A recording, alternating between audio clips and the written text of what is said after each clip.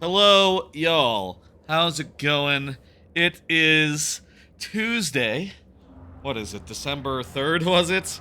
That's right, December 3rd. It's been a bit of a day. There was a coup in the morning in South Korea. That was a thing, and now it's not anymore. It was over before anyone knew it, and you know, I feel like at this point, you know, I'll say like right before the stream, they put out Donkey Kong Land 3 on Nintendo Switch, following up the last 2 weeks of Donkey Kong Land releases, and I think that's gonna have a lot more of a lasting impact than that there coup.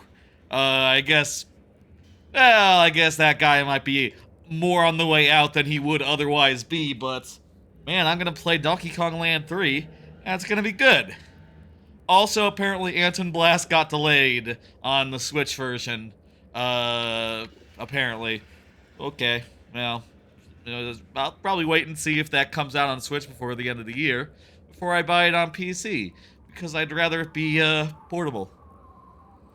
It's kind of surprising that a 2D game should have issues running on a Switch, but it is the Switch, and, with any luck, next year, there'll be a new Switch, and we won't have to hear stories like, oh, this thing runs like shit on the Switch. Oops. Oh my god. Shit. Shit. That'll be over. That'll be over as of next year. Isn't that a nice prospect? Speaking of prospects, that's kind of where we're going tonight.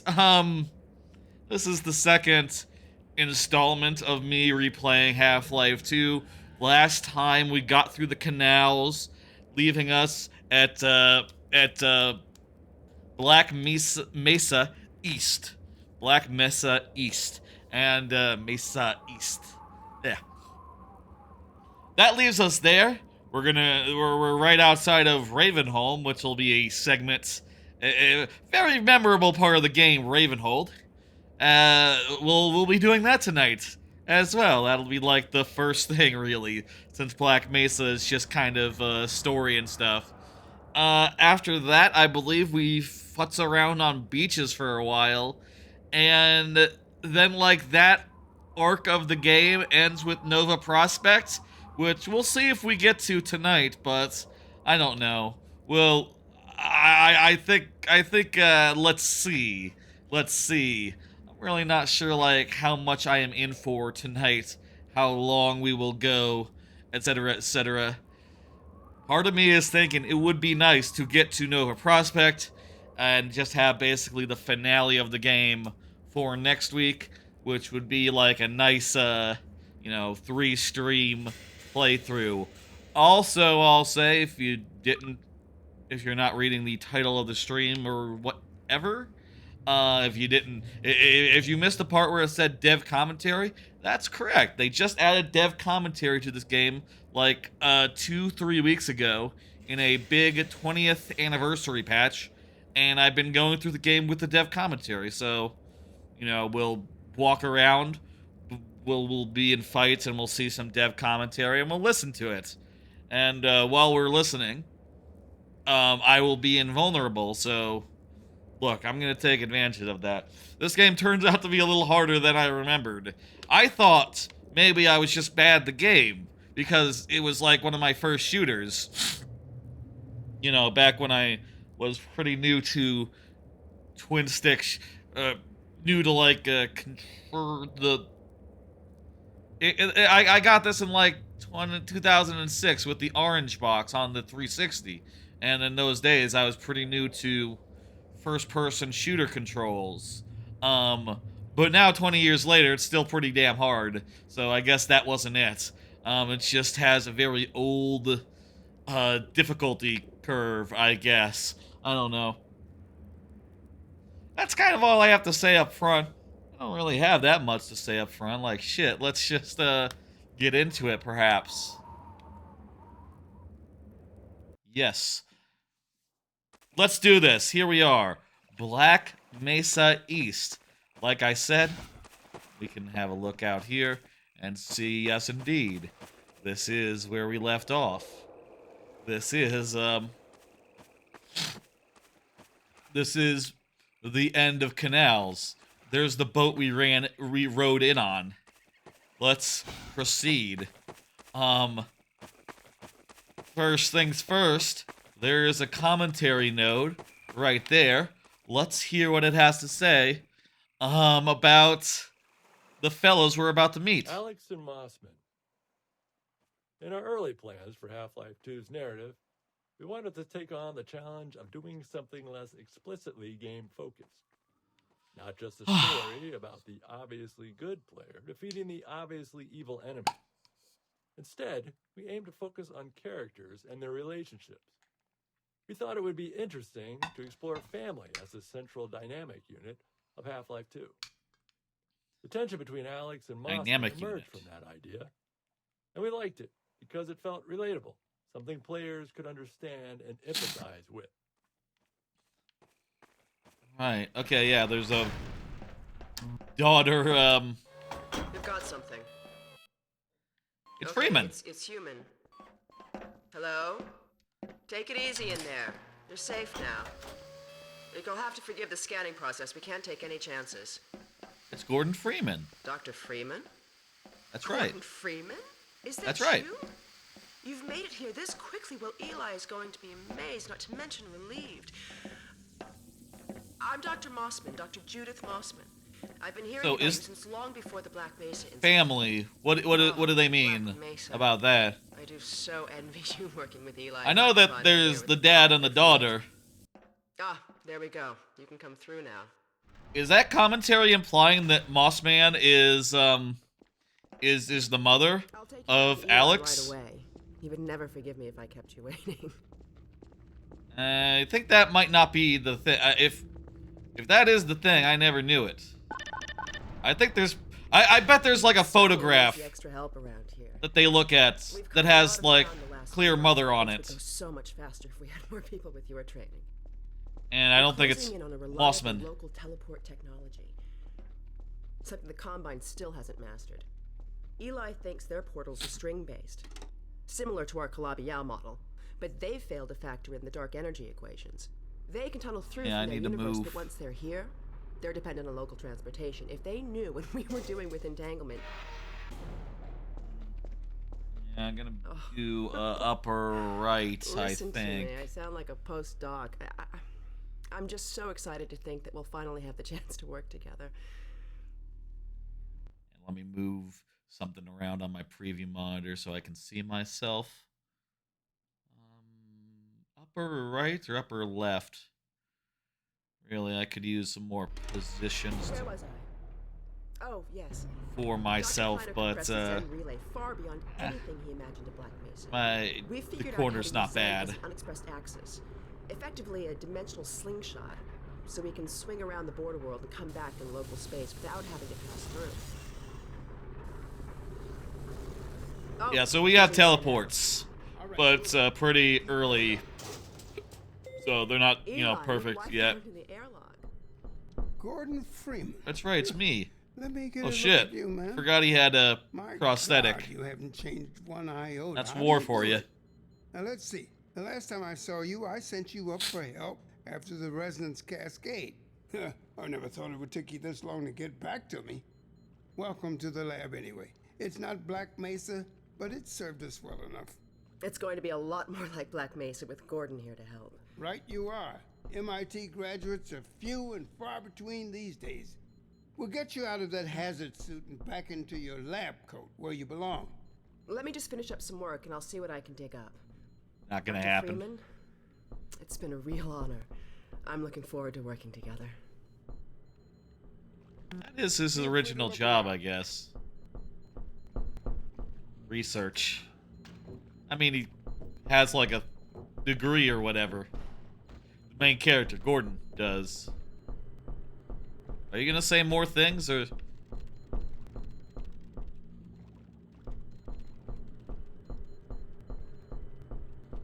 These footsteps. It's material. Weirdly bangy. Let's listen to the commentary. Eli's lab. We built Eli's lab after Dr. Kleiner's, which gave us a better understanding of how to set up and design effective choreo scenes. As a result, we were able to create hang on. I believe he broke What's your up? record, honey. Well, he earned it. I guess you proved you can handle yourself out there. There's nothing Gordon can't handle, with the possible exception of you. Dad, please.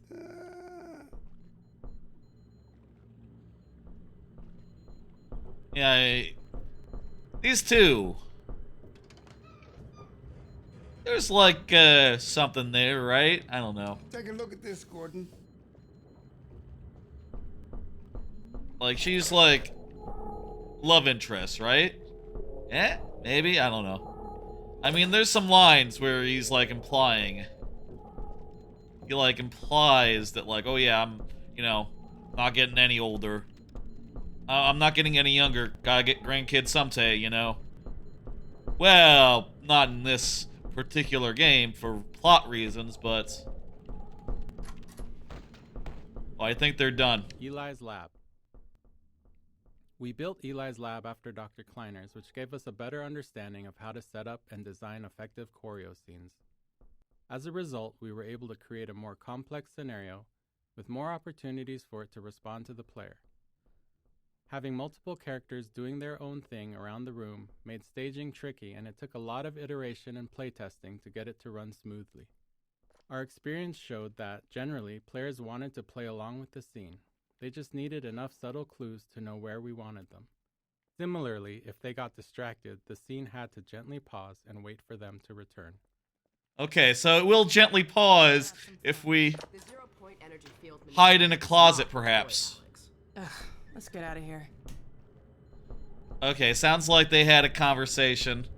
I missed a little bit of it. That's fine. They're fixing stuff. They're talking about the gravity gun, which we'll see in a bit. We want to put this dense chunk of visual story here because it's the place the game is most explicit at telling players to explore space. 7-hour Even though war. its primary job is world building, we still take strides to highlight the relationship between Eli and Breen, giving context to the world's central conflict. Earth surrenders. Go ahead, Gordon. We'll catch up with you later. Yeah. Wallace Breen declared interim administrator.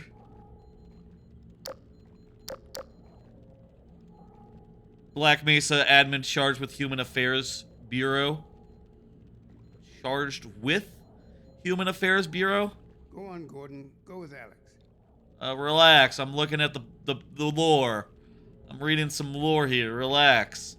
I haven't heard about any of this stuff. Portal Storm continues. Yeah, it's not that dense, actually. There's just sort of 2-3 points here. Earth surrenders, 7-hour war, Portal Storm. Black Mesa charged with thing. That is illegible. That one is. Ugh. I gotta sneeze. Hugs and pickups. Sometimes even little things can be a nightmare to get working. For example, getting a character to hug another character, or even more simply, just to pick up an object from a table, can cause a lot of issues. Even worse, My understanding, in a that's still dynamic tough. environment where the characters and objects aren't in preset positions, and the players running around getting in the way, these require a level of synchronization that can be quite tricky. They're made harder because monitors. humans handle them without thinking. As you're moving to the table to pick up a cup, you're doing all kinds of preparation with your body to get your feet and hands in the right position to be allowed to do it comfortably. Everything ready right when you get there. If you're moving in to hug somebody, you're both doing it at the same time, adjusting constantly based on each other's movement. To get these features to work in the game involved a lot of synchronization work. I guess that's making true. characters aware of each other and the world, and at the same time, getting them to know more about their future plans. It's tempting to want to pick up a cup example into discrete steps. Walk to the table, face cup, pick up a cup, because it's much simpler that way, and it makes the steps nicely reusable. But that's how robots work, not humans. Our characters had to know they were moving to a table with the intention to pick up a cup, so they could work on multiple parts of it simultaneously, making sure their hand grabs the cup right when they get there. With two characters, it's even more of a negotiation. Both need to agree where and when it's going to happen, and everything needs to happen in place in a seamless fashion. While these moments of simple interaction with their characters in the world are often short, They were critical to making them seem like believable people. Yeah, Feel free to look around. I am. Balancing the player's desire to explore with the narrative goals of the scene was always a challenge. We wanted the room to be full of interesting things There's to Mother. look at, but many players wouldn't explore Black until hair. they were sure they wouldn't miss any of the character performances. That's why it was important for Eli to tell the player to look around midway hair. through the scene. Brown hair. It signaled that it was safe to explore. From there, we could trigger a variety of custom mini-scenes based on what caught the player's interest. Yeah, I think that's a different character. What were they saying about Mossman and like family in the first commentary? I don't know. Maybe they just meant like the dad and the daughter. You can understand dad-daughter. Doesn't need to be any more complex. Mossman. One more. Did I get 7 already? Judith Mossman was originally based on a character 4, we had planned for a 5, section of Half-Life 6, 1. 7. Yeah, That section was cut from the base game that's right. and reused in Uplink, but without the character. We consider her the most complex character in Half-Life 2. We knew we'd be walking a tightrope with how the player felt about her even before Nova Prospekt, because the player's trusted sources don't agree. Eli likes her, but Alex doesn't. We recognized there was a limit to how much complexity we could pull off in relationships, but we felt that a stepmother-daughter dynamic was something players would understand. Oh, Whether she's or like not you married. agree Okay. with Mossman, she's doing something heroic.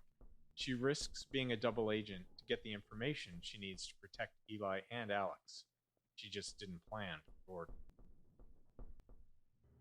I don't know that I picked up on that relationship ever. So you've met Dr. Mossman. She's Yeah. one of the main reasons I spend so much time outside. You should hear her drone on about how it should have been her in the Black Mesa test chamber that day. I'm sorry, I shouldn't be talking behind her back. It just gets a bit claustrophobic down here. So she's like a stepmom That's the then. old passage Okay. to Ravenholm. Fuck. We don't go there anymore. Later. What happens if you try to go down there? Oh, it's We just should be able there's to go right up there to closed door. Ravenholm. It was an old mining town inhabited by some escapees. Yep, we'll see it later. And that'll be pretty soon because, you know, plot is gonna happen soonish. Is this all of Black, of this area? Just one room and a couple of hallways and the outside here?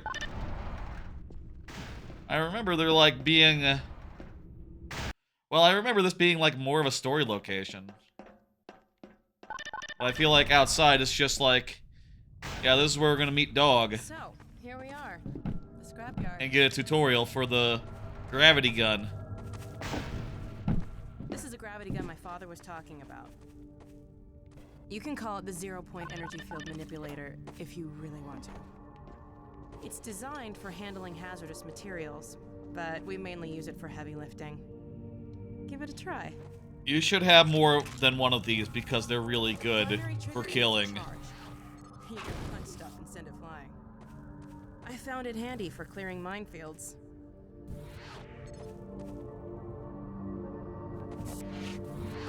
Yeah, I want to listen to that commentary, but I don't know if she's gonna The talk. secondary trigger lets you grab things. You can throw them with the primary. Once you've picked something up, you can drop it gently by pressing your secondary trigger again. Pick up some stuff and toss it. There's already been, like, a little bit of physics in the combat, insofar as, like, enemies picking up things. Ow! I hurt myself with my gravity gun. You can also That's pull stuff screwy. over from a distance. Give it a try. I did! It didn't work out very well. There's already been a little bit of gravity stuff already. But, this is where things are gonna really get, physicsy with, fighting enemies and stuff. Climb up here. There's gonna be some good dismemberment, pretty soon here. I mean, I guess nowadays, there's better dismembering. Try stacking some things. Grab something with your secondary trigger, then press the same trigger again to drop it. It down. sounds like she's in tutorial mode. Let's listen to Facial these. technology. We wanted players Yes. to care about our characters. and to even have a chance at achieving that, we knew we had to invest a lot of technology for our characters' faces. Faces It's look well good. understood that humans are wired to pay attention to faces, subconsciously reading all kinds of information from them. So it's an Look over extremely there. high bar, and if we couldn't reach it, we'd probably push players away from our characters, not towards them as we hoped. We started out doing a lot of research. It was not heartening. The best examples we could find weren't anywhere near close to being able to be run in real time, while the best real-time ones weren't close to the quality we wanted. We wanted to look as good as an animated movie, but they often took hours to render frames and were totally linear, authored by up to 100 animators. Whereas Yeah, ours had to this be isn't dynamic. Pixar. A character might be trying to speak dialogue or a facial move derived from a player's actions and created by just a handful of artists. These requirements eventually led us to Dr. Paul Ekman's facial acting coding system, a system for taxonomizing human facial movements done back in the 1970s. It gave us a vocabulary for describing facial movements throughout our tools and code, and a target to aim for when designing our characters' faces. With it as a framework, we started a many-year process of iterating on how we built faces and heads of our characters. Where others had tried taking bits of Ekman's work, we wanted to try to use it all. That meant a lot of time spent figuring out how to do each piece within the tight performance constraints we had. But we also spent a lot of time just looking at people and faces, trying to find the extra features that would add the most value, like skin elasticity, teeth shadowing. In the end, while we weren't able to do everything we wanted, we did manage to get the pieces we thought were the most important to a convincing facial performance level on our characters. Okay, she clearly wants us to go over there and do more cutscenes, I guess. Let's listen to another one. Character lighting. In the first year of development, we were struggling to get our characters to feel as realistic as we wanted them to. There were actually quite a number of different problems, all of which eventually required specific technological and artistic improvements to fix. The first major problem was lighting. At the time, lighting technology in games had many shortcuts, some due to performance, but many due to misunderstandings of how it all Lighting works. looks good. To make characters look good at the time, models and textures had to be created with much of their lighting solution baked into them, like shadows and glossiness. The characters looked cool, but they also looked like video game characters. We started building Alex with this approach, because that was how you were supposed to do it. We used the bake solutions and lit her like a movie actor, essentially as if she had a custom lighting rig that followed her around and ensured she always looked good. But it didn't really work. The range of lighting environments and the dynamic nature of video games meant that she'd look great in some environments, but always end up looking terribly unrealistic at some point. We tried iterating on our lighting rig, increasing its capabilities, but eventually it felt like we were at a dead end. Returning to the drawing board, we decided to try a different approach. We built her and the lighting and the textures from the ground up, throwing everything away, focusing on not on what we wanted her to look like under ideal lighting, but on how things were supposed to work in the real world. Realistically. It might seem obvious, but it wasn't how it was done, at least not in video games. When looked at outside the game's renderer, these models and textures actually looked worse than the previous versions, but we managed to methodically pull out all the shortcuts and misconceptions about how light and texture and graphics cards worked and put it all back together. After all that was done, when we were finally able to look at Alex in-game with her new models and textures in a dynamic environment that kept her visually consistent at all times, well, she looked great. Totally seamless and part of the Half-Life 2 world. This was like 20 years ago too, so very early days of like using realistic lighting to light characters. I feel like nowadays this sort of thinking has gotten away with the developers have gotten carried away with this exact sort of thinking. I'm thinking of particularly like when The Last of Us had like its third remake, fourth iteration, and it's like, oh yeah, here's all the differences, and you see the side-by-side, and it's like, well, this one looks like it's cinematically lit, and this one looks like it's realistically lit. The cinematic one looks better, especially when you're talking about cutscenes, things of that nature that are, that you would like to be able to look at and tell what things are. But I guess it is true, technically, that a more realistic model might be better. I feel like there's limits insofar as, like, how true that is, that realism is better. Like, obviously, yes, being able to dynamically have your characters look good wherever they go. Yes, that just makes sense, but there's a limit. There's a limit.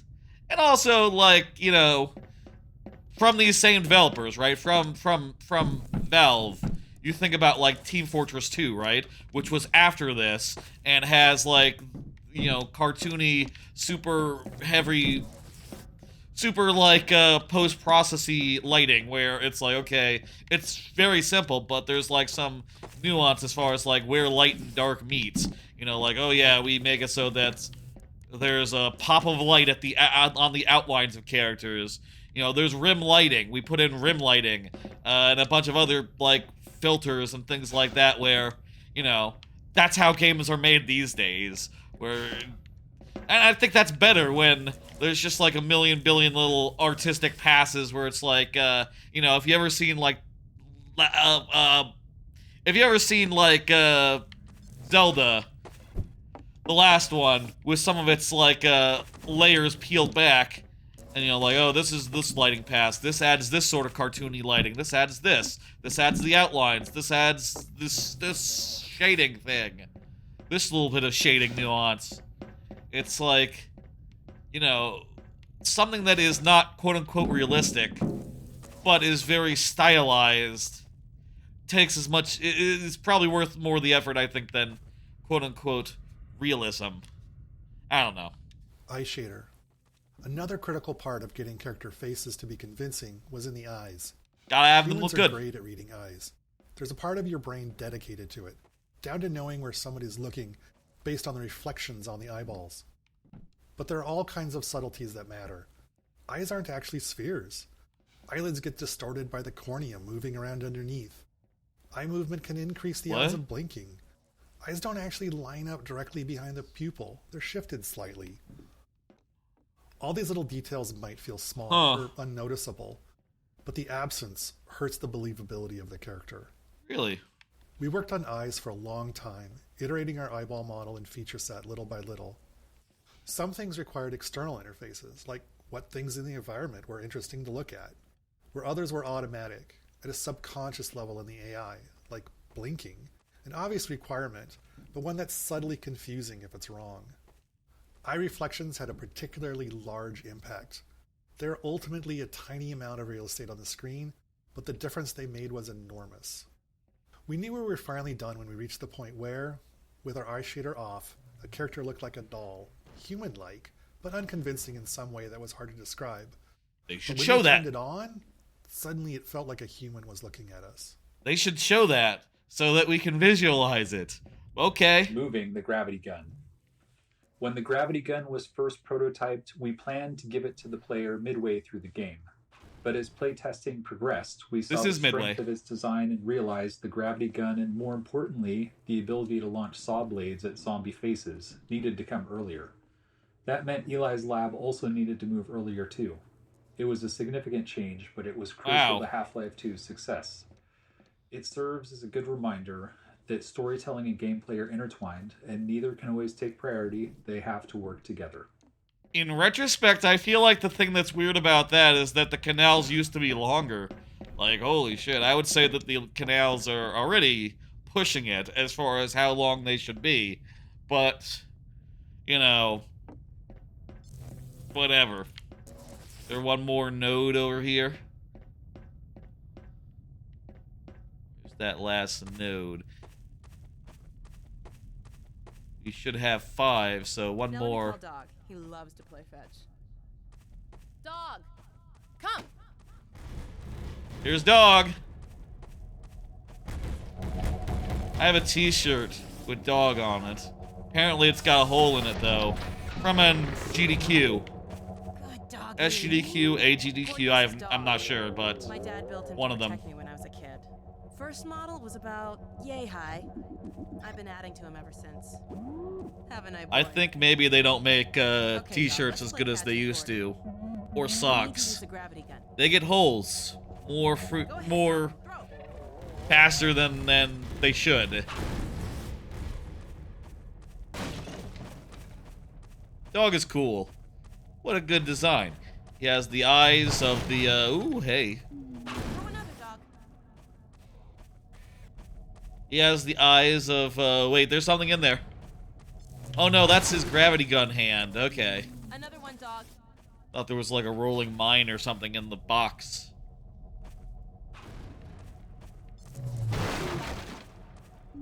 Go ahead, dog. Throw. Keep going, dog. I'll get it. Hey! Throw another, dog.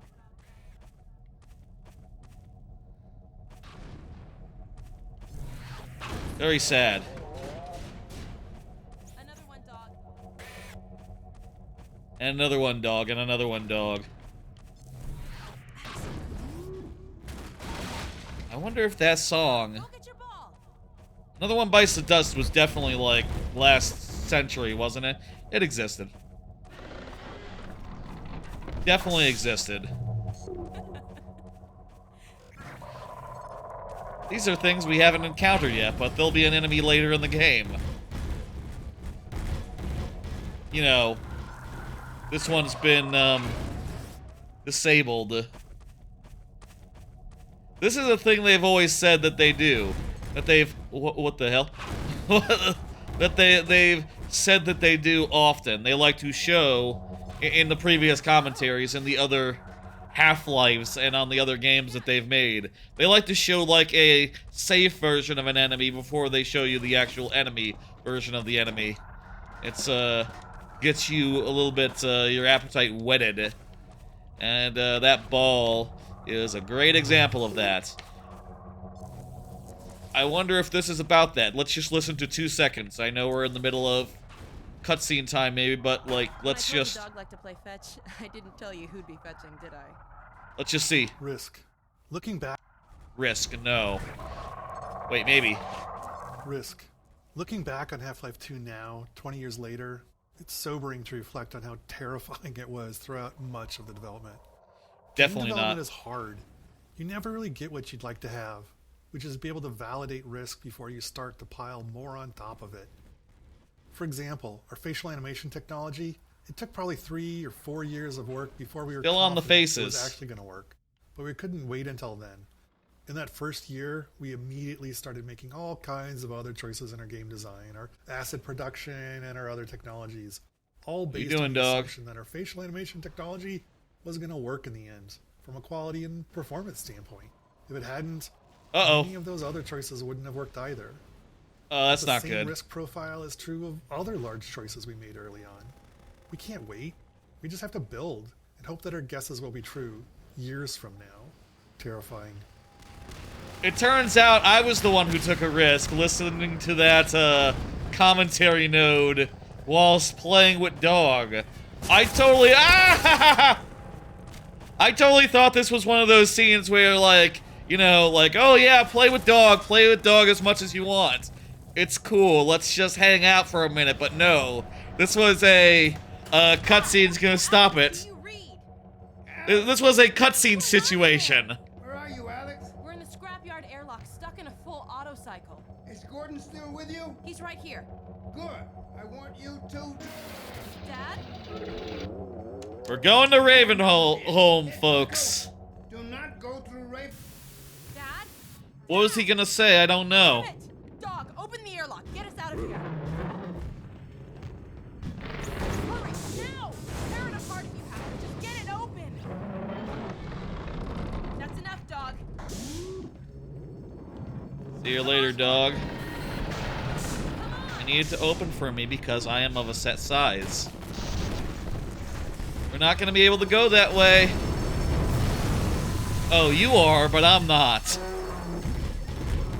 Gordon, you need to get out of here. I can't leave my father. Dog, take Gordon to the Ravenholm tunnel, then circle around and try to meet up with me. Hurry! Okay. We're going through Ravenholm, folks. That's right. That is correct. It is time now for Ravenholm, one of the more iconic, perhaps, parts of the game. Actually, it might be a minute until we actually get to Ravenholm proper, on account of, well, we have to get through this tunnel first, right? But I think this might be a matter of, like, minutes. We might be just...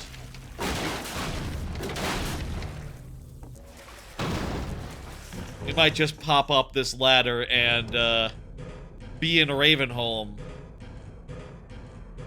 And we're gonna meet the Ravenholm man, who is a beloved fellow. That's right, hey, here's Ravenholm. Here we go. Ah, looks nice. There's birds. They're flying. There's, clouds. That's cool. There's a commentary node. As we finished up our work on Ravenholm, we couldn't... 16, wow! The transition from Eli's lab just wasn't working. It was far too abrupt. Eli's was lab pretty connected abrupt. Directly to the streets of the town where you'll be shortly, and the section you're standing in didn't exist. We had just made this promise at the end of Eli's lab: we don't go there anymore.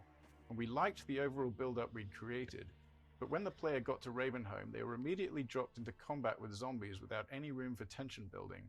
So we built this section and the subsequent tight corridors to address that in a way we were happy with. We slowed the pacing, focused on art and lighting, and got you ready to experience why we don't go to Ravenholm anymore. Yeah, this is a big zombie part of the game. The head crabs en masse. And, yeah. Also, it is basically the gravity gun fun time section of the game. Like, ah! Whoa, jeez! Give me that. Give me that. Hey, buddy. Hey, buddy. A lot of zombies, and, all... That's just a corpse. Just half of a corpse. A lot of zombies, and also a lot of things that I can grab, like saws and explosives, that can take care of those zombies. Isn't that nice? Ravenholm gameplay focus. Yeah! After watching many playtests of Ravenholm, we knew the core gameplay of the level revolved around the gravity gun and physics. It does. Once equipped with that knowledge, we felt we could appropriately build the transition into Ravenholm and help the player learn and understand a bit about what the upcoming experience would be. This happens often. We build the level track, figure out what's working, and then design its prologue. We built the following set of rooms with that table setting in mind. The brutality of the tools we provide the player seemed to aid in setting the mood we were striving for, helping to shift the tone from the safety of Eli's lab to something darker and more frightening. That's interesting. When I make Mario, I tend to start with I just tend to go in linear order for the first half of the level. And then the thing that I, like, jump around to do is, like, the last screen. It's like I like to do the epilogue and then know where I'm building to in the second half. And have an idea about that. I guess also that's just, like, the nature of Mario Maker and the nature of, like, having an overworld and a subworld, and it has to start and end in the overworld, so, you know, you do the whole overworld at once, and then you move on to the subworld where the bulk of the second half is going to take place. It just makes sense to do it that way. But also, you know, in addition to making sense, it's become part of my process in a way that is like, you know, feels natural. But, you know, maybe there's other ways of making. I also just like to have a good, concise, snappy first part of the level to look at and go like, oh yeah, we're cooking. We're cooking. This is tasty. This is scrumptious. This is, has the right seasoning. I'm using metaphor here. You know, it feels right. And, from there I can just tack on more segments until it's a whole level that feels right. You know, bit by bit. Just taking it as I go. Bringing physics to the enemies. The physics traps in Ravenholm were some of the first gameplay elements in the level that we were really happy with. Oh, also, I'll say if, like, anyone's watching this that doesn't watch my Mario Maker content, I do a lot of Mario Maker's like my main game. And I do, I you know, make levels in it as well, sometimes. But they lacked player agency. Slowly, very slowly. I don't think I'm going to finish a level by the end of the year, perhaps. For example, it's the start of December. And the next level is my last level of my super world, so it's like a whole thing. It's like a finale. It's like important. It was the saw blades that helped us figure out what Ravenholm was truly about. Yeah. With saw blades, the player was able to bring physics to the zombies instead of leading zombies into the physics. Once we had that understanding, Ravenholm evolved rapidly. We kept combing through the map, looking for anything, especially anything unusual, that could be turned into a tool or weapon for the player. How did this happen exactly? Not clear how the saw blade got propelled unless it was someone else with a gravity gun, but it's cool. Player tools. By this point in the game, players have a lot of experience with Half-Life 2's physics, but they've just received the gravity gun, which provides a whole new way to interact with the physics objects in the game. So good. We iterated on a variety of the physics objects that the player could play with, things like saw blades, the catapults, explosive canisters, traps, spears, and so on, and honed in on the ones that worked well with the physics gun and cut the ones that didn't. Then we went about stripping the levels of ammunition items so that the player had to rely on these objects to survive. Huh. Yeah, I was planning on not using the oh geez, that guy's getting up.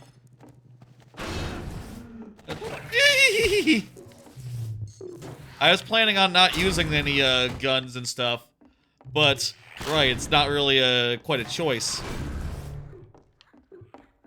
You're also getting up. Everyone's getting up now. Get.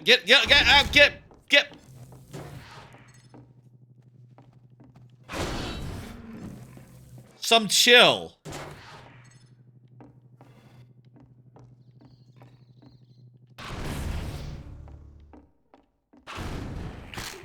Does this kill them? Just the repulsing? I mean, I can just take out the... Yes, it does. I got a crowbar, I guess, I could also use.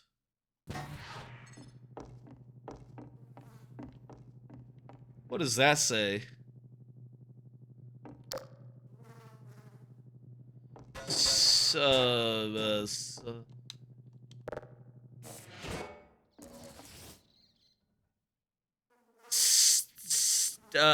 Statum? I don't know. A gun. Unclear.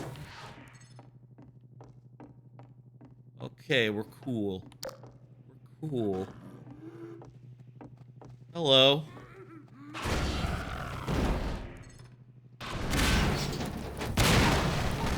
Up. Fuck!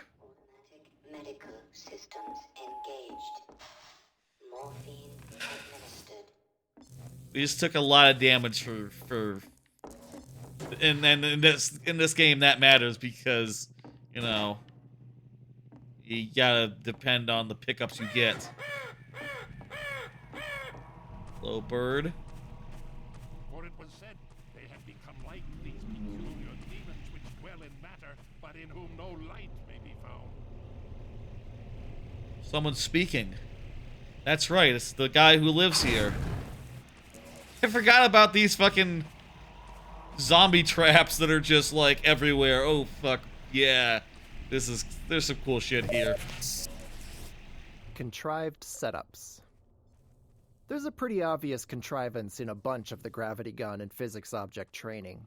The player pulls a saw blade out of the wall with the gravity gun, and right on cue, a zombie stumbles around the corner just that is what happens. To have a saw blade launched it's at it. Really good. Then the player crawls under a spinning blade trap to turn it off, and suddenly 3 zombies I can do that, taunting the player to switch the trap back on.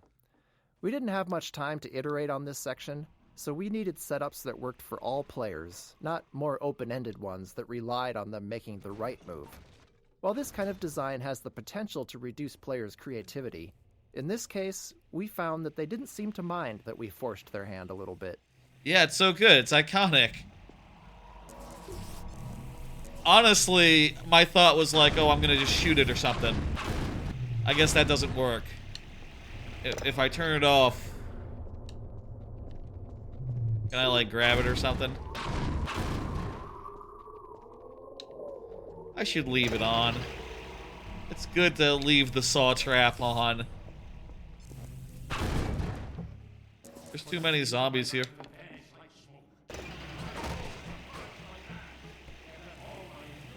I feel safe when I'm under a saw. Under a death trap here. Well. Okay, good. Are you still alive? Buddy? Hey.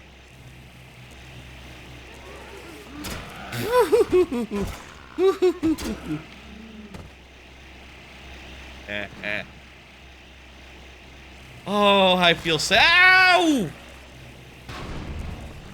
Who bit me? Okay, I think it died. Damn head crabs. Paint cans.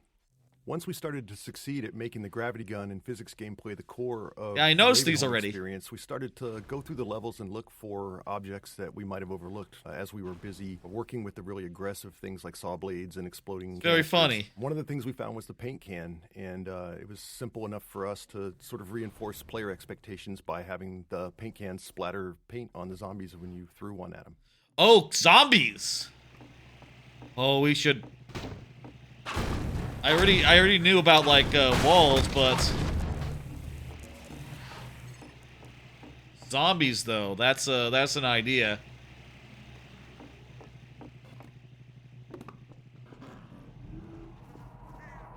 Yep. Oh, wow! Look at that. Splatoon, eat your heart out. It's not very good, to be fair. Let's try explosions. Explosives. That works much better.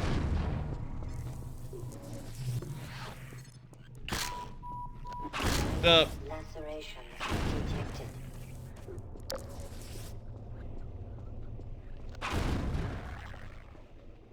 Little bastard. Those guys. Fiddly. Ravenholm's development. We began developing Ravenholm early in the production of Half-Life 2, so it went through more than one full development pass. The first version predated the gravity gun, with gameplay focused on traditional zombie combat using guns and some of the physics traps. We even planned to showcase Ravenholm Man, that'd be at less E3 fun. in 2002, but the game was ultimately unveiled a year later in 2003. By that point, we had invested heavily in Ravenholm's art, something which we generally avoid until the gameplay is fully proven. So once we went back to Ravenholm with the gravity gun mechanic in mind, we were working with a lot of pre-existing level geometry that had been designed with a very different gameplay goal in mind. Odd.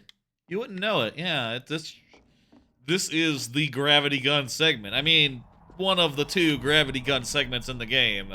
You know, it's iconic for that, and you're telling me it was designed as like originally just like a bang, bang, bang, shoot, shoot, shoot type sequence? That's surprising. Misteaching flinches. Flinches? Another memorable playtest and example of the danger of misteaching players occurred in Ravenholm. One of our design principles is for the game to respond to the player as much as possible. So when designing the gravity gun, it seemed obvious that if the player pointed it at a zombie and pulled the trigger, something should happen. It was simple enough to make it zap the zombie for a tiny amount of damage, causing the zombie to play its flinch animation, which felt good and responsive. But later, we watched a playtest where the tester discovered this interaction immediately upon arriving in Ravenholm and never used interpreted it as a feedback that the gravity gun was hurting the zombie, which it was, just not very much. So they zapped the zombie again, repeatedly, shocking it over and over until it died. This is a slow, unfun, inhumane way to Yeah, it fight sounds like it zombies, sucks. especially where you're surrounded by saw blades and explosive canisters. Having learned our lesson, we removed that flinch animation, even though it meant losing that interaction between the zombie and the gravity gun. In this case, it was better to not have the simple interaction, rather than give the false impression that the gravity gun was an effective way to fight zombies.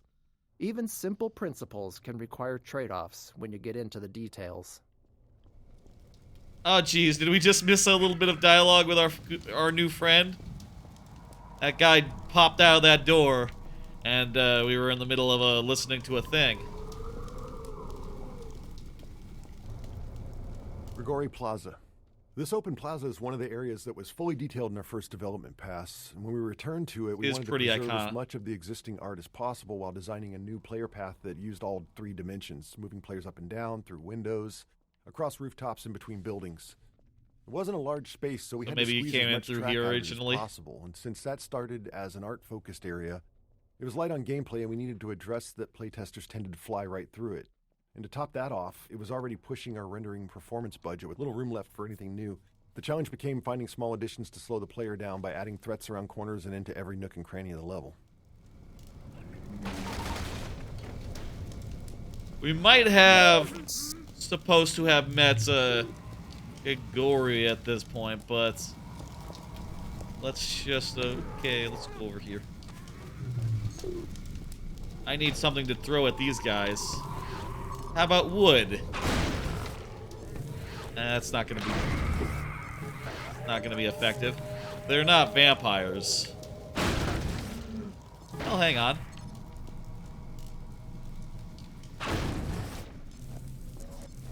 That appears to have done the trick, actually. I have full health, so this does me no good.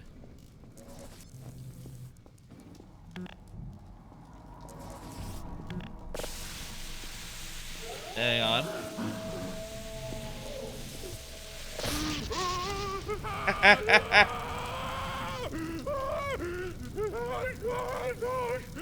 That's a bad place to be.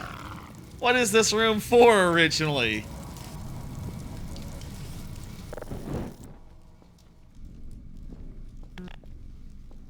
The light yourself on fire room.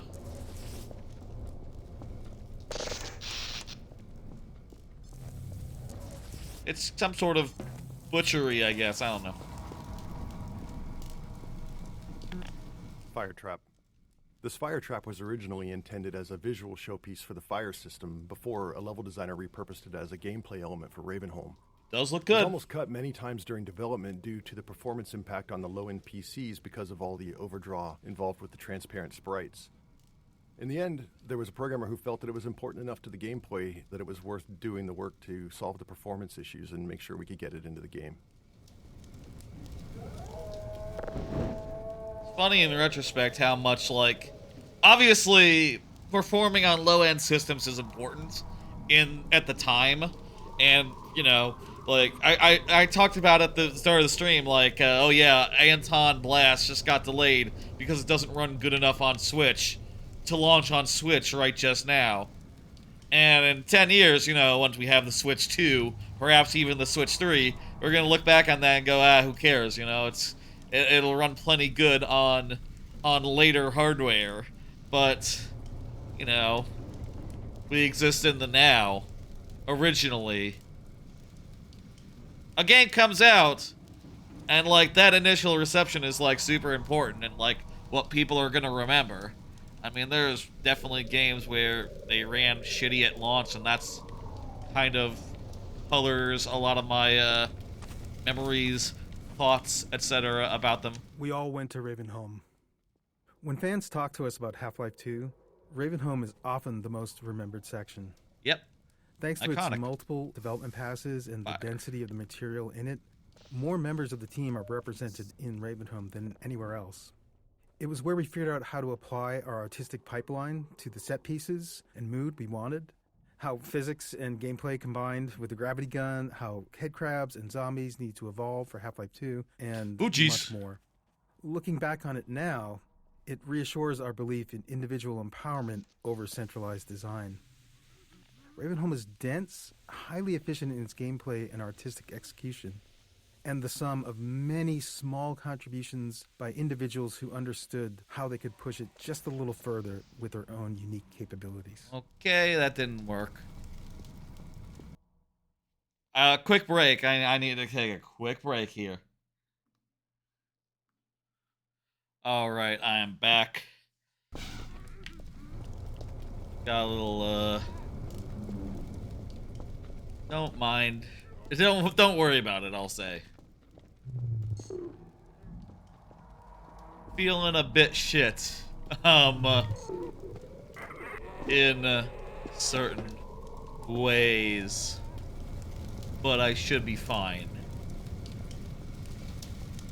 A little bit of, trying to find the right euphemism. A little bit of indigestion, you know what I mean? A little bit of, like, food poisoning. You get it.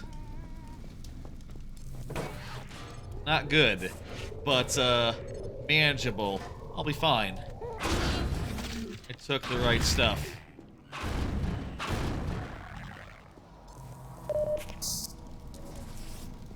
Alright, let's, so I'm a little confused here. Seems like there's 2 paths. This seems like it's optional to me because you have to, like... I think this is an optional thing.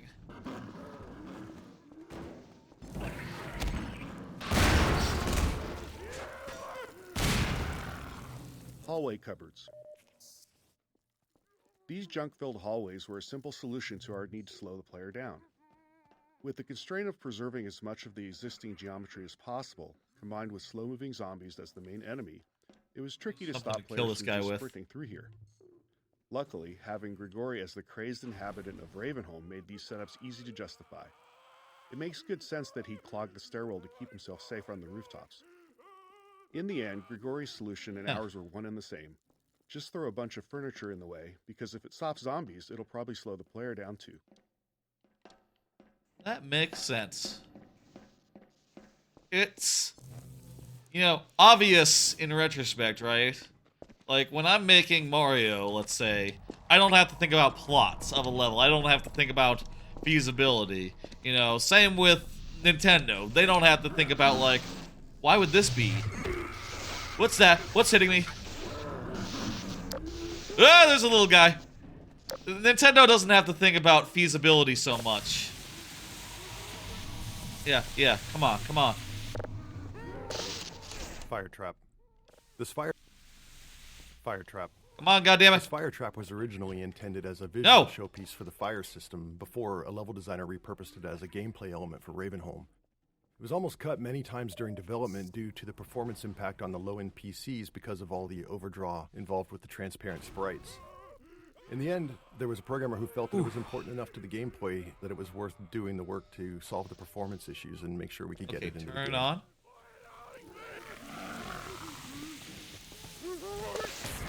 Turn on the fire trap. So if I have the fire trap was originally intended as a visual showpiece for the fire system before a level designer repurposed it as a gameplay element for Ravenholm. It was almost cut many times during development due to the performance impact on the low-end PCs because of all the overdraw involved with the transparent sprites. In the end, there was a programmer who felt that it was important enough to the gameplay that it was worth doing the work to solve the performance issues and make sure we could get it into the game. That was a bad use of health. Kind of a little confused here. This seems like a dead end.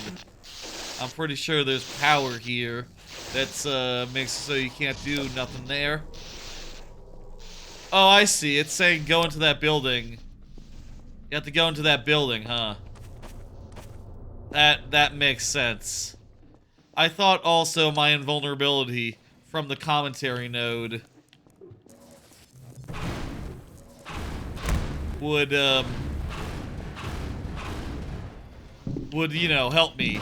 But I forgot that fire I'm not invulnerable to. Just enemies. Things that I cannot help.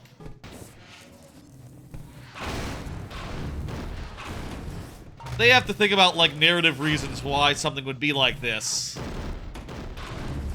Whereas, you know, making Mario... And honestly, in a lot of games, you can just be like, whatever, man, it's a game. Relax. Suppose that's like...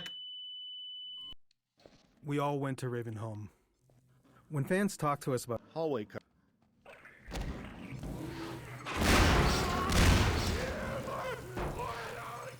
Oh well, that's fine. You know what? We got our health back.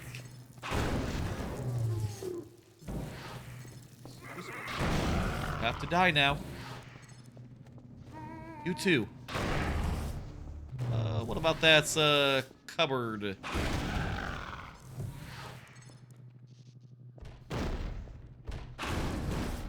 Cool. Okay.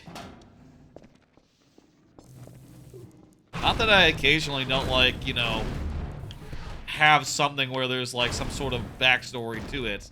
I guess, I don't know. You know, there's levels with ideas that I've done, but, you know, nothing where they have to, like, literally make sense. You know, I'd say, like, a lot of games are like that. Hell, even ones that take themselves pretty seriously, like, Metaphor doesn't have to explain, like, yeah, why does this dungeon, is it just, like, turns and, you know, why is it just, like, a million turns? Why is it a labyrinth in this way? Why would they build it like this?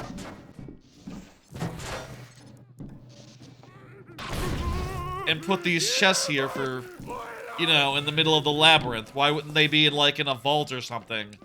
Like a room behind a lock and key. And the answer is, it's because it's a video game. It needs to be a video game. Where you run around and you fight monsters. And you get experience. And no one worries about it, but, you know, some games, they worry about these things more. I mean, I guess that's, like, part of the prestige of prestige games, right? Like, A Last of Us, for instance. Ow. That's a game that thinks about those details when it's making its arenas, I would imagine. I don't know, have they talked about that sort of crap? That's the sort of game that, like, takes that shit seriously. No. Take a cupboard.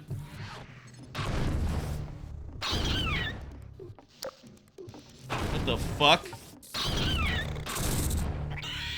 That head crab is different color.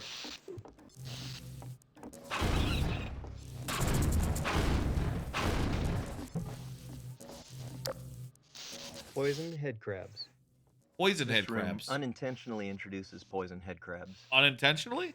We'd spent a lot of time crafting their proper introduction later in the level, but once we saw how well they were playtesting, our excitement got the better of us, and before too long we'd scattered them throughout the level. By the time we realized they'd appeared before their intro, it was really too late to rework it. Fortunately, a tight room of poison head crabs works as decent training, because their design avoids a common issue with combat training. Typically, players are stressed, and they can get frustrated if they die repeatedly without understanding why. Ugh. And sure enough, we encountered that problem when trying to train the player with both poison head crabs and their source, the poison zombie. However, poison head crabs can't kill the player by themselves, so while stressful, a room full of them at least avoids that frustration. I don't remember the poison head crabs. Even with all the work we did to try and make a connection between this lever and the outside electric fence in the players' minds, some testers would still flip the lever and not know what they'd done. They'd even wander around, flip the lever back on, and wander around some more. With not much time to spend on making the connection clearer, we elected to just have the lever break off. This prevented players from undoing their progress and added to the feeling that Ravenholm was an unreliable and decaying environment. That's just good design. Some of these nodes are just really good, subtle little design things. Like, yeah, fuck it. Falls off. That's perfect. And yeah, there's some more poison head crabs, which I have zero memory of. I guess it's like a...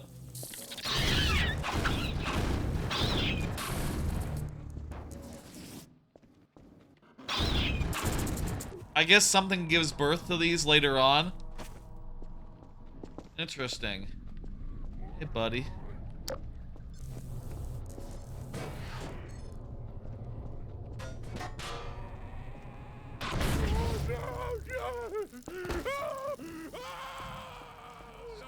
Turn this on.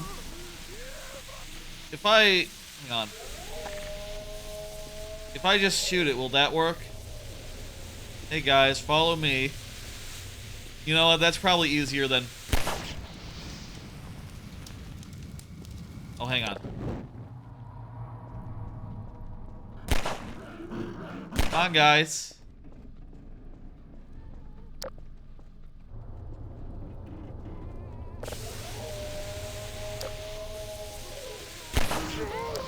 There we go. That's what should have happened last time.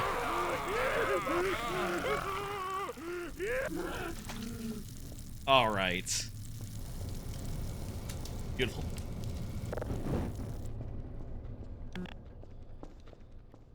Let's put this shit away.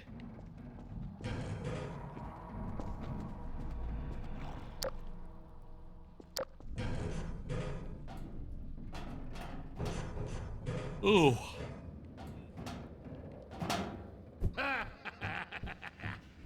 Well done, brother. Make free use of my traps, but take care not to fall in them yourself. Behind you! Cool dude. In Ravenholm, you do well to be vigilant. I have a helmet, I'll be fine. It's remarkable that this dude has been managing all on his own without a helmet that blocks head crabs from eating him. Where do we go next? Is there a hole in this fence? Yeah, boards right there.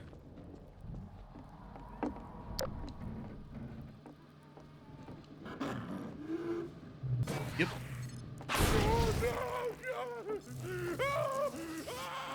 Good, good. Blew him up some. There's this part of the game, then at the end there's another part of the game with more gravity gun stuff. I feel like episode 1 also tried to be like a third gravity gun only section, and it didn't quite I mean, I don't know what they say in that commentary track as far as like how they think it went, but I would say by the time they were doing it in episode 1, and it was like half the episode was you know, half the episode was without the regular gun. What is this? Ah, it's a car! Oh boy. Car crushers. These car crushers required some adjustments and quite a bit of work to our physics damage system. Hello. There's... Oh, motherfucker. Car crushers. These car crushers required some adjustments and quite a bit of work to our physics damage system. There's always a challenge when big physics objects interact with non-player characters. For instance, if the physics can push the NPC, it might shove them somewhere they're not supposed to go, leaving them unable to recover. This isn't a big issue for something like a head crab, which can just hop out of a tricky situation, but for something like a zombie, it could mean they get stuck and end up helpless, flailing away in whatever gap they manage to wedge themselves into, which kind of kills the survival horror mood we're going for here. Yep. Those guys are hard to crush. Getting the car crushers to lift the player was also tricky. See, the player is always being simulated by both the physics system and the game's movement idea. system. Each time we update the player's state, we compare the results from both systems and decide which one is right, then sync them up and repeat. This allows the two systems to influence each other. Like when the player stands on a seesaw, the physics lets the board give way, or when they stand on the car crusher, it lifts them up. While more complex, this dual system approach was easier to tune than trying to handle both physics. Car crushers. These car crushers. These car crushers required some adjustments and quite a bit of car crusher lift. Finish your thought. Getting the car crushers to lift the player was also tricky. See, the player is always being simulated by both the physics system and the game's movement system. Yep. Each time we update the player's state, we compare the results from both systems and decide which one is right, then sync them up and repeat. This allows the two systems to influence each other. Like when the player stands on a seesaw, the physics lets the board give way, or when they stand on the car crusher, it lifts them up. While more complex, this dual system approach was easier to tune than trying to handle both physics and player movement in a single system. By keeping them separate, we could fine-tune the player movement system to feel good on its own, only reconciling the two when physics was affecting the player. Very important. Hey buddy, come through here. And there we go. Hey buddy. I got a car with your name on it as well.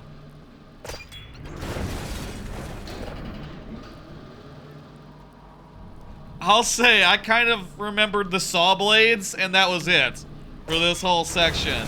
You know, and maybe like explosives as well. I thought this section was just gonna be like saw blade, saw blade, saw blade, but there's a lot of variety here as far as traps, as far as like different physics stuff to throw at zombies. This is, yeah, that's gotta be like some of the best zombie shit ever in a video game. Probably like the best concerted zombie level. I mean, how many, I guess like how many games that aren't zombie games have zombie levels? I guess is a question I should ask. Like Conker's Bad Fur Day is one. There's like a couple others, I bet.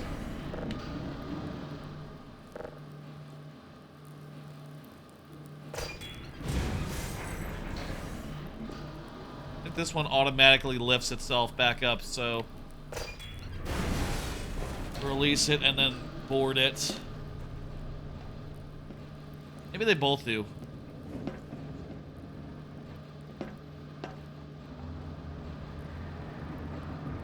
I thought it was originally on the ground and you had to lift it up so that the zombies could get by. Looks like there's something back there. So we ought to check. Indeed, there is something.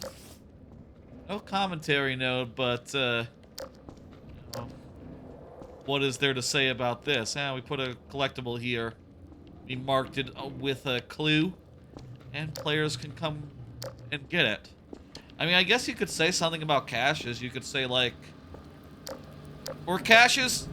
No, they couldn't have been in the original game. Because this is, like, something that, in the kayfabe of the world, characters have been setting up all this time throughout the apocalypse here. Whereas the first game was like over the course of a matter of hours. You know, it was the 7-hour war. In other words. I wonder like how they landed on that. Like, I mean, I can speculate. I could say like, well, labeling it means that the player knows like what's critical path and what's not. Better. I am Father Grigori. You have already met my congregation. Yep. Fuck. Hold that thought, Father. Let me get back up the... There's probably a lot of reasons why it makes sense. Probably a lot of reasons why it makes sense. So that you can know what's critical path and what's not. You can go get some stuff. And also, if you're low on ammo or health, you know where to go. You know where to start.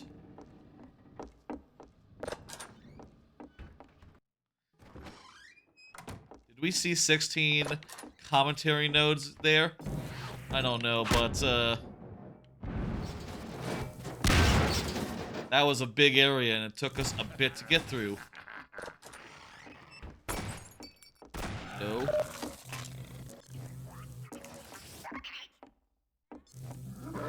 It is you, brother. I apologize. But no harm done. My bullets are the least of your concerns.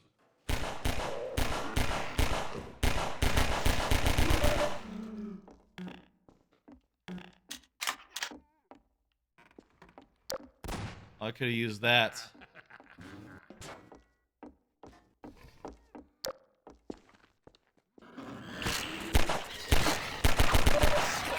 Whoa, why did I have 1 health all of a sudden? Levels detected. Oh, that would be the poison head crabs. I guess that'd be the poison head crabs. Ow. Pacing switch. Now that the player's through the training section, we can start shifting the pacing from moody, claustrophobic spaces Abuse to my more invulnerability combat-focused here a action little bit. arenas. With the player familiar with the various physics tools in the environment, we can start mixing those into open spaces and just give the player the freedom to choose their approach. There's only 2 commentaries here? Wow.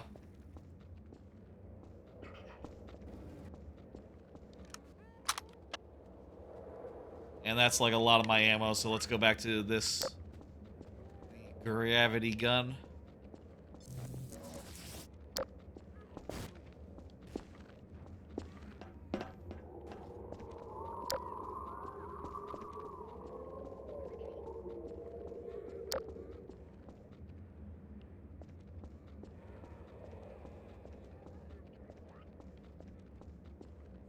There's not like another commentary back where we came, right? I guess the one commentary I saw was that one. Like, I'm just paranoid about missing them. I could always be counting if I wanted to, like, know for sure. But what can you do? Right? It's not like there's a thing that... In some of the Valve games, there's been like, oh, you can just hit the a button and that'll warp you to the next one. You know, in the cases of, sometimes the commentary mode is not like a literal playthrough. Sometimes it's like, okay, this is just a mode. This is just, let's just get you to the next one here. We're not gonna fuck around here. Force you to do some puzzle solving or whatever.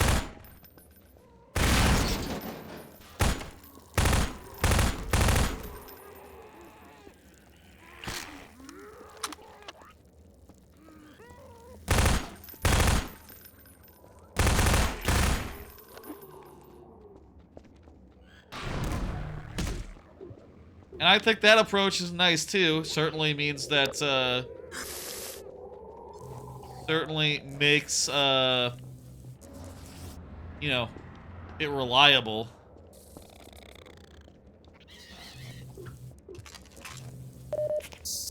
Certainly makes it so you can always rely upon getting, all the, commentary nodes, but... You know, I do like this approach as well, where I'm actually playing the game again. Now, if this was the kind where it was like, okay, well, this is not the game again, you're just in the areas, just go ahead and walk. Go ahead and make your way to the next place. That'd be less fun. I mean, I'm sure there's probably... I probably chose the normal difficulty. You think there must be an easy difficulty nowadays. Yeah, you can. The computer helps you aim? Wow, okay. Yeah, I guess you could just turn to easy if you really wanted to blast through and have that sort of experience. My helper, my strength.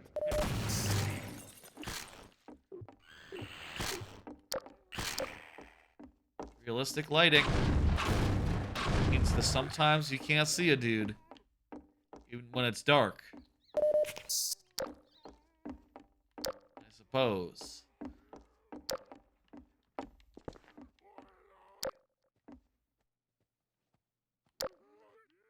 My instincts are telling me I might be able to walk. In another game, I might have been able to, like, shimmy along this wall, but no, this is definitely too steep. Well, hang on. I can, like... No, this slightly protruding ledge. That's gonna stop me.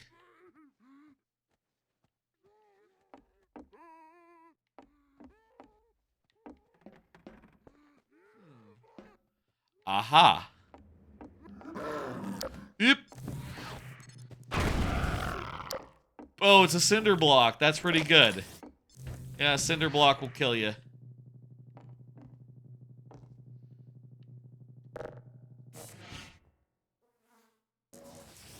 I'm suspicious of this room. Let's listen to the commentary. Tables and bodies. Towards the end of Ravenholm's production, with all the major pieces in place, we went through and tried to fill out every bit of empty space with something interesting. In doing so, we had to be careful to use what we already had and not create anything new, as we couldn't risk introducing more bugs. Often, as in this room, we were trying to add new moments of gameplay, while also adding more detail and story to the area. Small scenes like this allow an attentive player to think about what they're seeing and what it might mean for what they'll encounter next.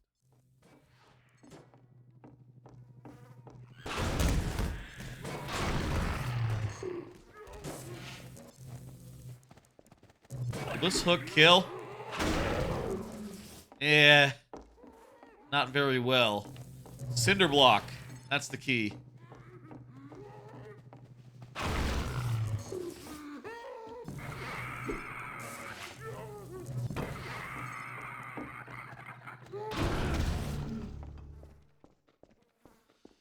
Okay.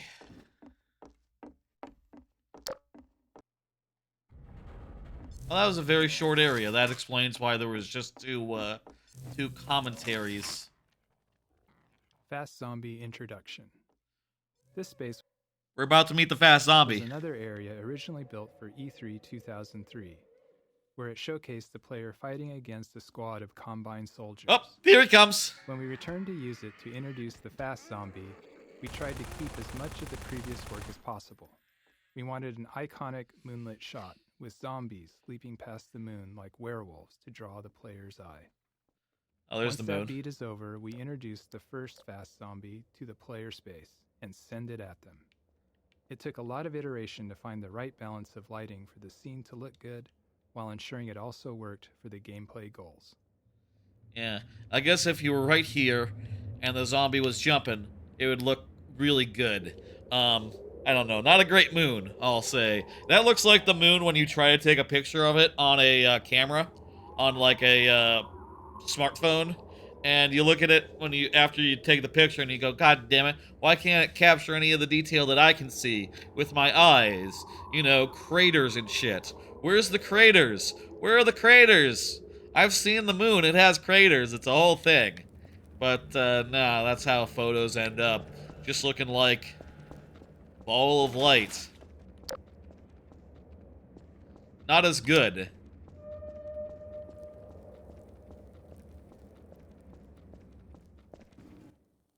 Physics object consistency.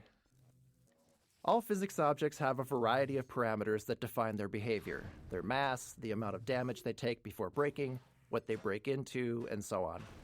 During development, these parameters were specified by level designers for each item, which is how most things in the game worked. But later in development, we realized we'd created a problem for ourselves. There were thousands of physics objects in the game, and no method to ensure consistency across them. As a result, a cardboard box might break apart with a single pistol shot in one level, and be completely invulnerable in another. Internally, we generally referred to these inconsistencies as level designer crimes. To fix these, and to deliver some justice, we built a system that enforced consistency on all physics objects based on their visual model. Since most of the game had already been built, we were forced to allow level designers to explicitly opt out of this system for rare edge cases where they needed to do something criminal to preserve what they'd designed. Internally, we refer to these designers as recidivists, some of whom perpetuate their life of crime at Valve to this day. That's fascinating that that's fascinating. I should hope that the commentary that I am particularly going out of my way, specifically going out of my way to listen to during this playthrough, I should hope it's interesting. But, like, I do think it's interesting that they tied the properties of the objects to the models and not, like, a class of objects. I guess people were using, like, just, like, plopping in the models repeatedly, willy-nilly, you know, rather than, like, having them always be, like, the same object behind the scenes. And, you know, I guess that's just sort of a thing where they live and learn. They went, oops, we all made our own object versions, rather than just reusing the ones that were already made. Fuck.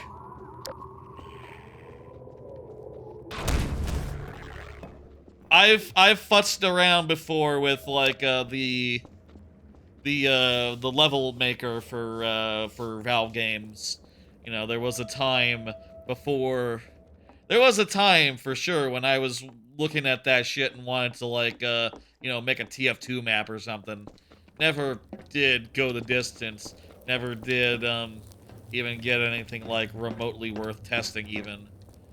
It's an order of magnitude, probably 2 orders of magnitude harder than like a Mario Maker thing. Also, you gotta find, you know, who the fuck are you gonna get to test it? It's a whole can of worms. But like, I messed around with that shit enough to understand like the basics of making level geometry, I guess. I don't know. That was like damn near 2 decades ago, so I can't really speak too much of it. I guess I messed with Unity a bit towards like the end of college as like a project, as like a senior project type thing, independent study. I've messed with the software, the kind of software you use to make games like these before, though, you know, briefly, and like,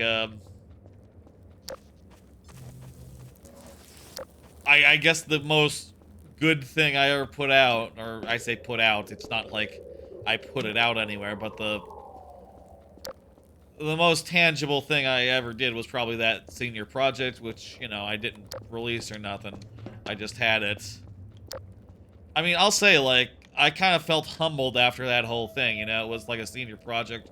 I worked on it for a number of weeks, and it was just, like, pretty okay, pretty good.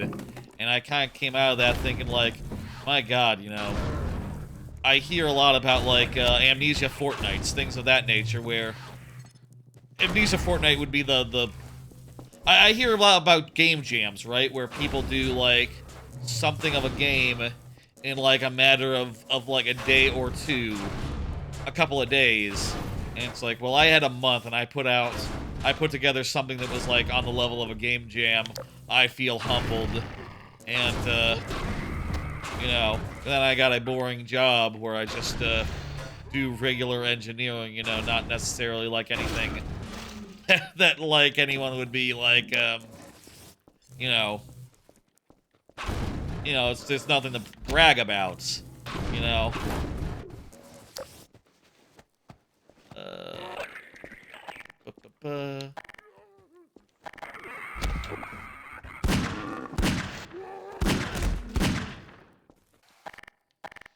Do I not have a shotgun yet? I guess I don't have a shotgun yet. Guess that's part of it being, like, not that late in the game. We're still pretty early on. It's starting to give me some ammunition. But I guess it's this way of being like, hey, yeah, you know, let's do a little bit of shooting. It's been a while since you shot a gun. You might want to. And indeed, feels good to shoot.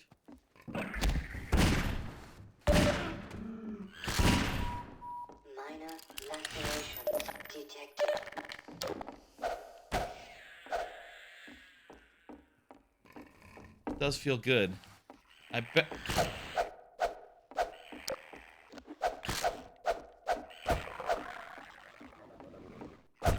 I like games where, you know, unless I would like it if this flashlight didn't run out, I'll say. Like, that might be a cool, that might be nice as far as, like, we got all these dark places. But this flashlights do not work like this, honestly.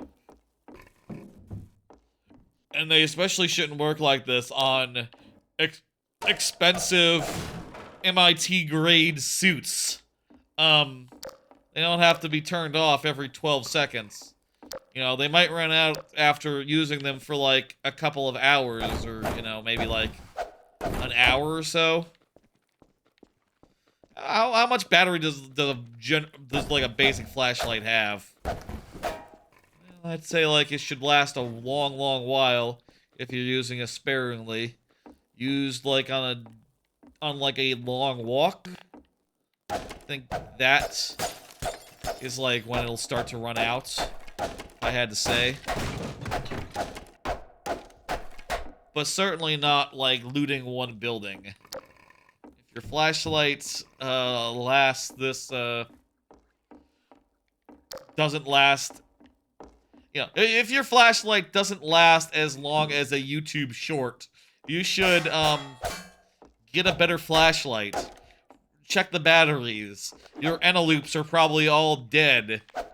Maybe that's the thing. The battery on the suit is like super dead. Needs a fresh replacement.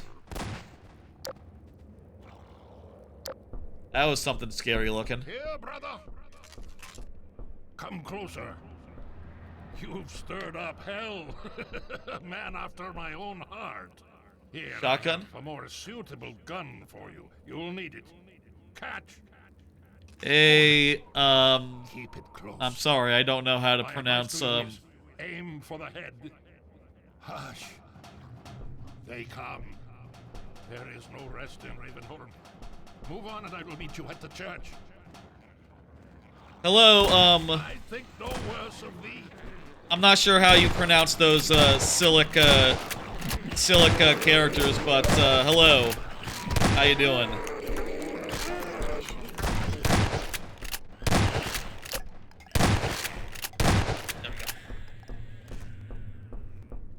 Playing Half-Life 2, and when we run across some commentary nodes, I will play them. We will be interested in what they have to say about like what went into the development of this very good game. I'll say, by the way, as far as that sort of thing goes, oh, we got to jump into the water there. I'll say, last time I didn't mention it up top, but last time I did a great big extra live stream. Put up the VOD shortly after, like, the next day. I was a little worried because there was a good amount of, like, licensed music because the games I played over those 12 hours, some of them had the licensed music. Only one song in there caused any issue, and that one song means that the VOD cannot be watched in Russia. But, I don't know. If, like, there's that many Russian folks, looking for English YouTubers, you know, YouTube gameplay in English. Y'all could be, you know, I know that there's a lot of countries that use those characters. You could be Ukrainian, for instance, or, you know, what have you.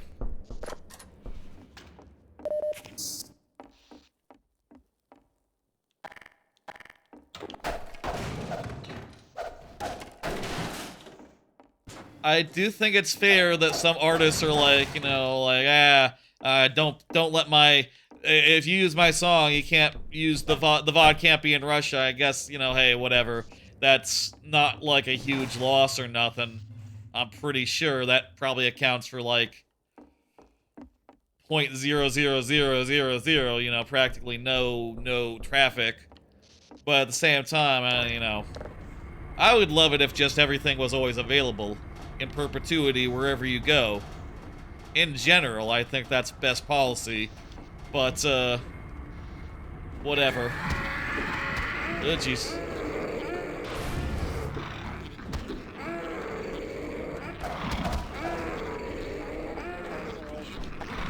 Weird. Hey, right.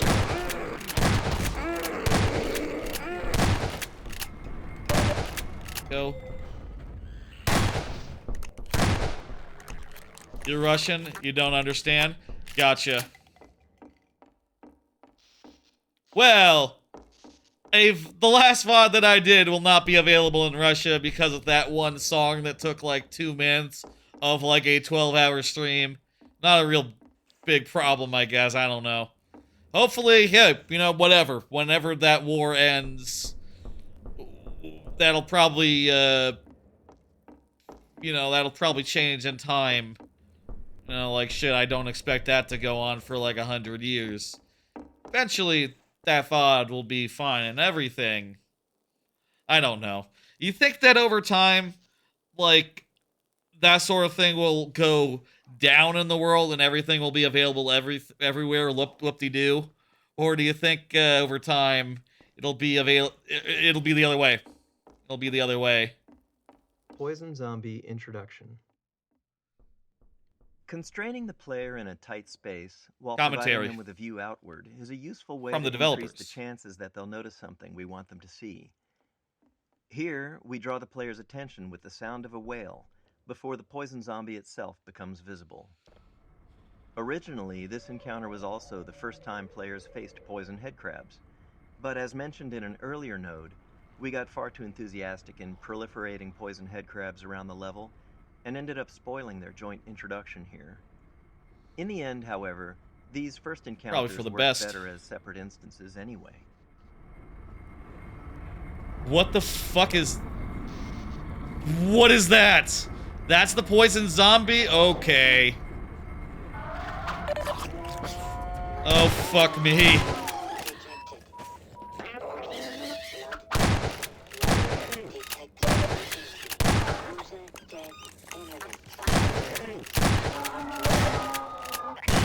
Wow, those guys are, I thought the fast zombies were the poison zombies, based on what the commentary has said.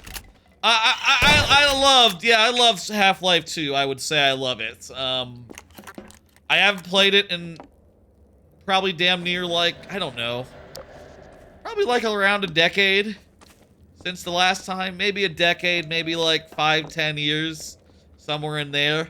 And now they added this dev commentary, and I am, you know, going through it in this live stream. That is what's going on here. All out of guns. Gun ammo.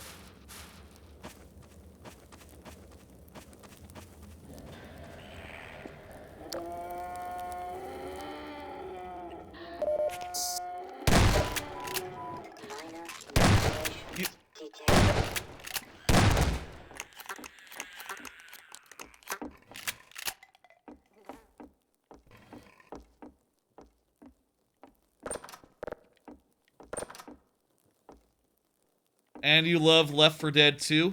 Yeah, I've played a bunch of that back in the day, yeah. And, you know, I was, I'll say, last stream was a big extra live stream where I played a bunch of games from the Xbox 360. And, like, yeah, I played a ton of Left 4 Dead on Xbox 360. That was, like, one of the main ways that I... It's funny. That was, like, one of the only periods in my life where...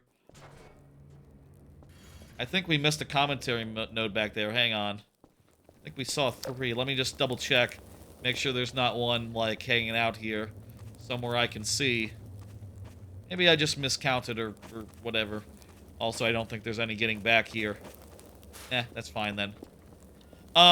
Yeah, I played a ton of Left 4 Dead back in the day.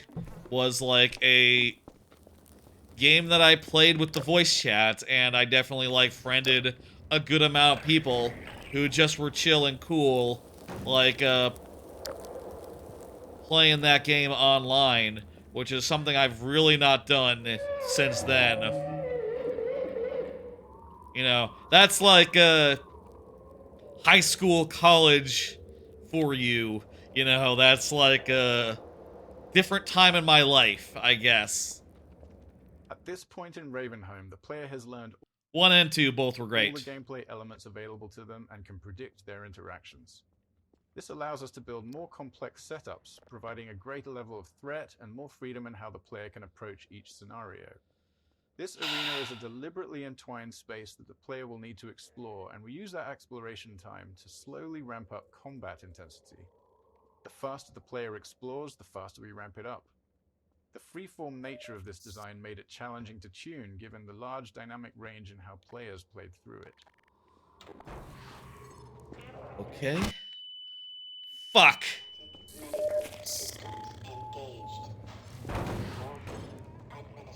Gotta be more careful with these explosives. They can fuck me up.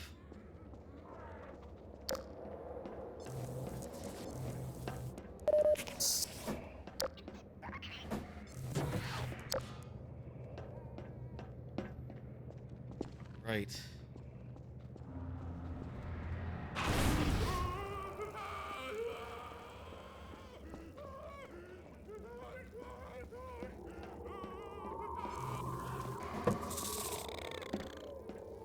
What is your favorite character from Left 4 Dead 2? Probably Nick. I don't know. I like him in his fucking suit. Nick was great. Oh, jeez. Well.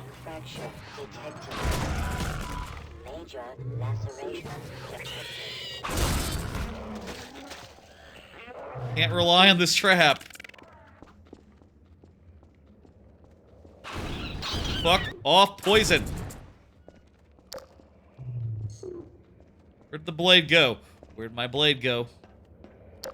Walk this way. This will give me some.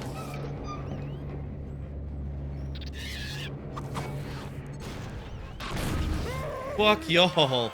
Too many guys coming to get me.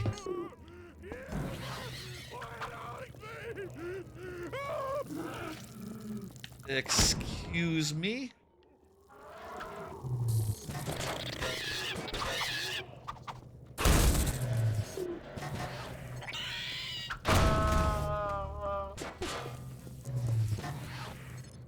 Fucking noises these guys make. Christ, there's still more of them!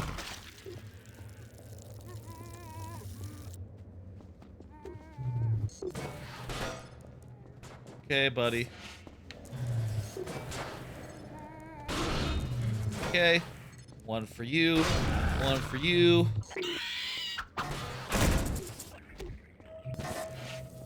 And... so many of these guys. So many of these guys.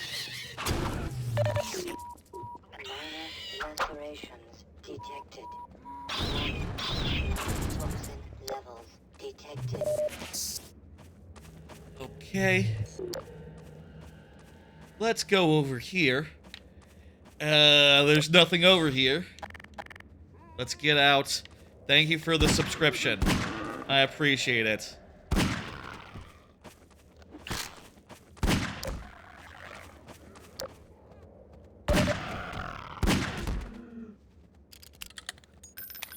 I'll say, if anyone's ever curious why there's not an alert always for YouTube subscribers, I'm pretty sure that's because YouTube subscriptions are by default private.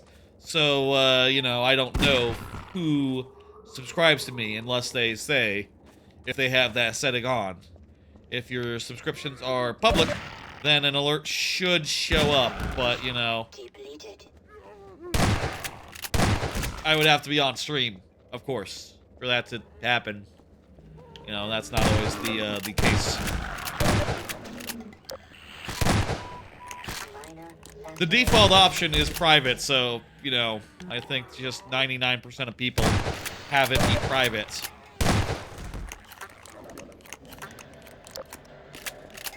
Odd, setup. These guys keep on coming.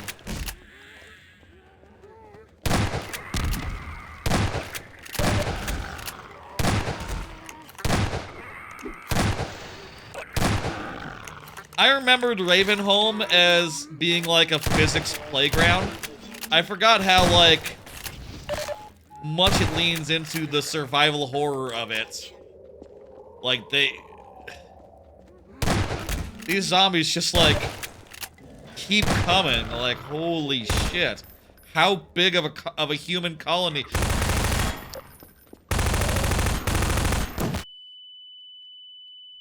Back!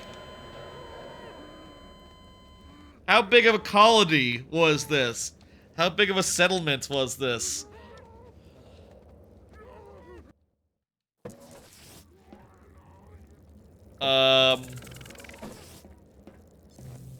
This was a while ago. This would be before... I cannot speak Russian, no. Don't speak any other languages, really.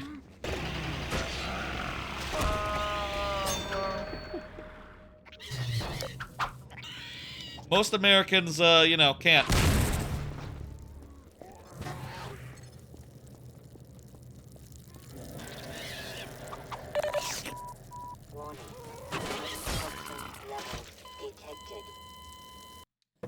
What happened there?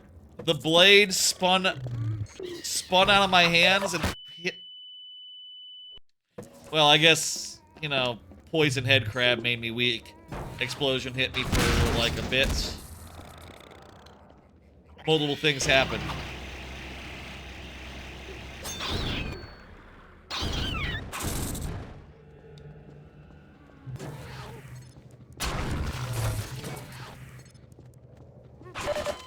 What happened there? I was at full health. Was I not at full health? I think I was at full health. I just...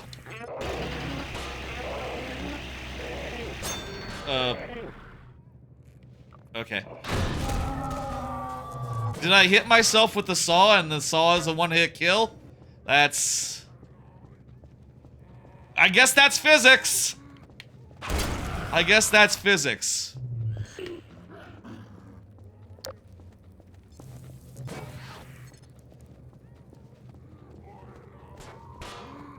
We should probably look around and find the way forward. Just hanging out and, like, trying to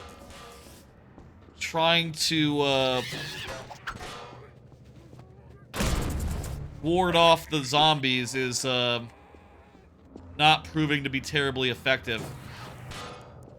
These guys are, like, more like, what's the word? They're more persistent than, like, these zombies in Left 4 Dead, I think. Like, relatively. Christ almighty.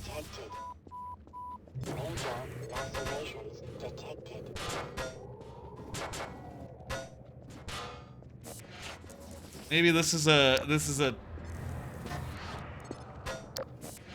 double-ended sword here. This is a double-ended blade. Hello, Brown Diddley. How you doing?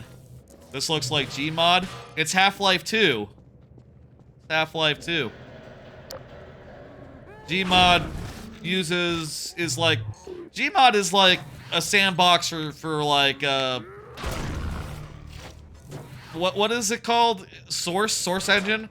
It's like a sandbox for Source engine, so it makes sense it would look like the original Source game.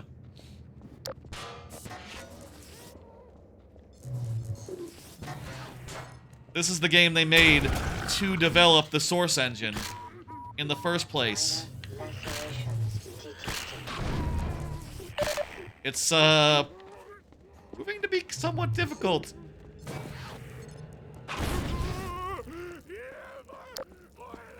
Gmod was made from this. From the engine this runs on, a bit more precisely.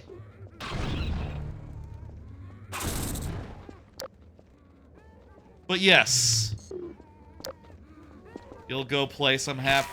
Fuck you. I have 20 health, that's not good.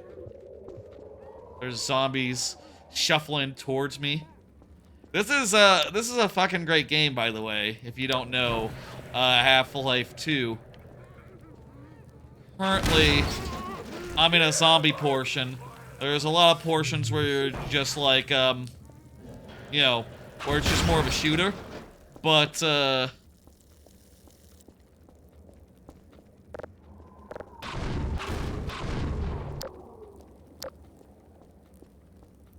wait for my aux power to come back. Eh? I think I wandered back across the load zone. I hope that's not a problem. Nope, everything's basically where it was.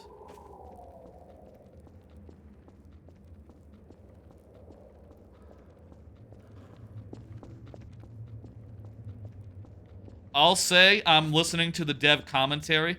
Goodbye, Russian viewer, whose name I do not know how to pronounce.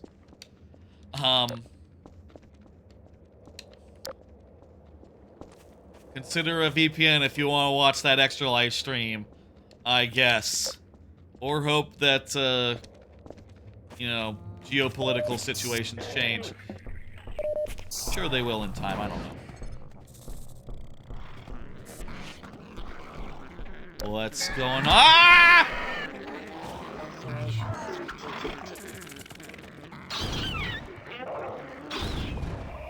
Fuck!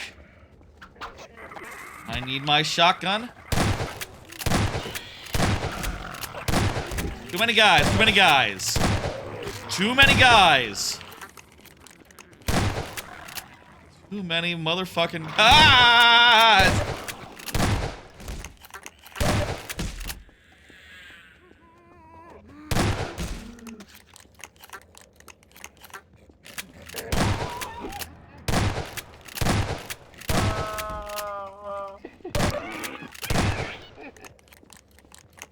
Well, looks like we're,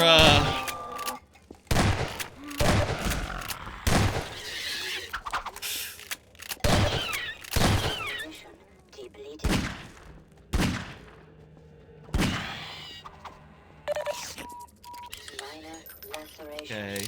Detected. Warning. Blood toxin levels detected. Let's go back here now that we've killed a number of guys. Okay. Over here. This appears to be the way. Getting up onto the roof. Okay, cool.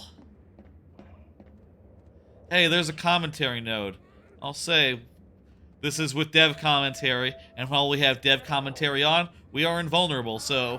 Playtester archetypes. That's nice. Iteration and regular playtest were the lifeblood of Half-Life 2's production. Every week, we'd quietly watch over the shoulder of a player going through the section we were working on, taking notes on what worked and what didn't. It was important for us to test with a wide range of skill levels, to be sure that we weren't making decisions that only worked for some. Over time, we learned to choose specific types of playtesters based on the development stage we were at.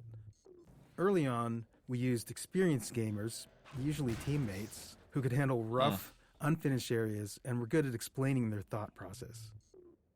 For combat testing, we'd find players of all skill levels, especially those creative in their usage with the tools. Finally, as sections became more polished, we'd focused on beginners, people who didn't play games much or weren't familiar with first-person shooters. Even if they weren't necessarily someone who might buy the game, we often learned something valuable from watching them. That makes sense. Fuck you. Asshole. You had to come when I stopped being invulnerable, didn't you? Assholes.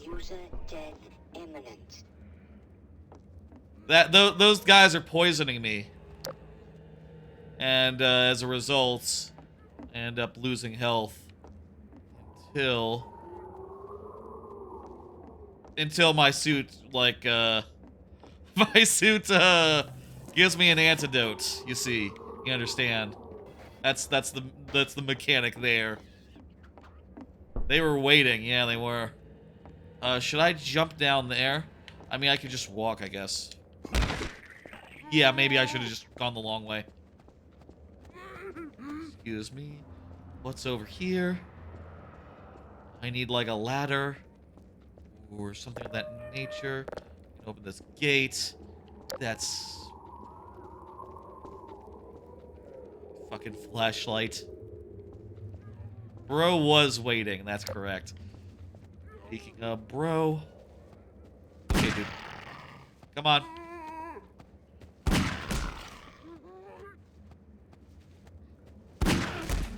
Go. Okay, let's just walk this way. So, we're trying to get, I think, up there? How the fuck do we get up there?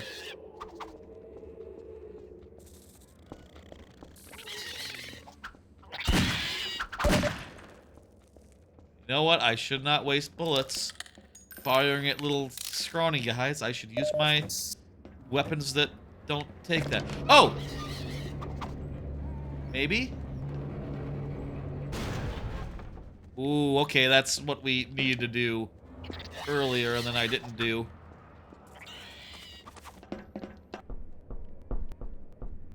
Beautiful. Beautiful. How you doing? Brown Diddley. Hope y'all doing good. Doing alright.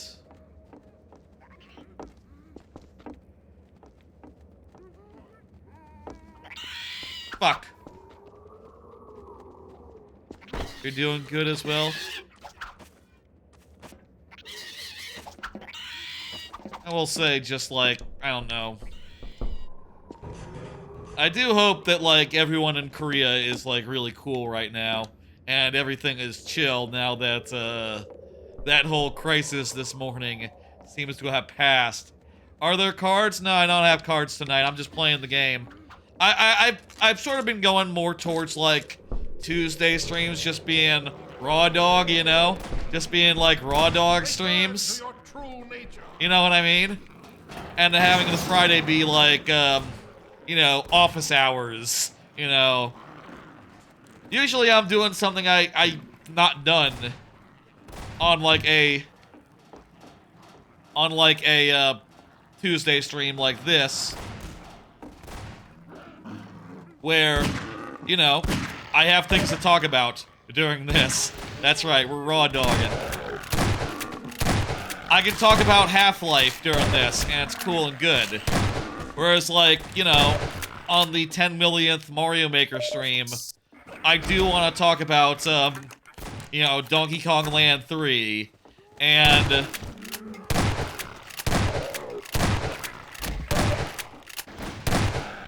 things of that nature.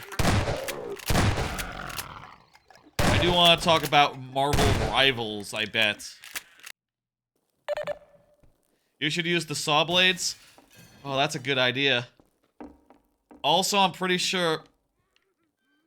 Hang on. I seem to have lost control there momentarily. I don't know what the deal is with that. Funny. I feel like I missed a commentary node there. We only saw 2. But I feel like I explored this area really good, so... What am I to do here?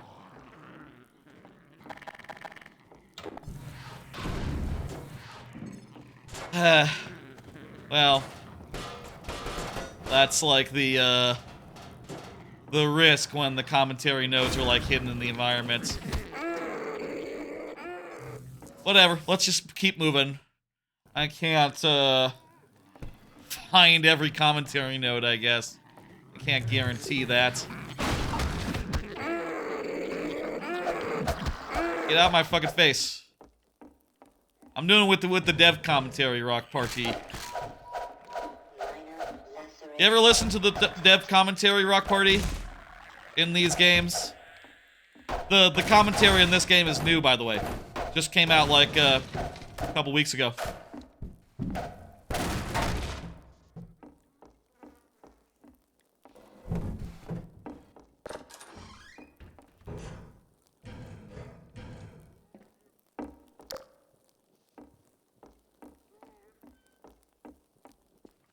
Like something.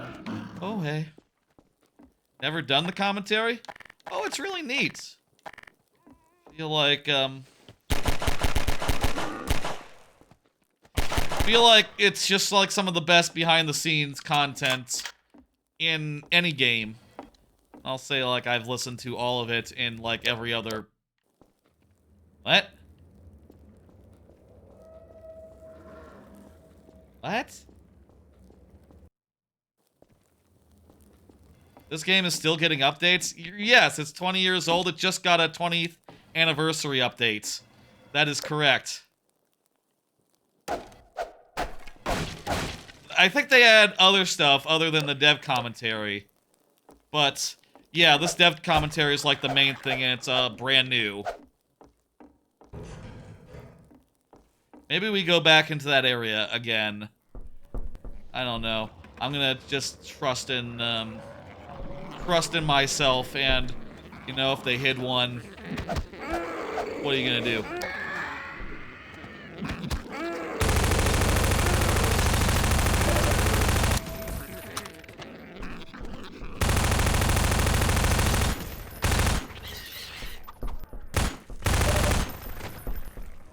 Jeez.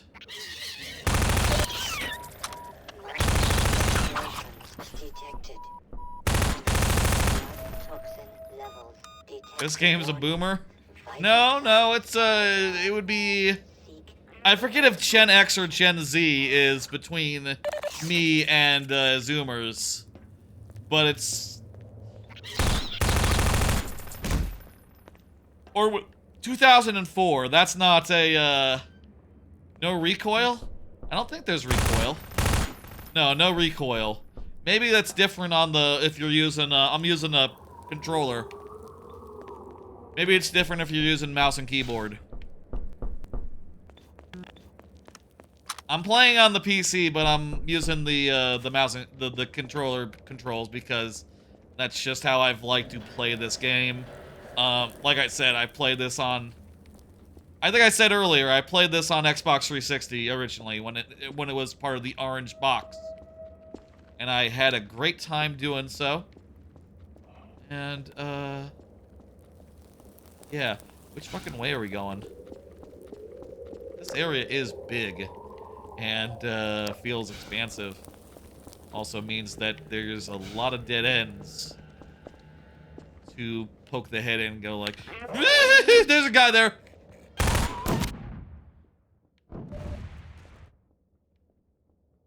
You really have to be careful with those grenades. They can really fuck you up if you are too close.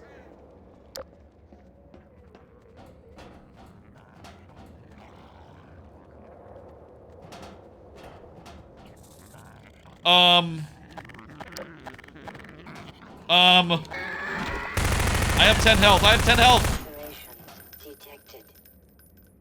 I have 4 health. That's not... That's just enough.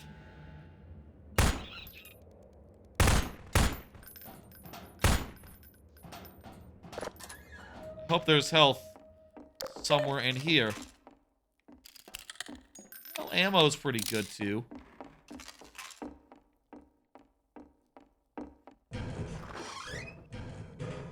Hey, it's another commentary node. Let's listen. Ah, there you are. Let's talk to him, and then we'll listen. I will send the cart for you, brother. It will be but a moment. Okay. Patience, brother. Oh, jeez. Guard yourself well. Oh, God. This is a holdout. Well, let's, time the commentary node well. When the commentary node is active, we are invulnerable. So... Hey, let's listen to this commentary. Ah, no! When we finished the first pass over Ravenholm, this rooftop was intended to be the culminating fight. Like other spaces in Ravenholm, it had begun life as a space purely focused on being an interesting visual location. This is not a long commentary. As the player left Ravenholm, they had a moment to look back over the town they had just survived and get a glimpse of where they were headed next. Multiple gameplay groups took a shot at building a fight here, but the tight geometry and performance constraints meant we never really created a finale we were happy with. Not unlike the Half-Life saga itself, it seemed as if Ravenholm was destined to not have a real ending. I don't know, this is pretty cool. You're looking out. Yeah, there's guys coming up every which way. It's scary as hell.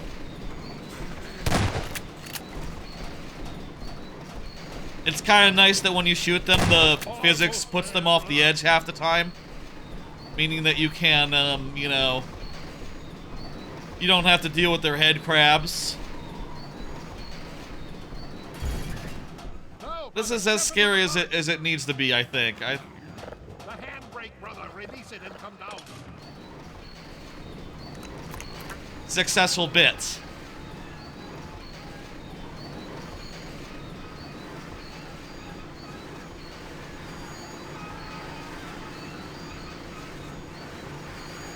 Okay, good. We made it through. That was clean. Greetings, brother. And so we meet at last. You are to be commended for avoiding my traps. The work of a man who once had too much time on his hands and now finds time for nothing but the work of salvation. I suspect you have little wish to remain in Ravenholm, so I will show you to the mines. I guess... A shepherd must tend to his flock, especially when they have grown unruly. That was just a fantastic segment. Follow me, brother. And I guess...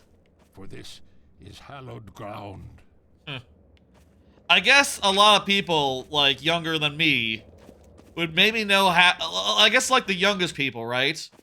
Would be most likely to know Half-Life 2 through the lens of not just Gmod, but also through the lens of Gmod's most famous meme. I say most famous meme. Jesus, is that Skibbity toilet shit the most famous meme? That feels like it's probably true. That's sad for a response rules. We knew early on that we game as big as Half-Life 2. Dialogue in game, so we needed a system to handle it effectively. We aimed for a system that allowed sound designers to add and tweak lines without involving programmers, made the dialogue tightly responsive to the game's state, and minimized repetition. With these requirements, we created the response rules system. Whenever a character speaks outside of a choreographed scene, this system determines which line to deliver. Rather than picking up lines directly, character AI is constantly flagging opportunities for speech whenever a relevant event happens. Spotting the player, getting hurt, firing a last round in a gun, encountering overwhelming enemies, and so on. With each opportunity, it sends the response rules system a packet of data about the game's current state, and the system returns the most fitting dialogue line, if there is any. This setup allowed our sound designers to create a detailed decision matrix for dialogue. For example, a character might have a different set of lines for announcing a reload while under fire versus after the end of a fight, or if only one ally is left standing, or if there's a strider in sight, etc. By the time we shipped Half-Life 2, we felt we'd only scratched the surface of this system's potential. It became a core feature of Episode 1's Alex, and went on to power the dynamic dialogue in our later games, including TF2's classes and the cast of Left 4 Dead. Yeah, that's like stuff that's pretty common nowadays. You know, you think, not just TF2, but like Overwatch and games that follow on from that, where it's like, okay, we got these cast of heroes, they're going to dynamically deliver some dialogue based on whoever else is in the match. That sort of thing is like, has its roots here. The real final arena. Very late in the development of Half-Life 2, when we were reviewing the entire game for final improvement opportunities, we decided we did, in fact, want a real finale for Ravenholm. The rooftop fight wasn't enough. After some discussion, we chose to add this final fight through the graveyard with Grigori alongside the player. It was risky, development-wise, but we felt the game needed it. Since we were near the end of production, we had a mature set of gameplay tools to work with, but even more importantly, by this point, we understood our own game. Making a game is often a process of learning what it is you're actually creating. Why is our game fun? How is it different? What are the most important elements? As we built the game and watched playtesters go through it, we learned answers to those questions and, in turn, got better at making it. So the graveyard came together quickly and required far less iteration than many earlier areas of the game. I would say more saws. That would be like, I think, what makes this area like fantastic. The saws, the explosives, the traps. It's funny that it transitions into more shotgun stuff after you get the shotgun, more shooting in general. Here's a saw. Fuck off! Where's my saw? There's my saw. Minor lacerations detected.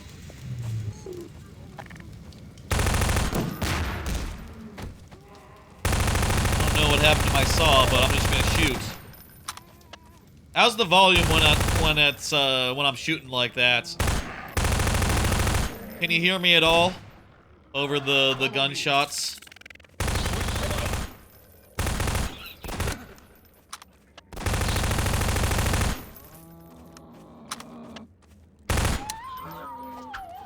It's good? Good. Okay. Perfect.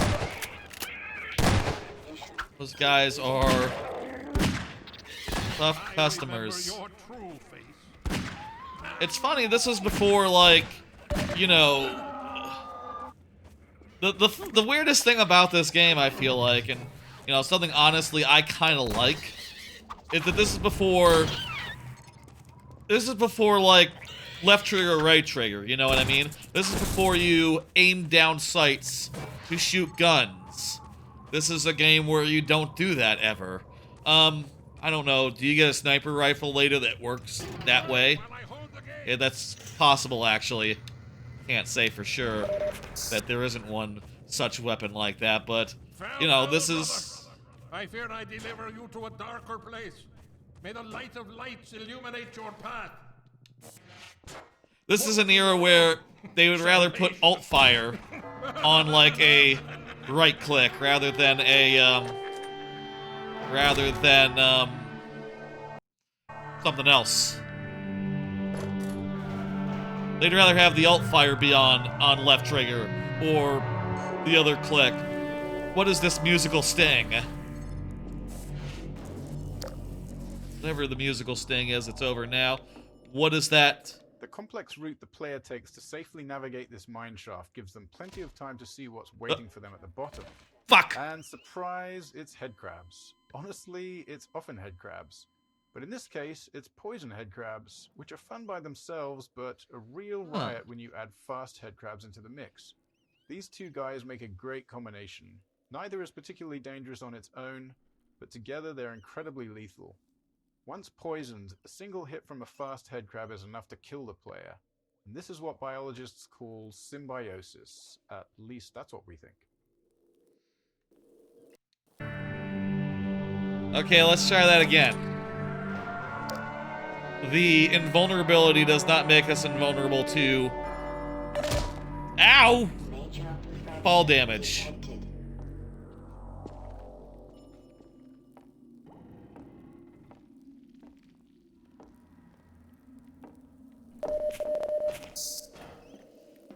Oh, good.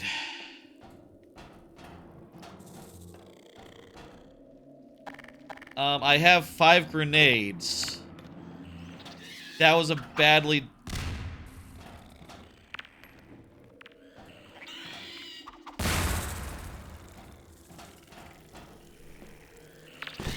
Oh, uh-oh.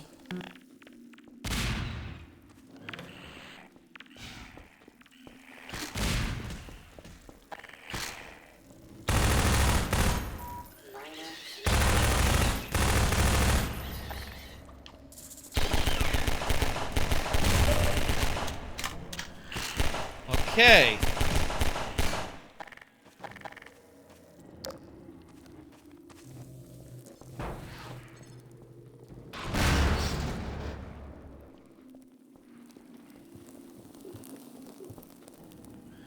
I did die, yeah.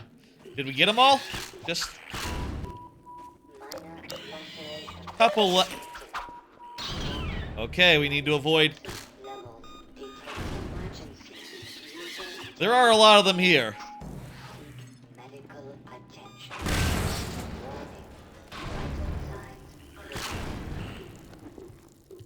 So what else is going on today, these days? I'll say I have almost finished going through, I've been rewatching Full Metal Alchemist Brotherhood. Just about finished with that. Just gotta watch, like, literally the...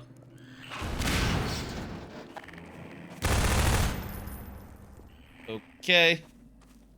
Just gotta watch the last episode. I'll be done. Oh, look at that. Needed that health. Just got, like, the last episode to watch, and, you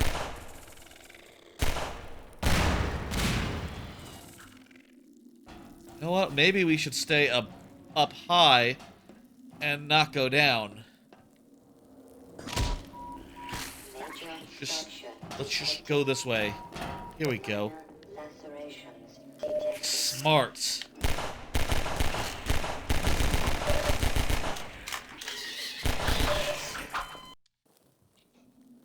I died again.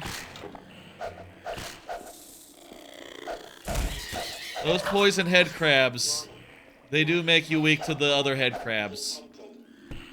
Up! Water. Okay, good.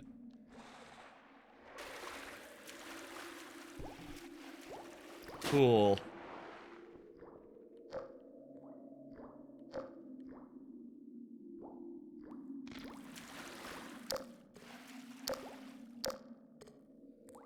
Oh, good. This'll lift us up. Full Metal Alchemist Brotherhood is fucking great. I have been, like, low-key thinking about, like, apparently on Annilist.com, I do not have a super sophisticated, like, I do not have a good review of that already written.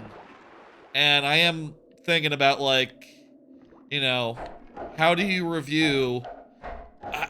it's kind of a daunting thing, I think, to write a letterbox style review for one of your favorite shows of all time, right? Like, if I had to do a letterbox review of The Sopranos, how would I sum up everything I love about it?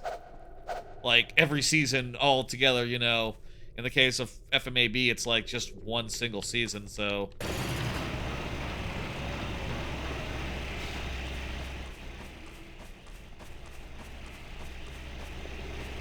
Oh, that's coming back.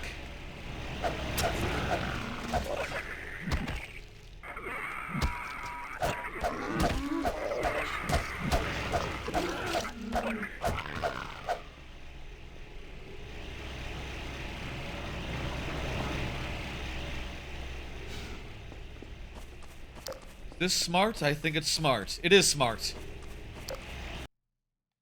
It's not that important, but... You know, it is, makes me hesitate to finish it when I don't have, like, time enough to really put together my thoughts, you know? That's just been how I've been with anime in general these days. You know, last few years, I guess.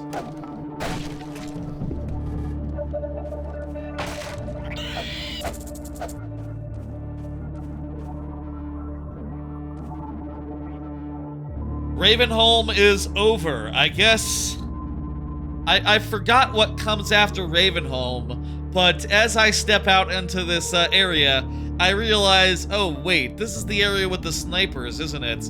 This is the area where snipers happen. We're about to see some snipers. Is the volume still good? Maybe I'll move the microphone as close as I can to myself.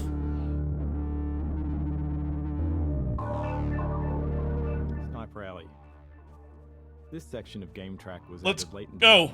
After we moved Eli's lab and Ravenholm to come before Coast.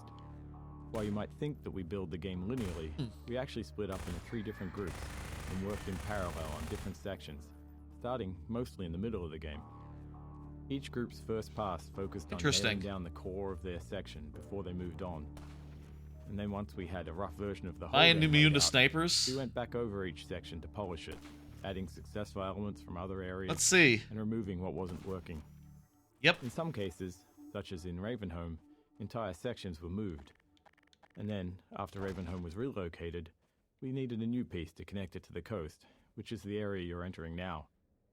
Given the time constraints, this short section was built using existing, proven gameplay elements.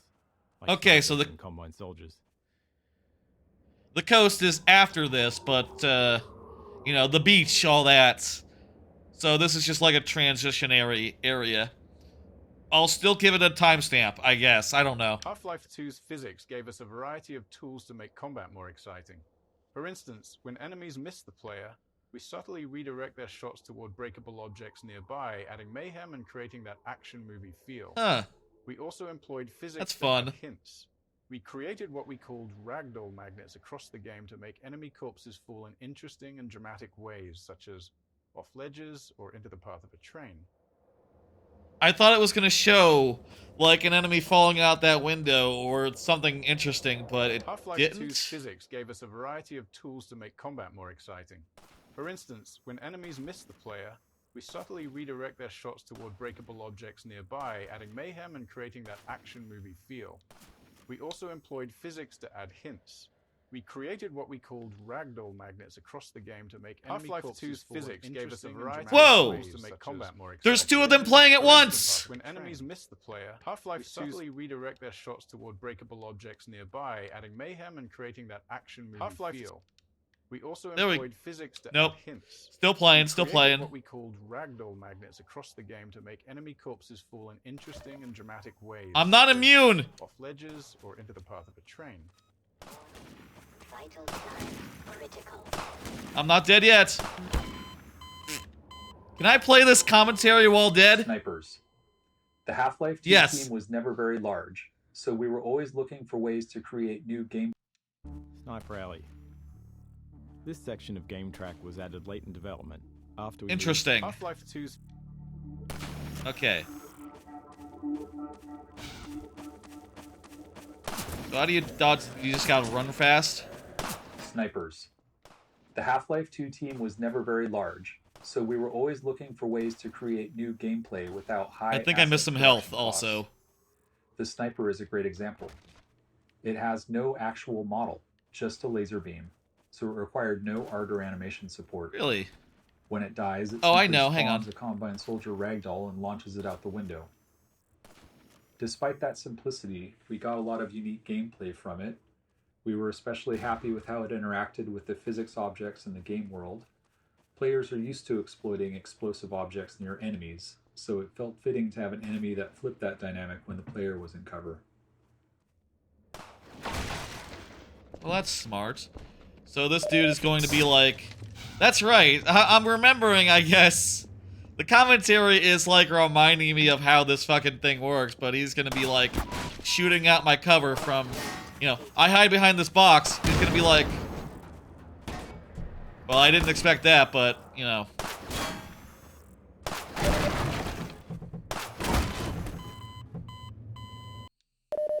Yeah, that double commentary, how about that?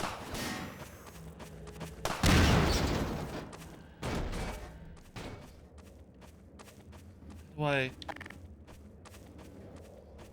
I'm not close enough to use a grenade yet. Oh, I go under. Ooh.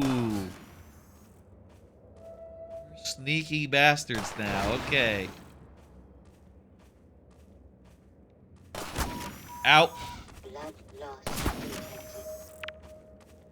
Go. I like how when they die, they're like, huh? Ah! You know, they do a Wilhelm. They do a little Wilhelm as they see the grenade. That is, wow, that's perfect. That's always been beautiful.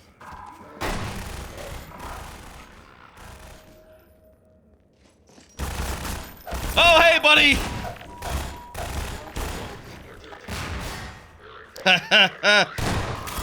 I thought they were gonna, like, I don't know. I was expecting the zombies, I guess, to win that fight, but, clearly the Combine did. Round Diddley, this is the first time you're meeting the Combine, huh? You don't know what they are. They're like aliens. They're like, the servants of an alien invasion. They're like aliens cops. Some of them are genetically modified, some of them are just people, I guess. And we're gonna kill them.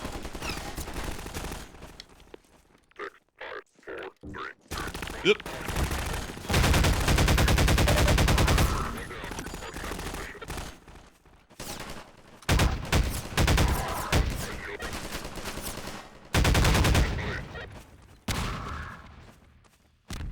Ooh.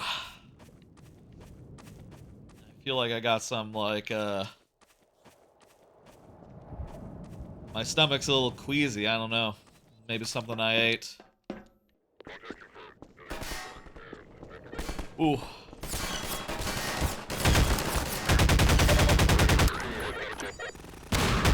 I could use a Tums or something, I don't know. Going to just not worry about it. And, push through. I think I've killed everyone here. And here. They're fighting someone.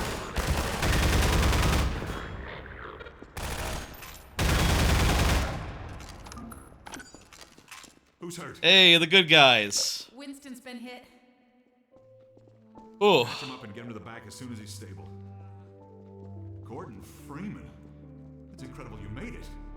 We've been getting communications from Alex. I'll see if I can reach her again. Follow me.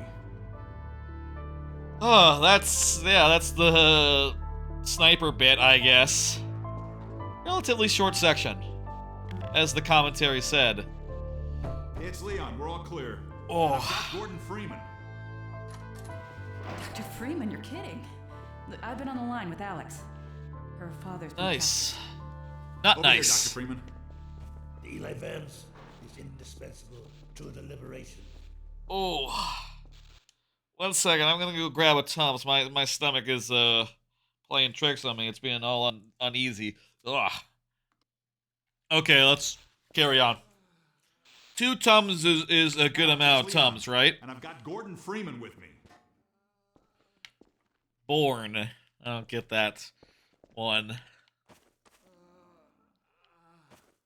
Let's listen to this commentary whilst the cutscene is being delayed by us not being here. Kickoff. This interstitial scene came along late in development to connect Ravenholm to coast. Ooh. Noticing a trend? Quite a bit of the connective tissue in our games comes together late. That makes sense. In this case, that meant cutting corners wherever possible. We didn't even have time to animate Alex on the monitor.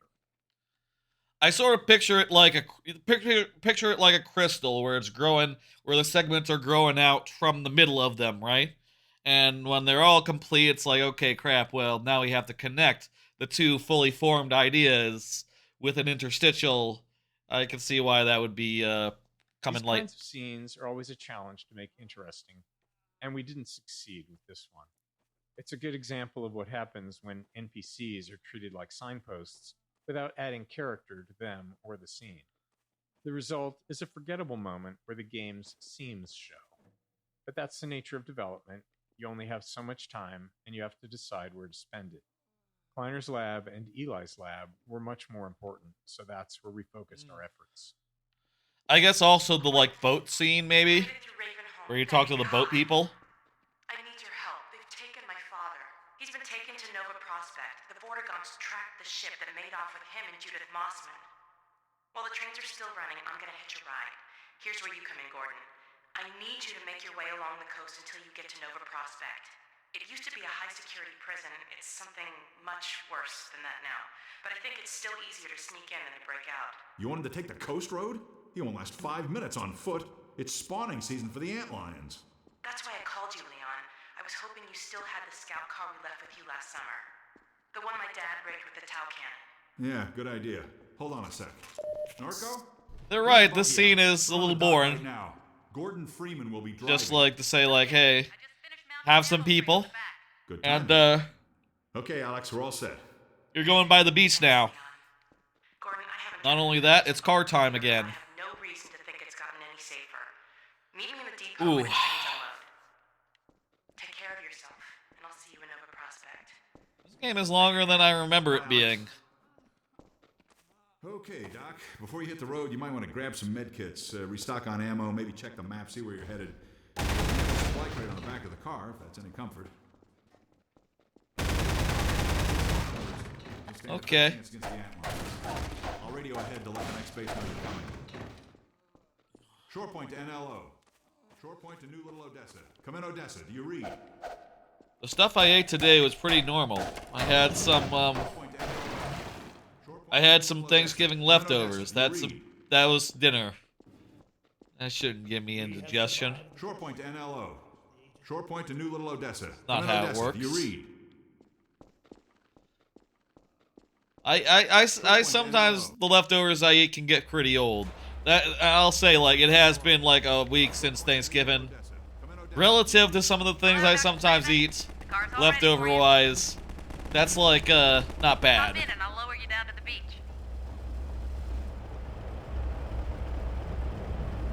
Should I be eating things that have been in a fridge for a week or two? I don't know. I do, though. Buggy model. The Buggy's model went through many iterations before reaching its final version. Looks good. We cycled through designs that satisfied both our artistic and physics simulation needs, but then hit an unexpected issue. Many playtesters, even experienced FPS players, were getting motion sick while driving it. Ooh. Along with some simulation tweaks, we discovered that altering the Buggy model helped. The more the model obscured the world, the worse the motion sickness became.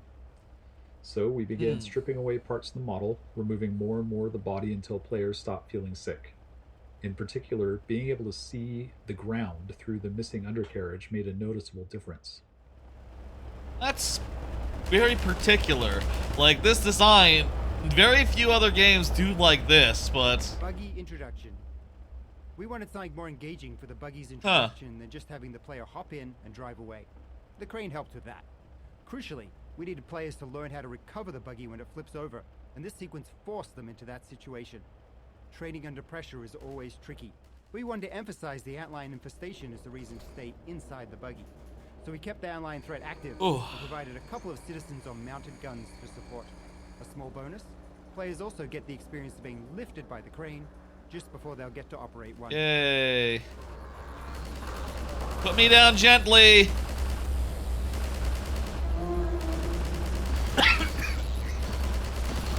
Magnet's failing. Hold on.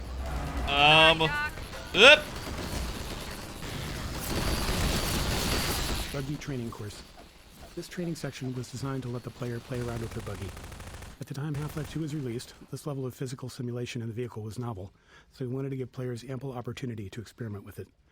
The player has also just left the tight confines of Ravenholm, and we liked giving them the contrast and reward of being able to move quickly through a large space, feeling safe inside a vehicle.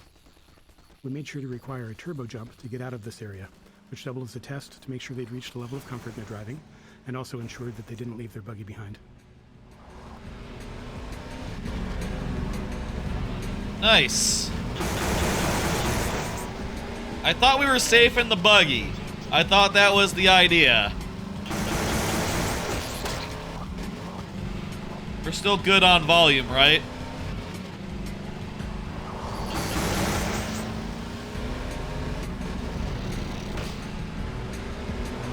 I wish games could just be more consistent about these things. A good, consistent volume level is nice. I could do a thing where I automatically duck the volume, but I don't know. Based on like the game, based on like whatever. That's an option in OBS you can do, but I'd rather not. Buggy physics. The physics for rather hear the volume as it is. We wanted it to feel fast, even though its top speed was only about 35 miles an hour. So we had to do some cheating to make it work. We added extra vertical force to the turbo jump and a bit of kick to the rear when using the handbrake to power slide. Without those, the low speed meant the buggy just wasn't fun to drive. On top of that, the world was full of unpredictable physics system-driven chaos. Players were bound to drive the buggy into all kinds of collisions, so we had to make sure that they could always get out. This took a lot of experimenting and playtesting. In the end, we settled on a pretty goofy, unrealistic simulation that made the buggy more forgiving and harder to flip. Its center of gravity is super low, and the wheels, while they look like they turn a lot, actually don't. It was our first attempt at a physically simulated vehicle, and we learned a ton from it. Thanks to that, we were able to make the muscle car in Episode 2 much easier to drive. It's kind of fun. The car is fun. Tunnels. Building the coast required us to develop a way to handle level transitions. Load zones, From one level to another, we need to save everything in the transition space as the player leaves the first level and restored in the next level after loading. Critically, we also have to save and restore everything visible to the player in the transition area, even if it lies outside the space itself. For this reason, we aim to keep transition spaces as small and enclosed as possible. In most of the game, a small room works well for this purpose, but on the coast, we needed a different solution. After some experimentation, we settled on dark tunnels. Besides being reusable in a believable way, the tunnels allowed us to add a bright light flare at the end to mask the fact that we can't render what's ahead of the player, because it exists in an entirely different level.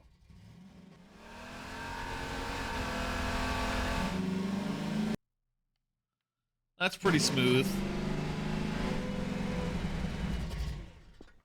Let's keep on trucking. Oh, by the way, I don't think I mentioned, but we're at the beach. Buggy sound engine. Guess that's the end of like the last segment. Challenging because we timestamp wise, like a really powerful vehicle that's was a while ago. actually. I usually try to, like, say something when we get to, like, clearly a place where a timestamp will go in the VOD, but I didn't, and it's fine. Driving along at super high speed, even though the maps aren't really big enough to support that, and the buggy doesn't really leave first gear, and it has a top speed of maybe 35 miles an hour. Now, in our defense, 35 miles an hour is still pretty fast, especially back in 2004.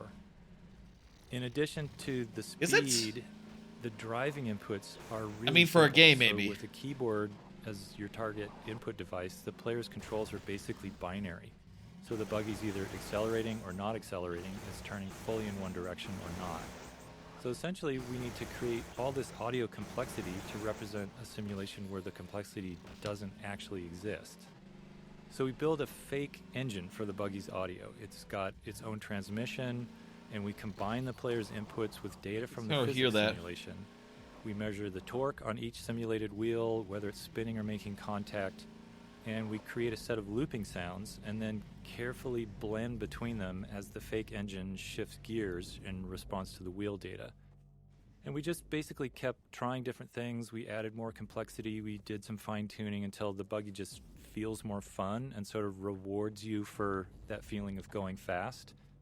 And most players, you know, they don't really comment on it other than saying the buggy sounds good, and to us that's the success, given the amount of craziness that was going on under the hood. Rock Party asking why I don't break my videos up into 30 minutes or an hour and make a playlist. I just don't like to do that. I like it to be all, like, as it was in the moment. I like a stream to be one solid thing. That is what you tend to see on YouTube, though. It is true. Like, when... Especially, like, if you're looking for playlists of, like, full gameplay, it's a lot of things where the playthrough is separated into hours of gameplay. I would rather it be as is, and honestly, like, as far as that sort of thing goes, I'd rather see a VOD. I would rather see playthroughs that were like mine, where they're like 4 hours long, maybe like 5 to a game, versus like, you know, Half-Life 2 Part 40. That to me just doesn't quite appeal as my preference, personal preference, I'd say, is the main reason, and also because that's just not how these playthroughs happen. Do them like once a week. Long sessions. Granted, it's possible, probable, they might be more, the YouTube VOD might do a lot better if it was in that short format. Clearly YouTube seems to prefer surfacing those. But, and it is what it is, and, you know, oftentimes I would be talking about things that only made sense if you watched the previous part, right? I mean, that's true of a lot of multi-part things, to be sure, but I like the context of it all being in one complete package. Whenever possible, there's a lot of value in players feeling like they figured something out on their own. It makes the world feel more alive, rather than just a series of gameplay elements lined up for the player. If we can accept the risk that some percentage of players might miss an element entirely, we can take a more subtle approach. We took this approach with thumpers, designing setups that players are likely to encounter, but aren't forced to engage with.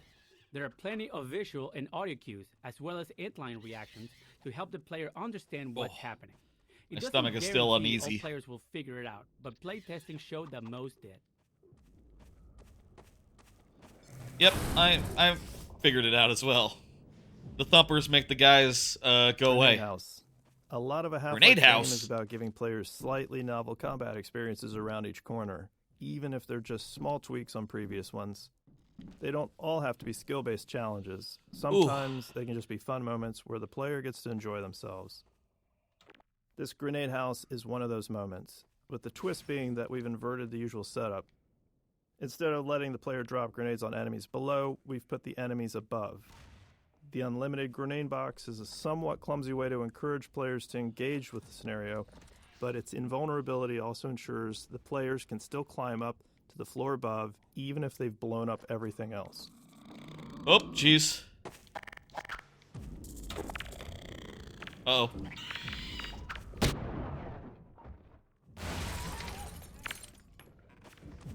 Where is that grenade box? Oh, there it is. Grenade boxes are a kind of clumsy thing.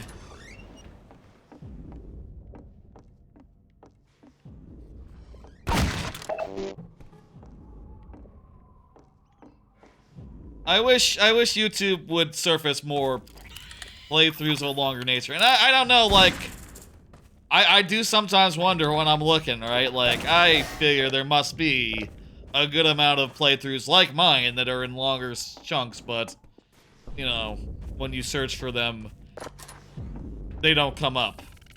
Which, maybe that tells you something about YouTube. But, I'm gonna do what I want to do. I'm gonna play these games how I want to play them.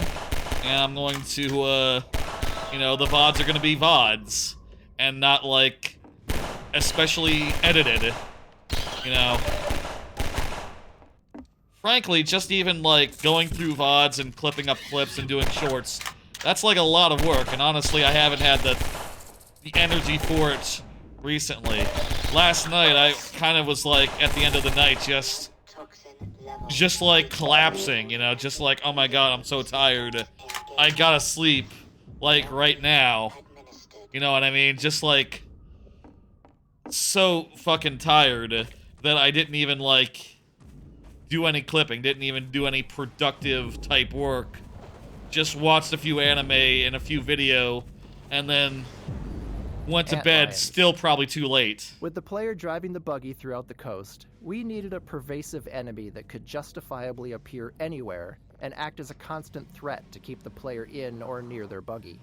Already, it's a tough balancing act as far as, like, time I have free, things I want to do, and of course, like, you know, a lot of the things I want to do are fun stuff, like play video games and watch movies and anime. You know, to be clear, it's, you know, it's not like I don't have time, but Antlion spawning from the same energy is like the premium currency here when it comes to, like, producing stuff, I think. The perfect solution. Their high mobility allowed them to keep up with the buggy for short bursts, unlike our humanoid enemies. Plus, they were very satisfying to run over.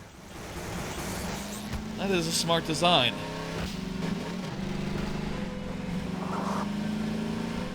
I will say, there was a time where the playthrough sections of streams were, like, shorter, right? We're like, for the first year, in fact, like, if you look back in the VODs, right?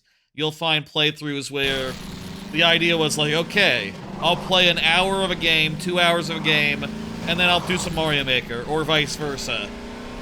And, you know, I do think there's a good argument for, like, okay, those VODs probably should have been separated, and, you know, and one playthrough video, one Mario Maker thing, right? Like, the algorithm doesn't know what to do with them combined. But also, I stopped doing those, like,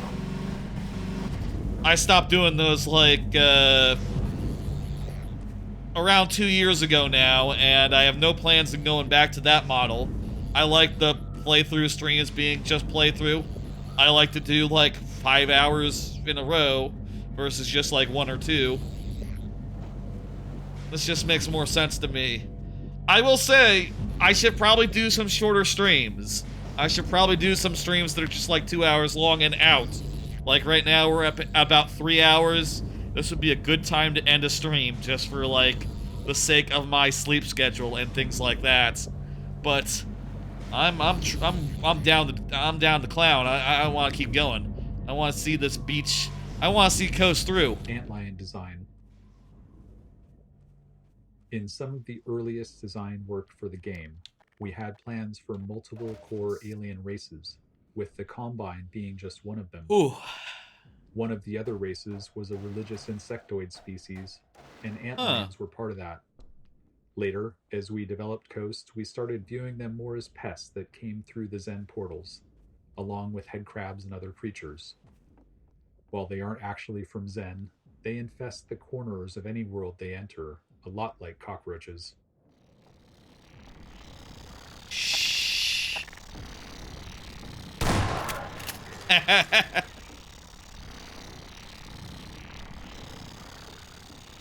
What is that sound? Also, open world loot. The openness of Coast introduced a new problem for us in how we distributed item rewards.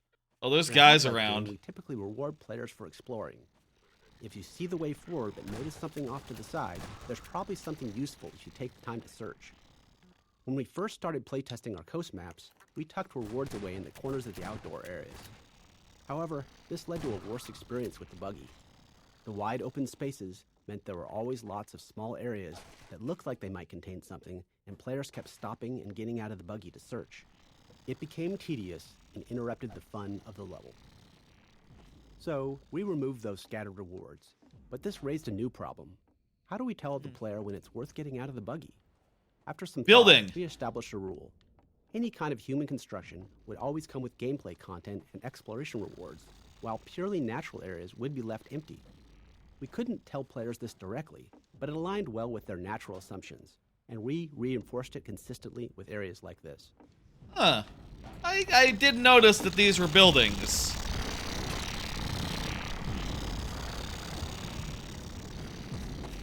These ant lines make a lot of noise.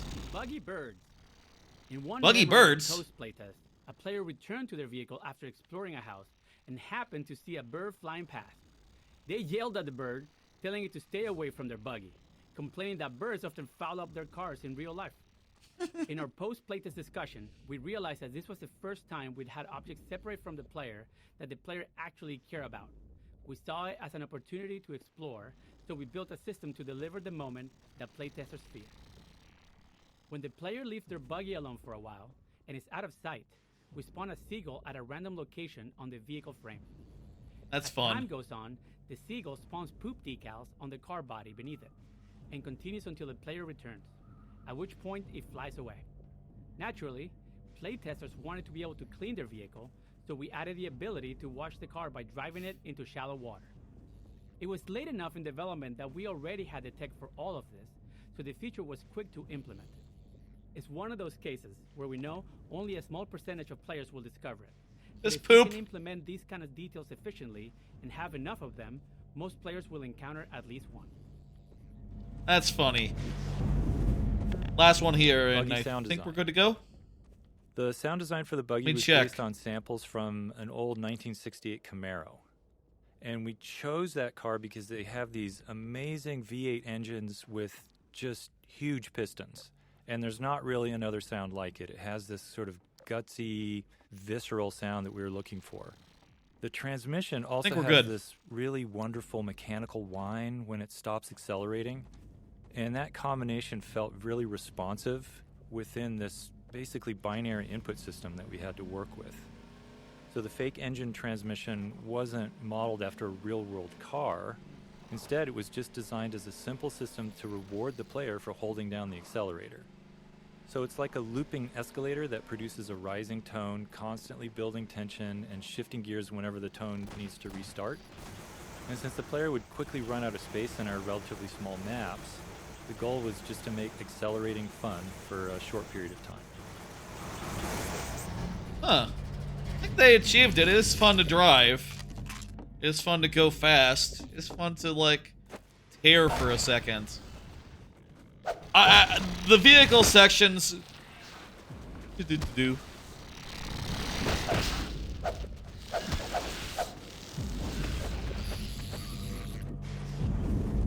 Boathouse. I feel like they help to break up the pacing and help to, like, you know, they're part of why Half-Life is remembered as well as it is, because it has these next sections that are so different from the regular running and gunning. And I guess it has a lot of sections that are pretty different. You know, Ravenholm is a very defined section, all the traps and stuff. And you got the Citadel, that's a whole situation later on, also with the gravity gun. I guess this is very much a game like... The game that I would reach for would be Titanfall 2, where that campaign has a lot of segments that are built upon very defined gimmicks, right? And you know, it's not just the same gameplay over and over and over again. It's like, okay, well, this is the section where this is the big conceit, and you have to do this gameplay. You know, this is the part where the house get built around you. This is the part where, you know, there's parallel worlds. This is the part where, another example from Titanfall 2, another example from Titanfall 2, the time travel one, that's kind of the parallel worlds one I was alluded to, really. I can't think of a third for Titanfall 2. Okay, Half-Life 2, you got... discovered we could get a lot of value from scenarios where different AI... You got one over on Half-Life 2, probably better than Titanfall 2. Jeez, I don't know if I can say that. It's hard to say. Those two are both phenomenal campaigns. Enemies fight each other. It's fun for players to watch them engage, and it's much easier to observe enemy behavior when you're not the one that's being threatened. This first encounter between Antlions and Combine soldiers is designed to be a fun opportunity to ram something with the buggy, but it also serves to highlight the Thumper. By seeing the soldiers use the Thumper to hold off Antlions, we hope more players would come to understand its purpose. We liked how the soldiers demonstrated the value of staying near the Thumper while engaging with the Antlions.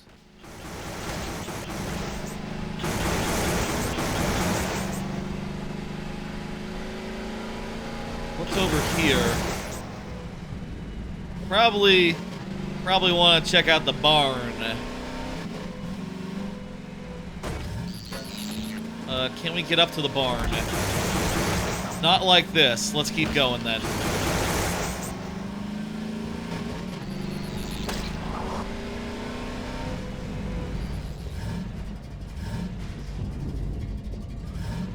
Ooh.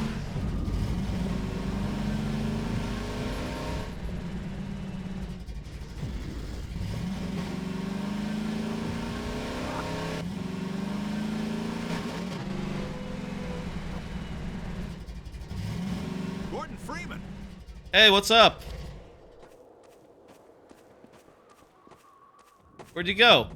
Oh, you're standing in the same place that you were. Get in the basement. We're expecting gunships at any moment.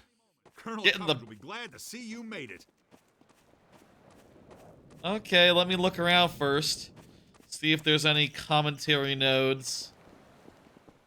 This steerable rocket launcher is our best bet for taking down a gunship. Oh, fuck yeah. Ah, hello. I'll be right with you. Give me that. Give me that. Ah, yes. Using the laser guide, you can steer That's a good-looking NPC. Past the gunship's defenses and prevent it from shooting down your rocket. This will only anger it at first, but if you can survive... I think this dude's face is a better face than, Alex, I think. Long enough to make several direct Look at his ruddy ass. That's so good. Worthy of any mantelpiece. Now, good facial hair, too. Into combat? Ah, yes. Gordon Freeman. I couldn't have asked. Good eyebrows. Colonel Odessa Cubbage at your service. Colonel Odessa. No one remembers this dude, do they? This dude should have been like a character. Point, and then I'll come right up and lend a hand. Go on. Teach that gunship a lesson it will never forget. He has like a unique design and like steer your rocket past the gunship's defenses. A bit of charm. Laser-guided RPG. The laser guidance feature of the RPG was a huge headache for us because it was difficult to teach. Your cousin has him in Gmod, actually? Cool. I guess that's the thing about all these models, is that you use them. He got that L-Riz? Oh, you don't like it. Many playtesters would fire the RPG and then immediately duck behind cover, which meant they didn't see the rocket's flight path. Even worse, they didn't realize the rocket was now turning around to fly back at them. We tried various HUD elements and laser dot indicators to help, but found that most players overlooked them, focusing on the enemy instead. We made as many small improvements as we could, like emphasizing the feature in Odessa's speech and enhancing the audio and visuals around how the gunship shoots down direct RPG shots. While these changes helped some players grasp the feature, we never reached a point where we felt confident that almost everyone understood it. We even considered cutting the feature entirely, but gunship combat without it was much less interesting. The laser guidance forced the player to keep the gunship in sight while the rocket was in flight, but that also meant the gunship had line of sight back, creating a tension we loved. Odessa Cubbage. Odessa Cubbage. Hey, it's about that guy. Is an example of the kind of cameo character we found works well. Wait, a cameo? He's from another what? He's an entertaining guy with some entertaining details, living inside his own little bubble. Since he doesn't leave his scenario, he's free to be exaggerated enough to stand out. We started with his model, which was repurposed from a cut section of the game, and named him after the title of a spam email we received. What? The model was originally a Norwegian fisherman, and it didn't quite fit as an Englishman, so we slapped a mustache on him, and in that moment, Odessa's character was born. He's ultimately a charlatan, with everything about him being fake.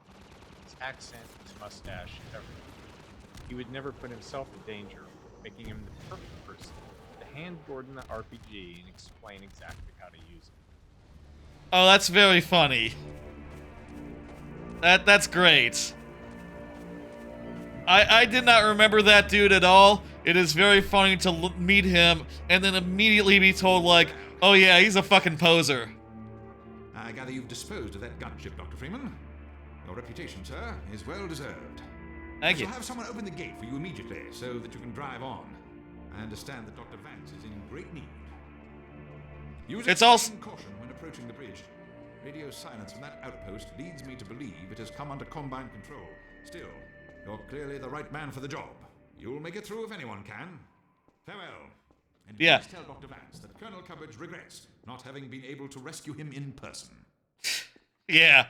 Apparently, like, the fact that he was a character. Hurry on. The Eli Vance is held in distress most dire. He was a character. He got cut, and then they used him for, like, just a random dude hanging out doing stuff. That's funny. That's good. Wish there were more of just guys like that. Someone like that could have been used at that scene they said didn't really make the cut. Wasn't really good enough. Combine gunship. The gunship was an interesting problem. We had a helicopter flight model already and didn't really have time to build something completely new. So we tuned the helicopter's flight model until it felt different enough, and then derived the gunship's organic animation state from the values coming out of that simulation. We also tried to keep it as truthful as possible. For example, there's a limit as how much it can turn its head to aim its cannon, and if it needs to aim beyond that, it has to alter its flight path to bring the cannon around to bear. It's not allowed to just cheat. The other key feature was its engine sound. We have sound spatialization, so the player can tell roughly where it is, but the gunship is a fast-moving object, and it's up in the air, away from any nearby reference points. As a result, it can be hard to tell exactly how far away it is and how fast it's moving. To fix that, we added a Doppler effect to the engine sound, pitch shifting it based on the gunship's velocity relative to you. It's a subtle effect, but it's extremely effective at subconsciously helping you perceive the gunship's location and direction, critical information letting you know that you're being hunted by it. Flying vehicle audio. The large flying enemies in the game present a unique audio That's all challenge. of them. During combat, they're much more mobile than other enemies, and they often move a significant distance away from the player. They're also really dangerous if they have line of sight. So these factors led us to focus on an audio solution specifically around occlusion. In other words, when you can see the enemy and when the enemy can see you. And we wanted to make a clear audio distinction between when they have that line of sight.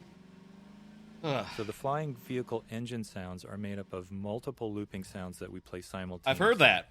And some of those loops are processed by the DSP system based on the space you're in, while others are played directly and unprocessed. So the DSP system adds more of an environment echoing effect when we run sound through that system. I feel like a load zone might be when like the right flying here. object is occluded behind something, it can't see you. We increase the percentage of loops that go through the DSP processing, and it sounds like that object is a little more distant. And then when that enemy emerges from behind an object and it can see you, we play more of the direct sound. So that overall just gives you a sense that the sound is either distant and directionless or more directly in your line of sight. And you can sort of hear it when a helicopter emerges from behind a building. Ideally, you can really hear that difference. All right. Load zone. Right there. Perfect. Yes. You can sometimes tell. You can sometimes tell they're about to do a load zone. What is this one? D2 Coast 04. This map was actually the first area of coast that we built, before the crane and other elements existed. The drained seabed and rusted ships were some of the earliest pieces of art direction we developed. Years later, we showcased the map in our 2003 E3 demonstration, though much of the gameplay was still being figured out at the time. As a result, when we began building out the entire coast section, that demonstration became a useful vision for us to work toward. Yeah, like they said earlier, they started in the middle with some of these sections and they worked outwards. You know, they got one part that works, you know, you get a second part that works, and then you connect them, you know. The large-scale build spaces outwards. in the coast maps led us to seek an audio solution for how sound changes over distance. So, for instance, in these maps, an enemy can be well over 100 yards away, and their gun should sound different at that range than when it's up close. We decided to store our sounds in a single stereo file with the near sound in the left channel and the far sound in the right channel. And then during playback, we crossfade, or we change the proportion of sound you hear between those two channels based on the player's distance from the sound. And it was a simple solution that worked well. It helped us with memory constraints. You can easily hear it in action. Just listen to how a Combine soldier's gunshots change as you drive towards them. Well, that's smart. Just some smart design.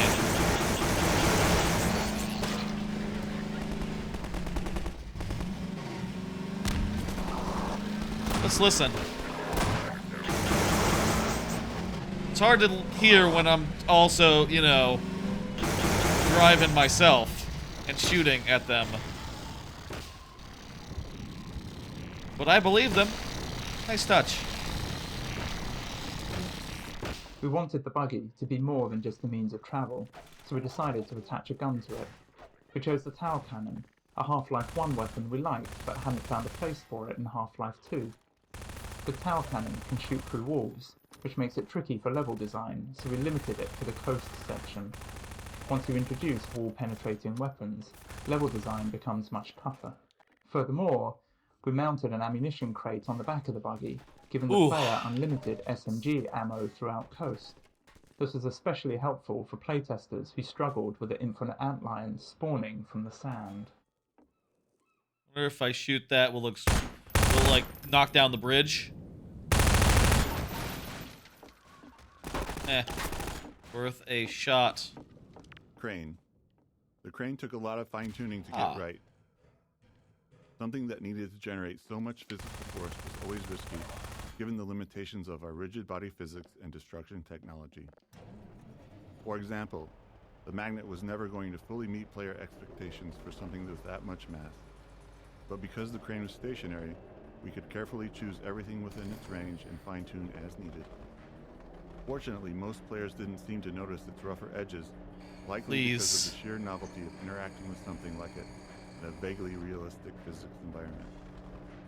Oh, I'm not close enough.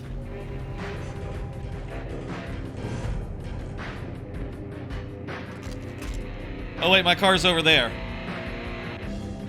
That's their car. I don't give a fuck about their car.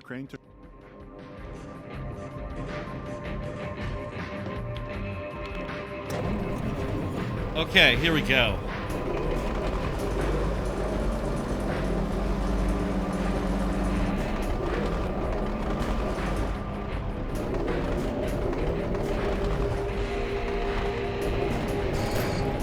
This seems pretty loud compared to how it normally is, but you can still hear me? I mean, I'm still definitely louder than this, according to the volume meter.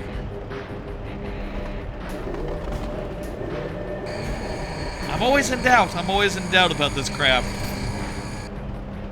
I should really... There's a number of minor things I should really spend like the 10 minutes, 20 minutes to put together, so I can have peace of mind on when it comes to things like this.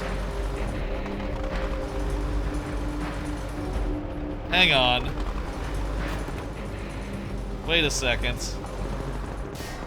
just go ahead and put that down now. So, if I grab this,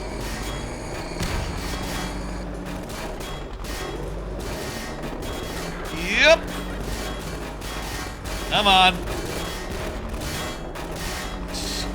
Come on, come on, come on.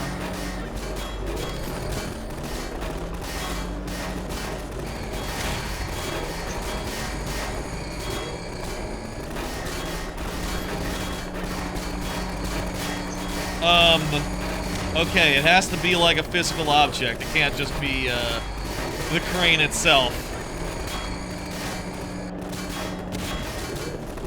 Oh, that's kind of disappointing.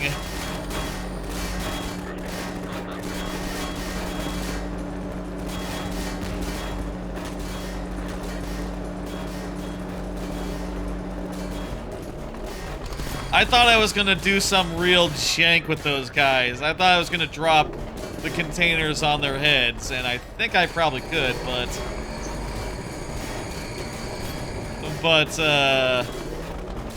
it's just a little bit hard to use. Let's put this over here. I think I have to get this up so I can drive with it. Lucky that I cannot get hurt, apparently, it would seem.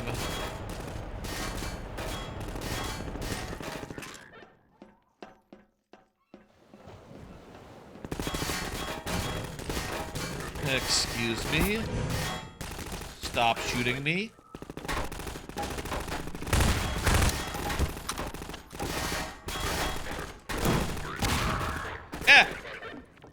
It's really cool how high in the air they fly when explosives get them.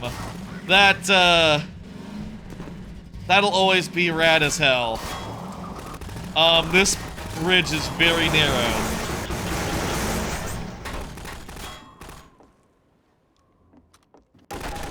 Okay, I'm coming over there.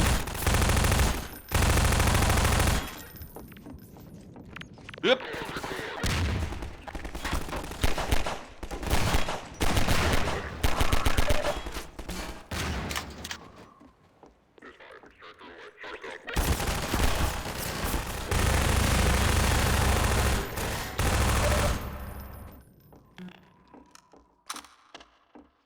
All right.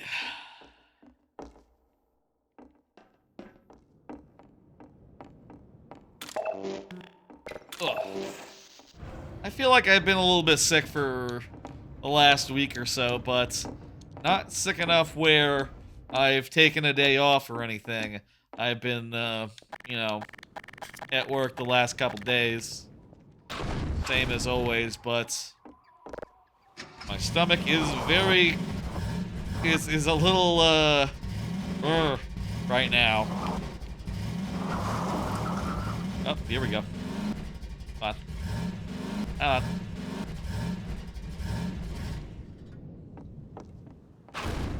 Okay. Okay. Okay. Fuck.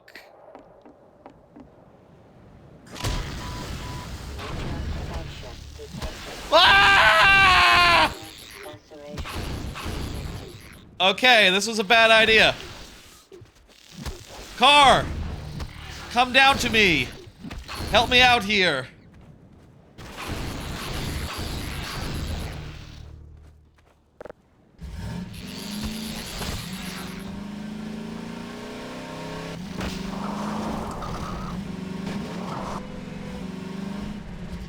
I forgot about the Antlions. Forgot they were, hanging out down here. Doing stuff.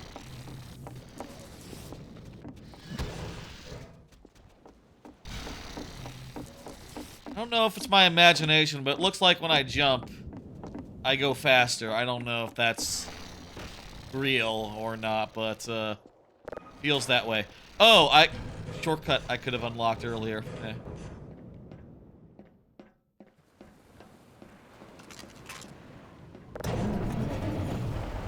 Okay, here we go. Was that cable not attached to the magnets? Looked like it was disconnected from the magnet as I was coming up on it.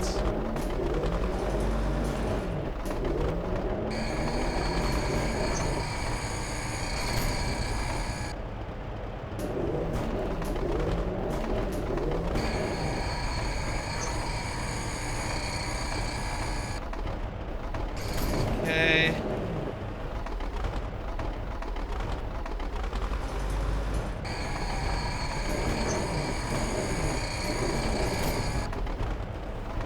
Is Skibbity Toilets the most famous Half-Life 2 meme?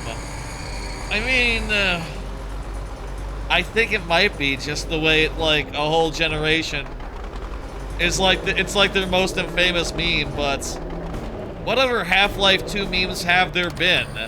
Like, I feel like there are other ones, right? Like,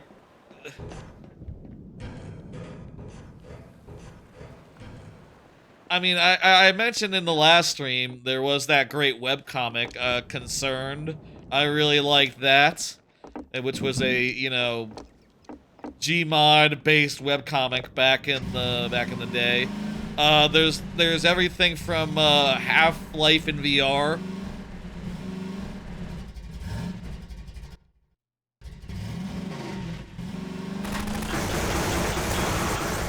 The premise of Concerned, and the reason it's called that is because there's a whole thread of like Mr. Breen, the evil director, right, reading out messages from, like, he's basically the admin who is collaborating with the aliens, right? And he occasionally reads out like propaganda.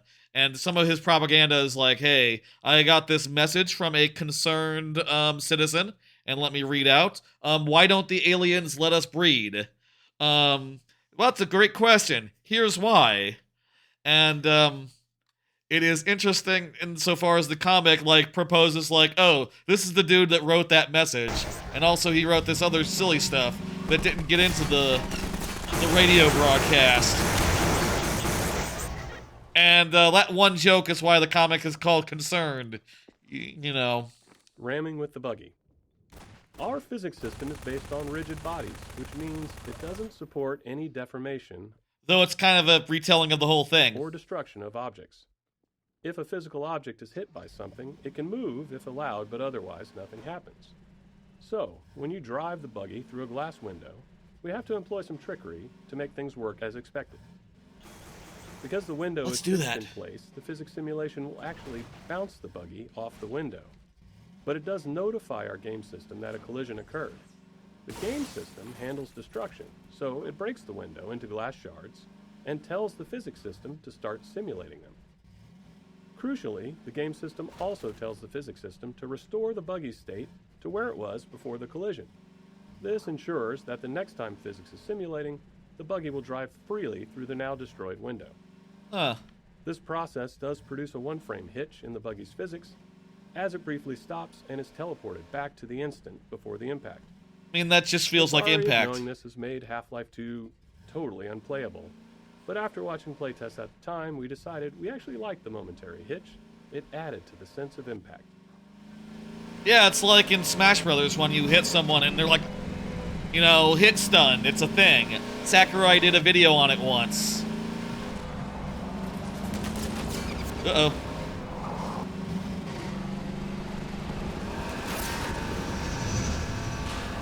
Fuck yeah.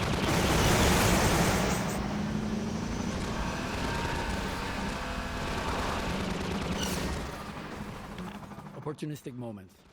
Some memorable moments in the game come from the interactions of multiple game systems, but sometimes we realize these moments are likely to happen only rarely.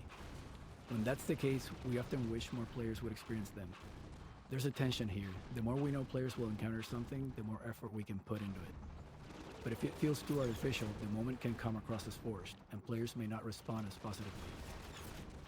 The gunship cinematic death is an example where we nudge things a bit, trying to increase the chances of a memorable moment without being too obvious.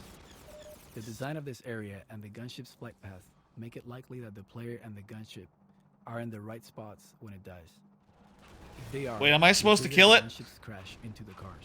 If not, it dies in the usual way. It's totally gamey, but playtesters didn't seem to mind when the moment played out well. Oh, I thought I was just supposed to, like, clear the things and move on.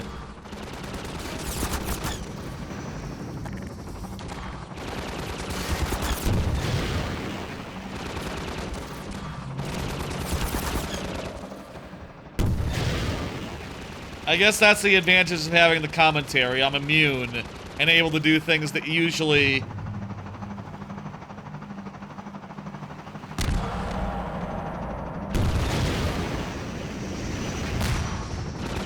Usually this wouldn't be an option for a lot of reasons.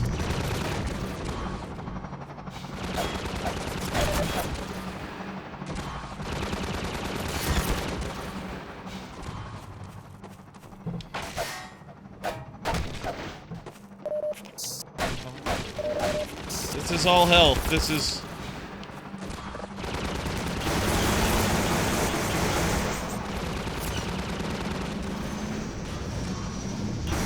Do I need to go find more rockets? What's the deal?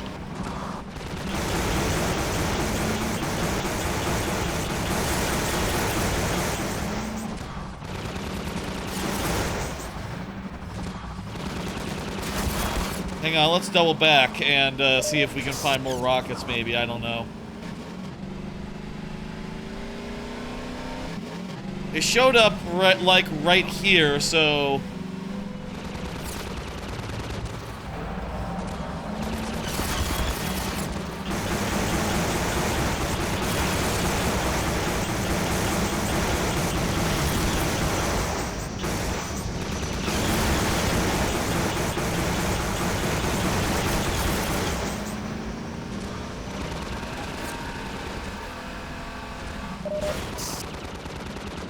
Ah, more rockets. Okay, cool.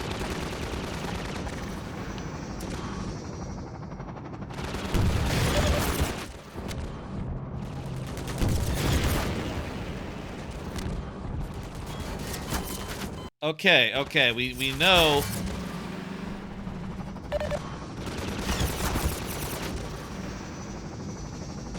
This won't protect me. Okay, just kill me. Put me back in the car. Okay, let's do it. Let's do it legit.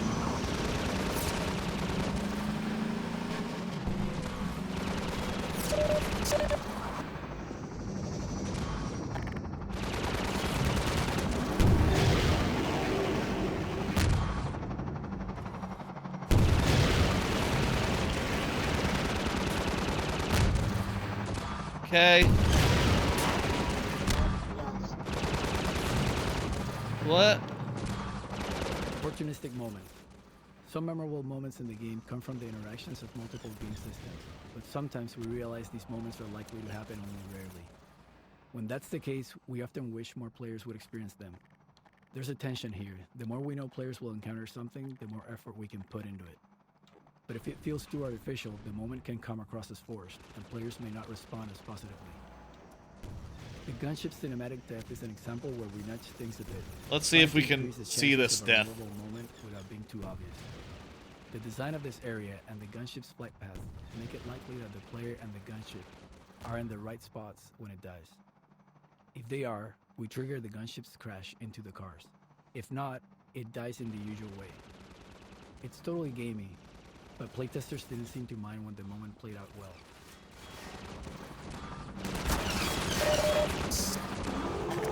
Oh, there's a rocket chest right here. Okay, cool. I thought the idea originally was you clear out the things and,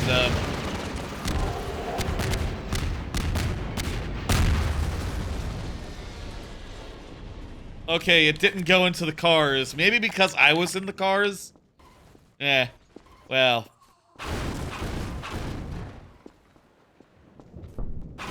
I mean, I think it's cool design here that the cars block you from going forward until you've dealt with the guy, because you need to clear some space for your car.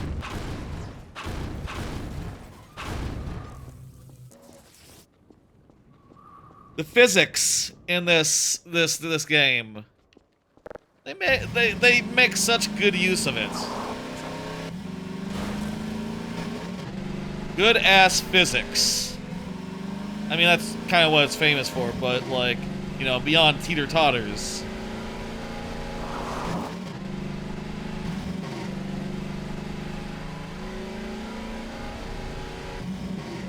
Let me see here. Half-Life 2 memes.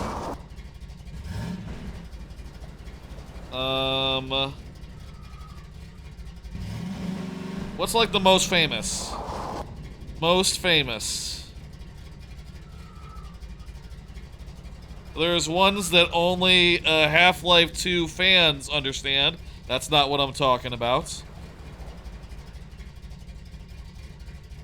Yeah, I can't, you know, I can't find any that aren't like... I guess if you search for Half-Life 2 memes, you don't get like skibbity fucker.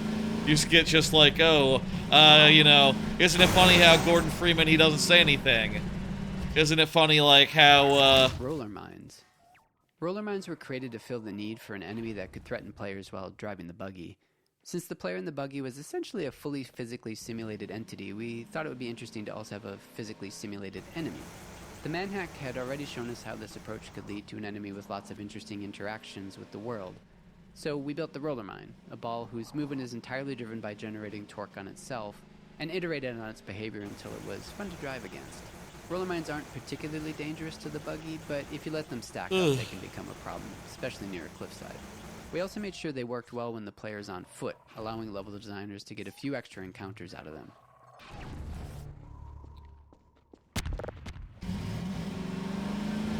That's pretty cool. Whoop. Oh.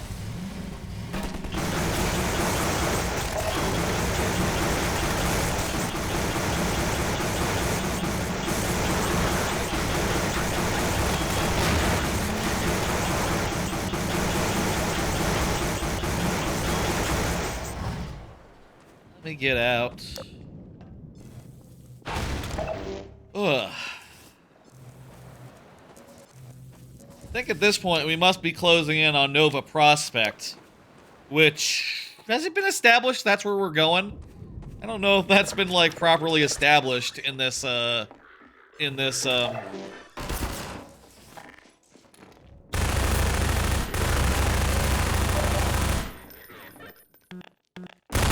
that is where we're going. Oh right, we're after we're saving Grandpa. We're saving Alex's dad. That has been established that he's at Nova Prospekt. Right. That's why we're heading down the beach. I'm sorry, I forgot like the basic plot of the game. While we've just been like, you know, sort of just making our way down the shore. Ambush. One of the general challenges of a Half-Life style FPS is that the player is constantly moving forward into spaces they don't know. This means that when they find themselves in combat, they're in unfamiliar areas with no knowledge of how to approach the fight. We use many different methods to help the player with this problem, and this ambush is one example. Upon arrival, the player fights a group of Combine among these houses. During the fight and the exploration afterward, the player has the chance to learn the arena layout. Then, when the player explores up into this attic, we spawn a second wave of Combine. In that second fight, the player now has the advantage of knowing the layout, allowing them to make more tactical decisions in defending against the ambushers.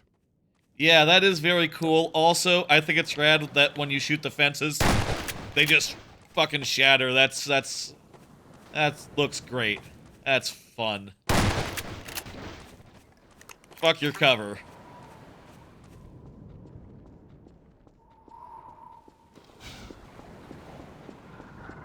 Oh.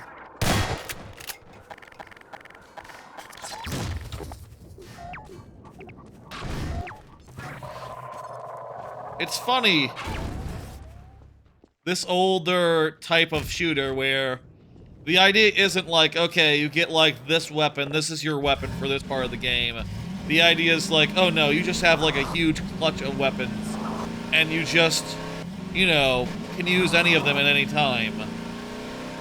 That's a type of design that you don't see anymore.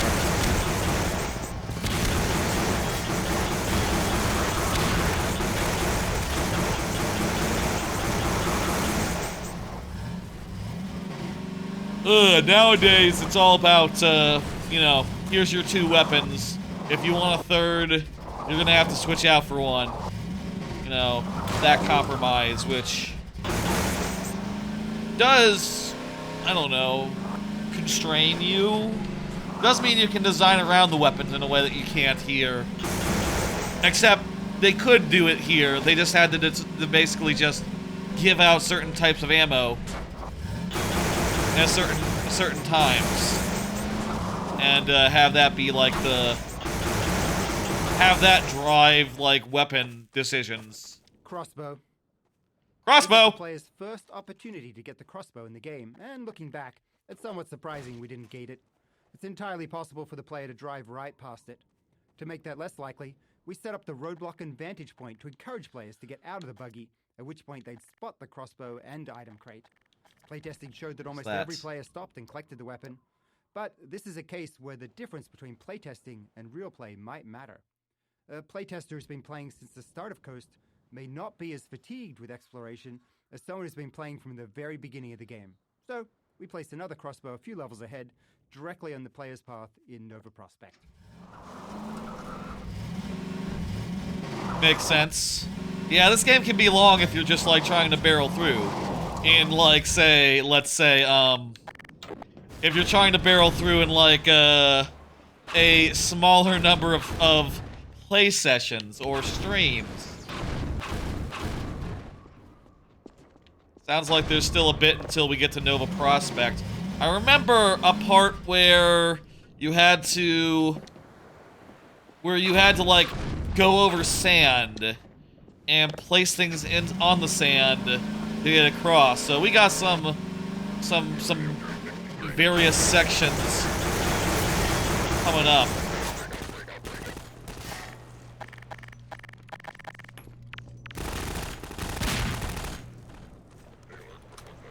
So can the sniper, can this, like, oh, it's left trigger. Well, how about that?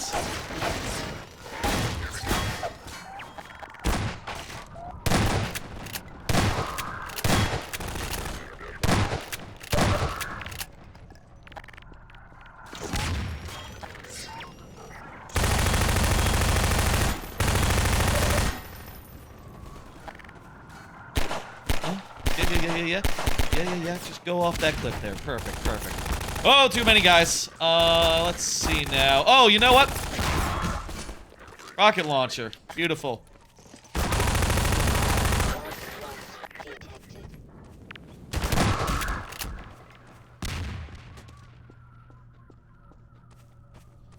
I should use more of the in fact, who's shooting me? Oh, there's a guy on that sign. I overshot. Fuck yeah. How did he get up there? Well, no matter.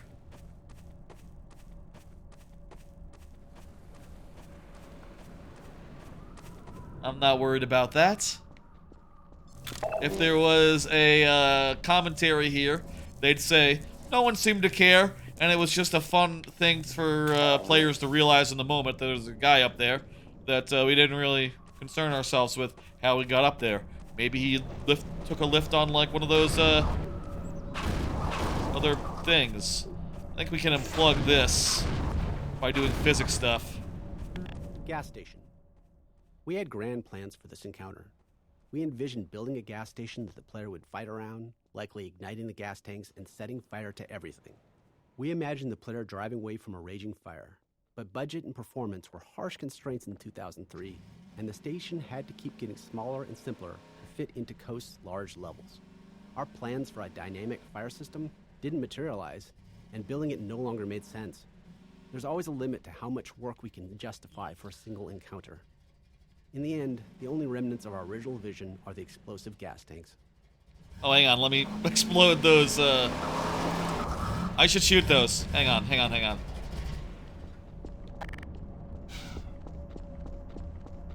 That's a good point. Those are explosive, probably.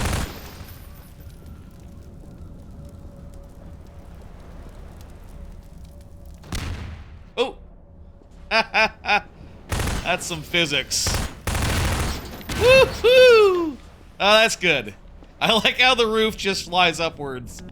Perfect. No notes.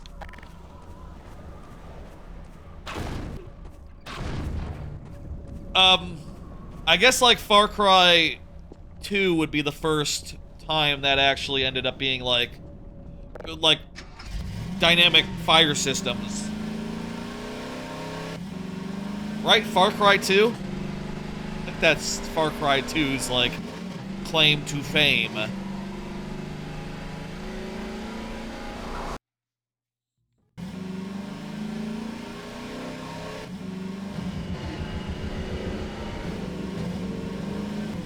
There's one. Area portals. One performance challenge we faced in Coast was handling wide open spaces that included buildings with highly detailed interiors, or at least they were detailed by 2003 standard. When the player was outside, we wanted to allocate as much of our budget as possible to rendering that space, without losing resources to the building interiors. But unless we were willing to board up every window and door, the player could still see inside. To solve this, we created a feature called area portals, placing one in every open window and door. An area portal precomputes a flat image of the building's interior, and during play, when the player is some distance away, the area portal displays this precomputed image over the window or door, allowing us to skip rendering the actual interior. As the player approaches, we smoothly crossfade between the area portal's image and the building's actual contents. With careful use, area portals helped us to meet our performance goals on Coast, along with the occasional door that closed itself behind you. I wonder if that's still in place, because I don't know. This looks pretty. This looks like an actual place. This looks like its actual room. Occlusion. In Half-Life 1 and much of Half-Life 2, the world consisted mainly of enclosed tunnels and corridors, which worked well with a binary space partition, or BSP tree. Essentially, this tech allowed us to quickly sort through the geometry and determine what might be visible in the player's view. But the open areas in Coast and other outdoor sections didn't suit that approach, so we needed some new tech. Area portals were one, allowing us to carve out the world into discrete chunks separated by portals. Doors and windows, that is, not aperture science.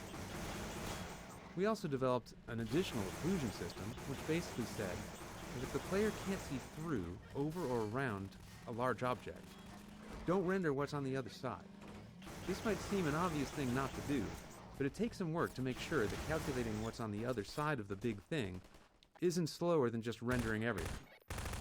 So to make that calculation fast, level designers placed large occlusion volumes inside major terrain shapes and big occluding objects like buildings, and during rendering, we could then test the bounds of entities against these volumes to avoid rendering anything the player couldn't see. See, that's smart. Terrain and performance. I can just follow up any of these commentary notes with, see, that's smart. And, works every time. Our budget was often a significant constraint when it came to combat, and even more so for combat on terrain surfaces. Rockets. That makes me suspect an enemy is about to appear. When NPCs move, they perform many small spatial probes to determine if they can safely navigate their chosen path. To help visualize it, imagine they can't see and are constantly waving a stick in front of themselves to check if the way is clear. The performance cost of these probes increases with the complexity of the world geometry. Our terrain displacement system creates uneven surfaces using many polygons, far more than the perfectly flat floors found elsewhere. This meant that NPCs moving on coast terrain were more resource-intensive than in other areas, and that constraint dictated the scale of many encounters in this section of the game. I think I can get up there. Let me get another commentary node going. That one, and that'll be all for this area. Detail objects. Once we had outdoor sections running, it was clear they needed some form of high-frequency detail, so we added small foliage elements, like grass and shrubs, across the displacement terrain. But we knew we couldn't afford, which is to say we didn't have the time, to hand-place them all. So we built the detail object system, which generates small foliage elements automatically based on the displacement material. Each material specifies the type of foliage to place, along with a set of parameters. At map compile time, the system calculates random points on the surface and selects foliage to place there. Given performance constraints, there was still a fairly complex hand-authoring process for foliage texture sheets, allowing us to render all of them in a single pass. Cool. Now we got some stuff. Ran into some guys. Curious area. Not sure why it gave us missiles, but I think we're done here, right? Maybe? We like drive up here or something?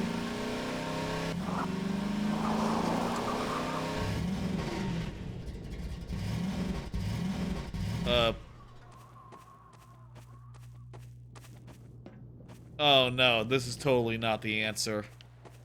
Okay, let's get back in there. And just...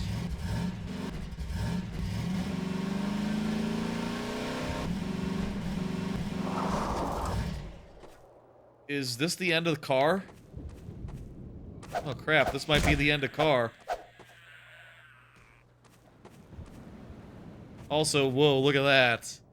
There's a guy down there. We could go in that direction, but I already know that we're out of commentary mode, so there's nothing that particularly interests me that way. So let's just carry on forward. So many different little sections, so many little different set-piece moments, sequences in this game along the paths, you know? It's not just like, oh, we're on beaches for a while. It's like, no, then you gotta cross under a bridge, and then you gotta like, traipse across the sand. The bridge. This bridge section was inspired by the Deception Pass Bridge, just up the road from Valve's office. We initially built this section as a pure navigation puzzle, gradually layering more gameplay into it. It also became the primary test case for our players' edge friction. In our movement system, we subtly increase friction on the player's deceleration as they approach the edge of a surface. Players have never noticed it, likely because it aligns naturally with their goal of stopping at the edge to look down, matching human tendency to move more slowly and carefully near a drop. But it's a critical feature for this part of the game. We know this because at one point during development, we accidentally broke it, and suddenly all of our playtesters started repeatedly falling to their deaths. Huh. That is always good. Playtesting. The bridge section was always a high point in playtests, with testers consistently having strong reactions to it. The tension they felt while slowly making their way over the girders was visible in their movements. Over time, we layered more challenges into the traversal, and playtests only became more entertaining to watch. From the train rumbling across the bridge and shaking the player, to a surprise head crab in a shack that seemed like a safe haven midway through, we did feel a little guilty relishing the playtesters' visible stress, but we weren't total monsters. After players made it across the bridge, they'd breathe a sigh of relief, disable the Combine shield, and then realize they had to return across the underside.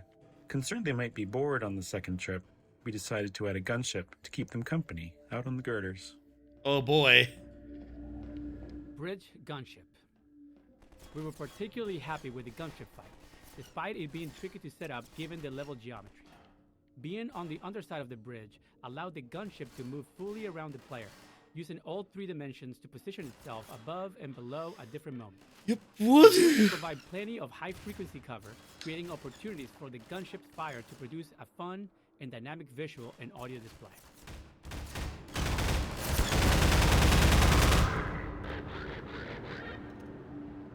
He steps up, I'm gonna shoot him. There we go. Little bastards.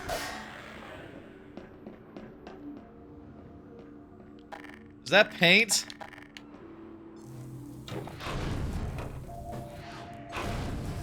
Nah, not paint. I wonder if you can get the Combine. Fuck! Ah, shit.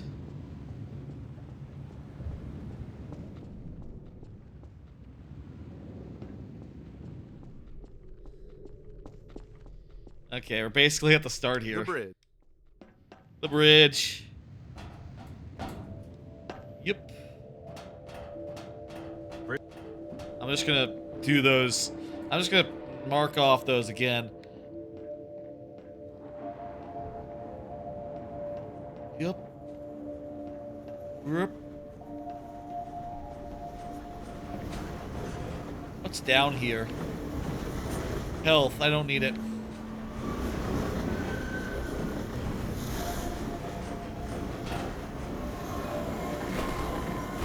Okay.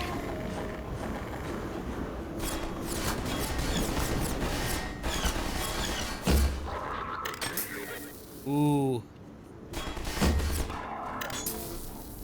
A really good, unrealistically strong crossbow is always fun. Like, you know, the kind of crossbow where it one hit kills someone. That's ridiculous and not a real thing, obviously, but it's satisfying every time someone makes a crossbow like that. They've done the world a service.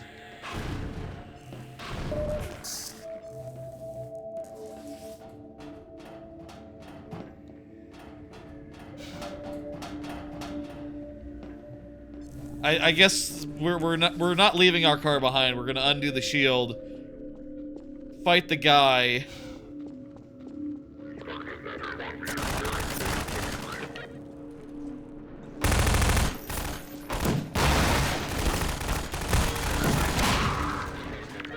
Oh, grenade.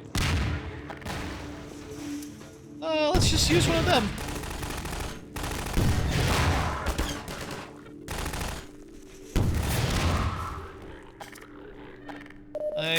We got plenty of missiles for the sake of the boss fight.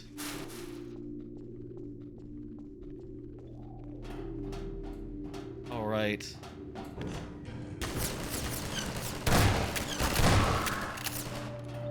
Yup.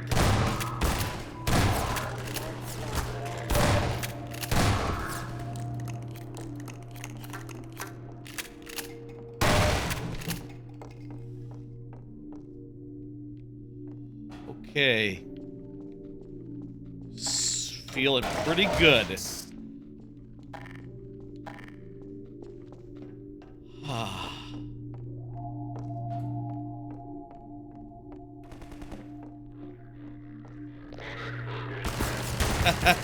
They got a shield there. They think that makes them safe. But...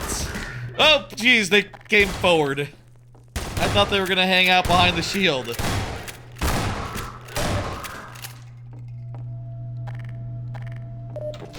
I got the gravity, gun.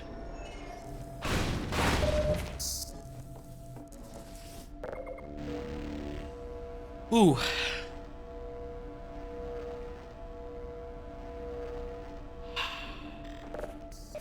This game, goddamn good.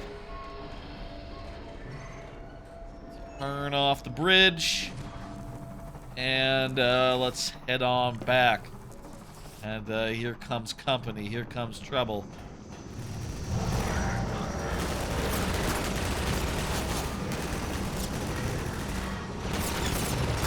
Fuck you! Get off the cutting thing.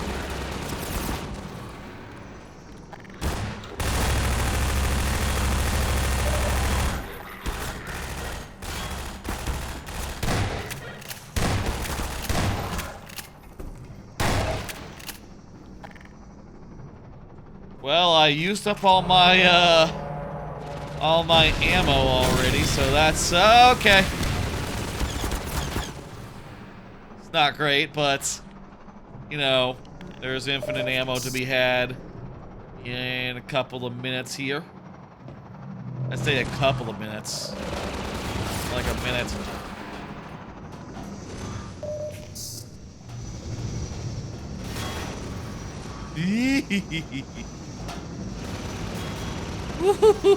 That jump. Man. They succeed in making that feel, oh fuck yes, dangerous as hell. Alright.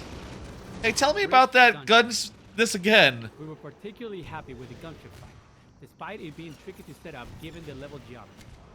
Being on the underside of the bridge, that's pretty cool. To move fully around the player, using all 3 dimensions to position itself above and below at different moments. The girders provide plenty of high-frequency cover, creating opportunities for the gunship's fire to produce a fun and dynamic visual and audio display. Yeah, you're right. Oh, look at that. We beat the gunship. Wow, good for us. We did good. There. Let's carry on then.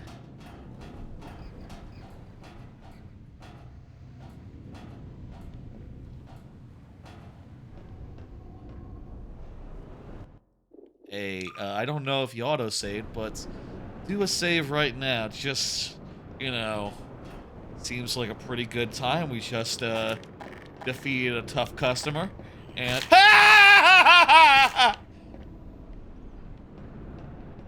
fucking head crab did 10 damage. It's fine. It's not a big deal. I can relax. We can all relax.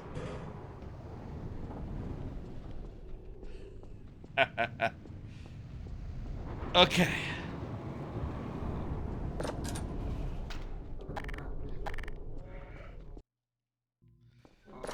Let's go with the rocket launcher here.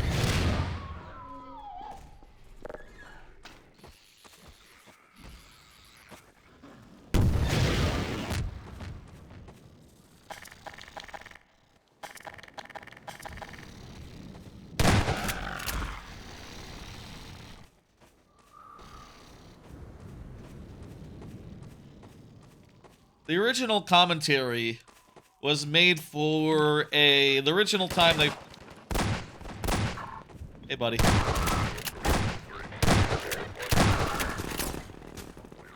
The first commentary they did for this game was actually for a piece of, like, deleted content that they did as, like, a technical test.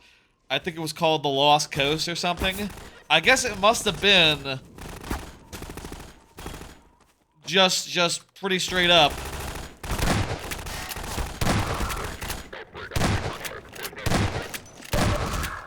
Like a section of this coast area that they cut out originally.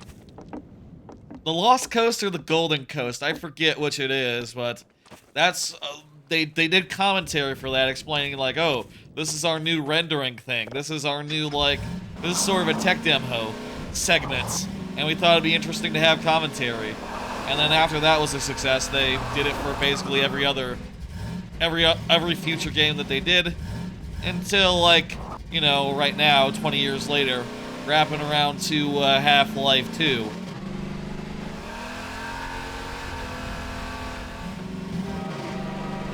Oh, we're gonna have to deal with a train here, aren't we? Oh, shit! No!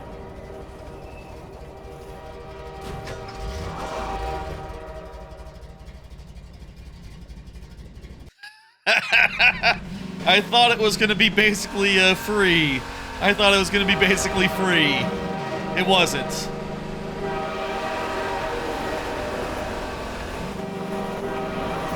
There we go. That's what we wanted to happen.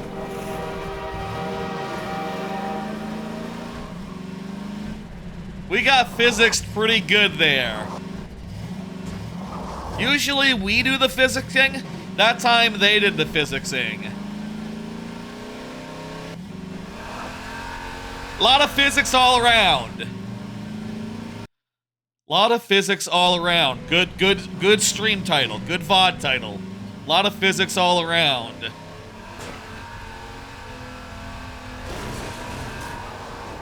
Action detected. 28 transitions later. After stringing together a few levels with dark tunnels as transition spaces, we realized we could subvert player expectations by building another one that appeared to be a transition, but instead contained something else. Yeah, like everyone else, true. We saw 28 Days Later in 2002, loved it, and immediately wanted to create an escalating zombie encounter in one of our dark tunnels. It came together quickly, Escalating, and you we say? were pleased with the result. Years later, we met Alex Garland, the writer of the film. He'd played and enjoyed Half-Life 2, and we confessed that his movie inspired this section. I never saw 28 Days Later. I don't know. Operations detected. Ramming zombies with the buggy. Wasn't a touch point. As human point beings, for me. we have expectations for our physical world, as mentioned a few times in this commentary. One of those expectations is, if you hit a zombie with your car, it should get absolutely booted into the air. But getting this effect in-game isn't as straightforward as it is in the real world. For performance reasons, enemies like the zombie use a simplified collision box during gameplay. This is a box that fits snugly around the zombie with no part of the model sticking out. But when the zombie dies, it's converted into a ragdoll with more accurate per-limb collision boxes, though this is more expensive to simulate. This change in collision representation adds further complexity when you ram a zombie with the buggy, beyond just the frame hitch. When the buggy first collides with the zombie, it touches the zombie's simplified collision box. The game then kills the zombie, converting it into a ragdoll that the physics system begins to simulate. Now, with more accurate per-limb collision, the closest part of the zombie may be several inches away from the buggy. As a result, the next time the physics system simulates, the zombie starts falling from gravity because the buggy is no longer pushing it. While it's only a short moment before the buggy reaches the zombie again, this small discrepancy made ramming zombies unsatisfying. They often fell out of the player's view. To fix this, we saved the force the zombie's collision box received when hit by the buggy, and applied that same force to the ragdoll after conversion. We also added a slight upward force to the ragdoll, launching it a bit. With these tweaks, zombies reliably folded over the front of the buggy when hit, which better matched player expectations. Ideal. Flashlight power. The decision to have... This is something I was talking about earlier. Yeah, justify it for us. Both Sprint and the flashlight share the HEV's suit power was a controversial one in Half-Life 2. And they went back on it in Half-Life 2, episode 1 or 2, or both of them, I forget. Either 1 and 2, or just 2, I forget. Initially, only Sprint used suit power, which made sense as it was meant to be only a short burst of speed. The flashlight, on the other hand, could be used indefinitely. But playtesting revealed an issue. Players often left dark areas without realizing their flashlight was still on. In brightly lit open areas like Coast, our performance budget couldn't support the flashlight being on continuously. So we needed a way to turn it off without player involvement. That was the... Wow, that was the issue? Holy shit. I never would have guessed that. Simple solution, with the benefit of adding some tension to dark areas too. The challenge then... Hey, here's a solution. Gordon just like automatically goes click and turns it off when you're in the light. If you enter like a zone where it makes sense for the character to click it off. Became, what resource should it use? We already had suit power. Didn't want to clutter the UI. Isn't that what like Last of Us does? Yeah, Last of Us I think does. I forget if Last of Us is like dynamic like that or it's like something up to the player. But I feel like that's the sort of game where it's like, okay, well, you're going into the gas, time to get on our gas mask. It's all automatic. Just for the flashlight. We toyed with the idea of other player abilities using suit power, thinking it might be interesting to have players make trade-offs between them. This is a good example of game design often being about choosing between imperfect solutions. We didn't love the idea of Sprint and flashlight sharing a resource, but we also didn't want multiple resources cluttering the UI. In Episode 2, with no plans to add anything else that consumed suit power, we ultimately decided to give the flashlight its own separate resource.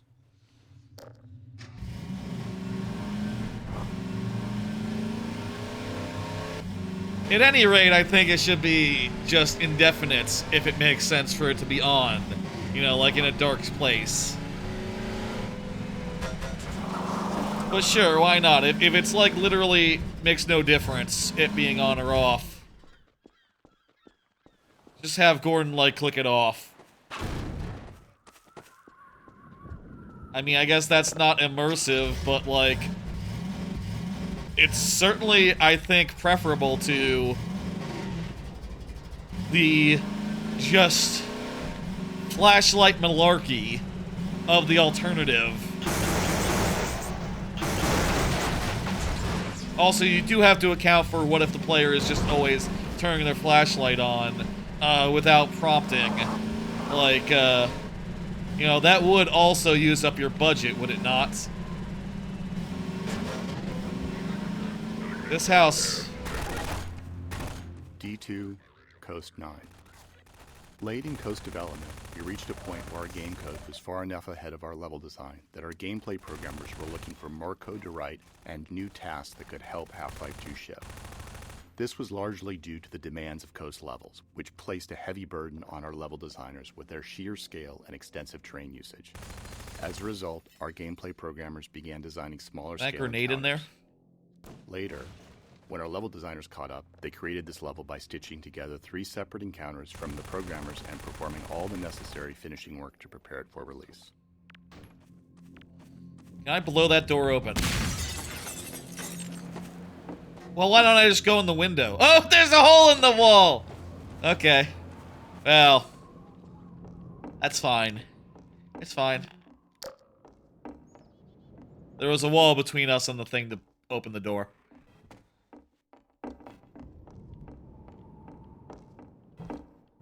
There's nothing in here.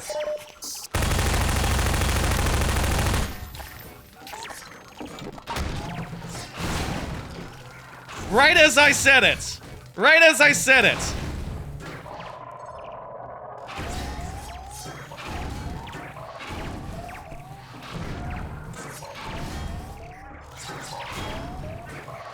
It's like it knew. The timing. Exquisite.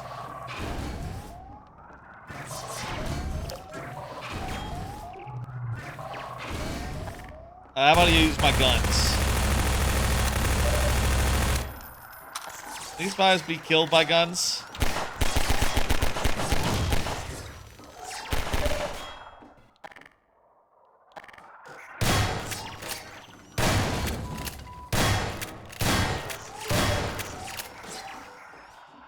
How about I...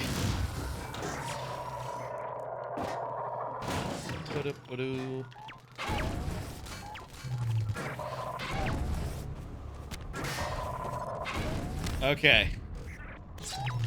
Oh, geez, there's even more than 3.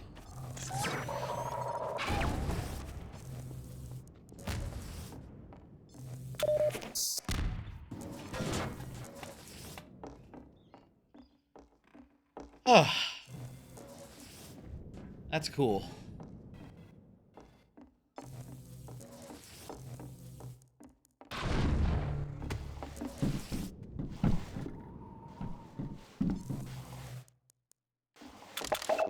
Ah, that's another place to get the crossbow if you didn't get it earlier.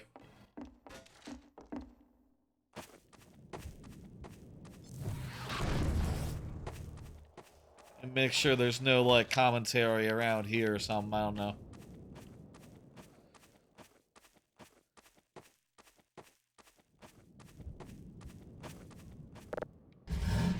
Alright, let's carry on.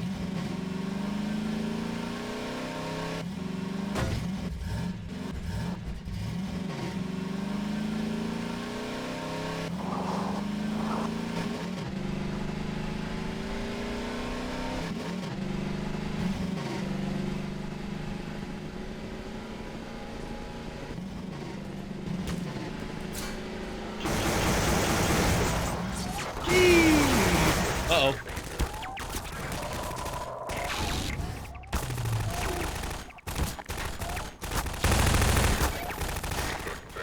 I should shoot these guys. Quick break. Quick break. Whoa ho ho, I'm over here, camera. Let's continue. Ugh.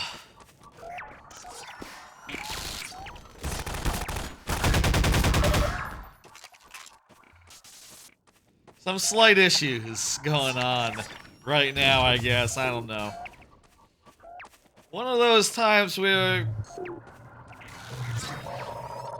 you know, I'll say, like, I tend to, you know, you wouldn't know it perhaps, but I try to avoid getting too blue on certain topics. And I'll say this, you know, sometimes you have a day where, sometimes you have a moment where you wonder, like, you know, you go into the bathroom and you wonder, like, am I going to get out of here anytime soon? Had a little moment like that before the stream. It's been fine since then. mostly, but, you know, gotta occasionally take a break, you understand. I feel like I'm being too direct here, though I am dancing around it. You'll understand that, phenomenon. Sometimes you just gotta... Sometimes you just gotta be ready. Sometimes you just gotta be cautious, you know? Sometimes you gotta be a little bit on edge. Play it safe as well.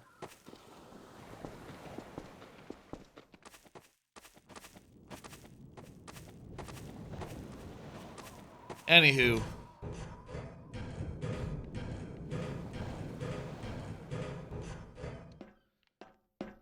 Let's carry on. Let's carry forward. We're gotta be pretty close here to Nova Prospekt, right?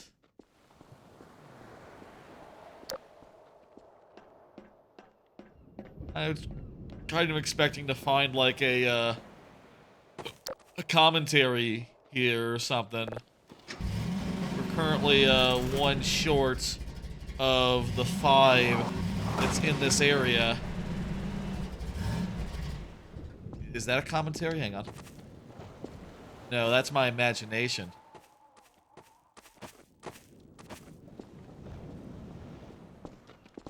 Let me just double check the shed. If there's a commentary around here, I don't see it. Guess let's move on.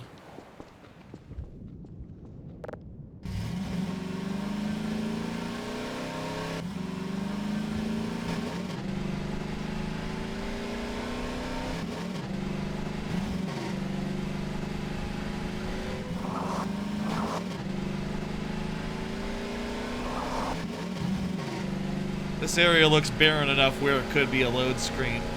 Okay. Cool, there's more.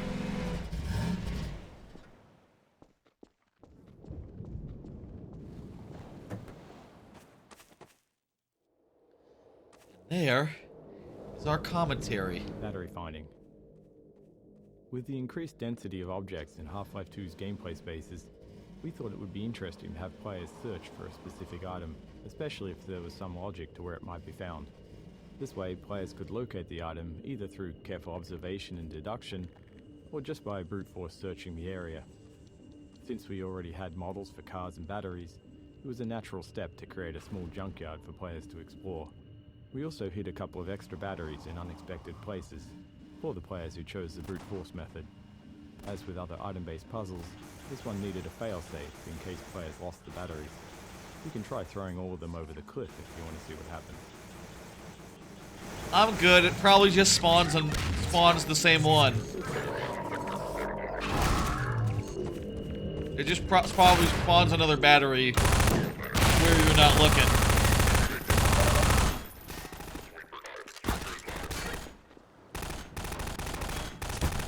Who's shooting me?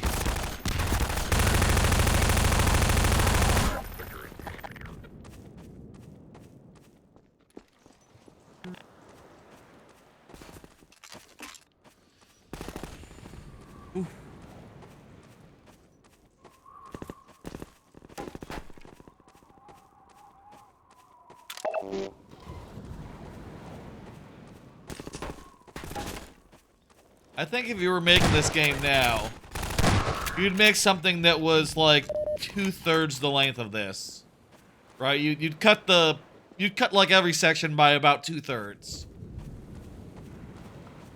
just like across the board. Maybe Ravenholm would be about as long as it is, but virtually every other bit would be shortened considerably. I thought it was going to be like our car's battery died or something, and we need to go find a replacement.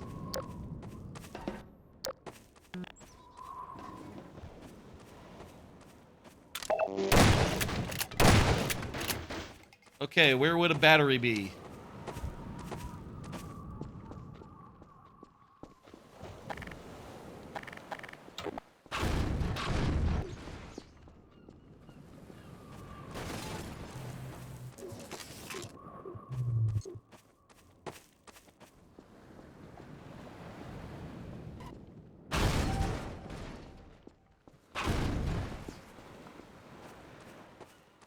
Let's see.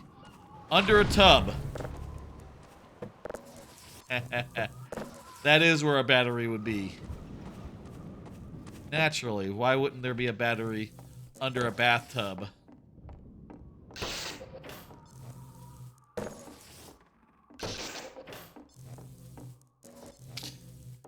We need all three, or what's the deal? Ah, well, it gives you two basically for free. Okay.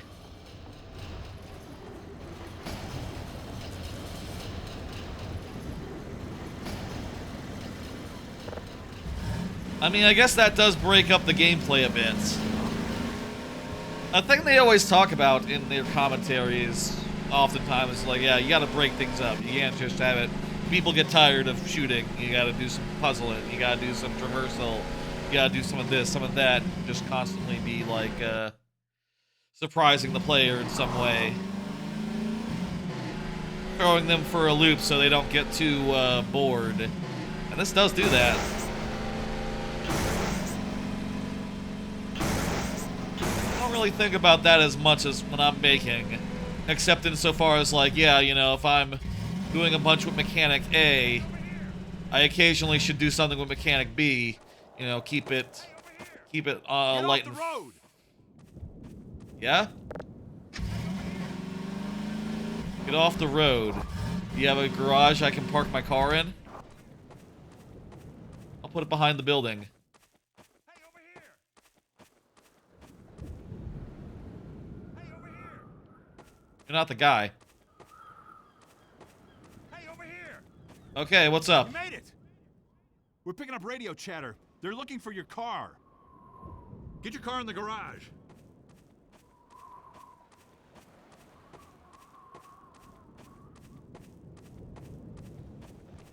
Let me do a commentary node while we're driving. Performance constraints. For the final coast arena, we envisioned a big finale where the player and a squad of citizens we're at the would finale battle against waves of combined soldiers, culminating in. It is 12:30. We've been going about 4 hours. Is now a good time?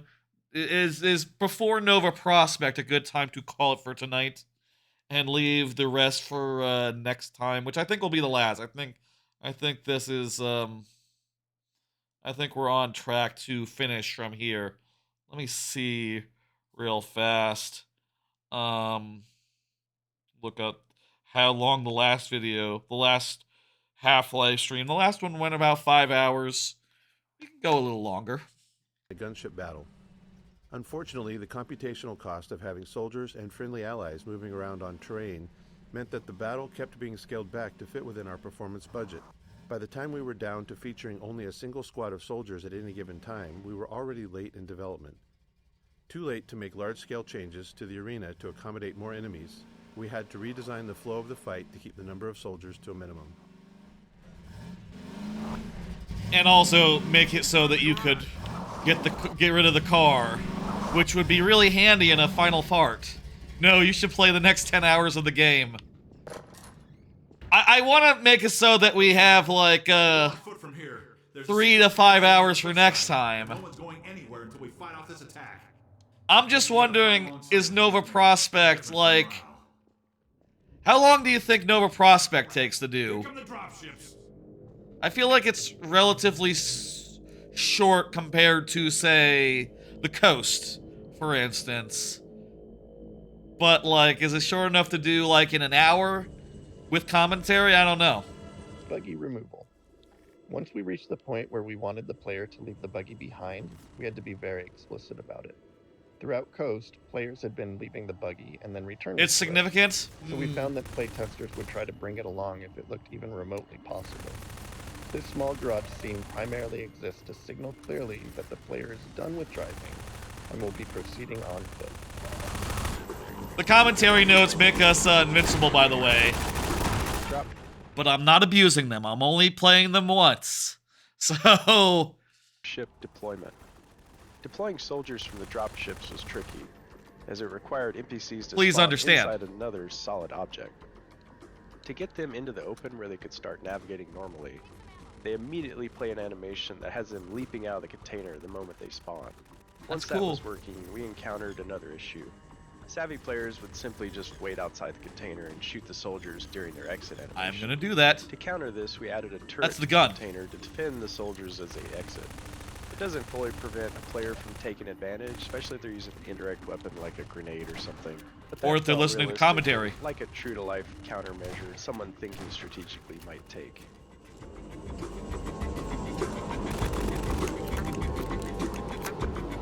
Another commentary around here, right? There was another one. We saw 1, 2, 3, 4. I think there's one more left here somewhere. Maybe it's after the fight.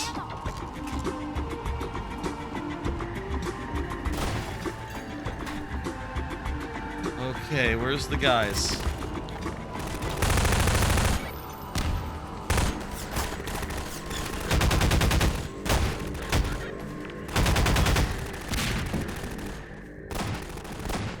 Is this infinite rockets? No, this is just guns. This is just bullets. Hey, Sprockets, how you doing?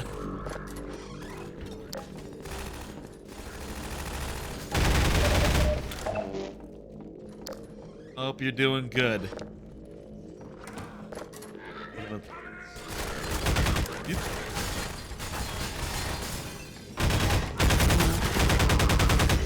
I need to aim better. I know.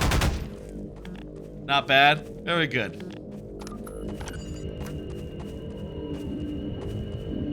I gotta go out to that lighthouse, don't I? Yeah, that's where we're gonna end this. Yep. Lighthouses are very coastal.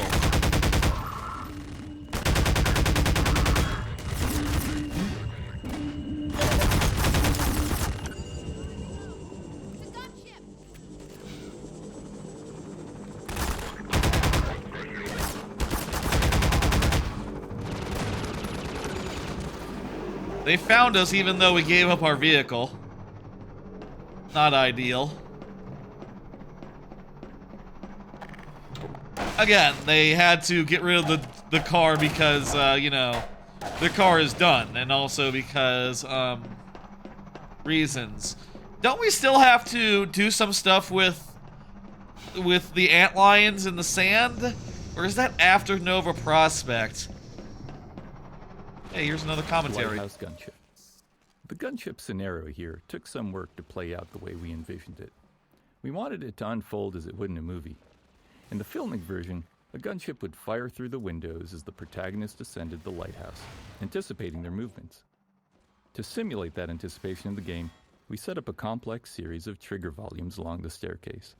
As they detect the player moving up, they instruct the gunship to choose a new flight path that matches the player's altitude.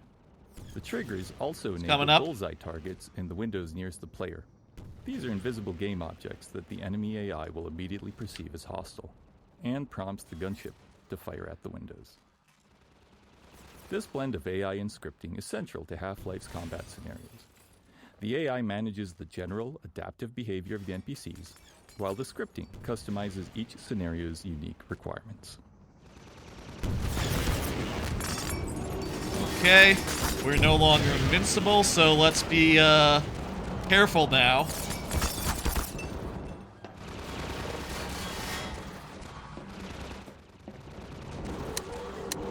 I thought I got more ammo.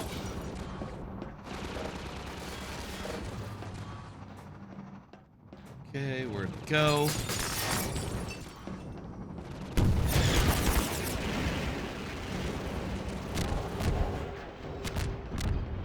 That do it?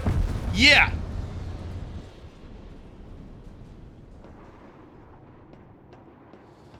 Oh boy. Good.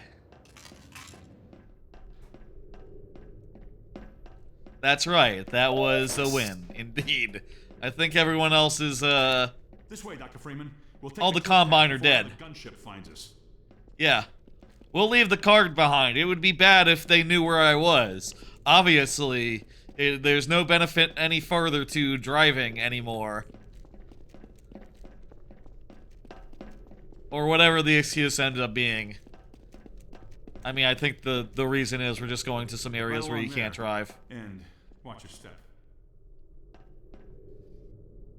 What? Oh. Oh, this is cool. Buggy theft. As we built the end of Coast, we decided to have the Combine steal the player's buggy.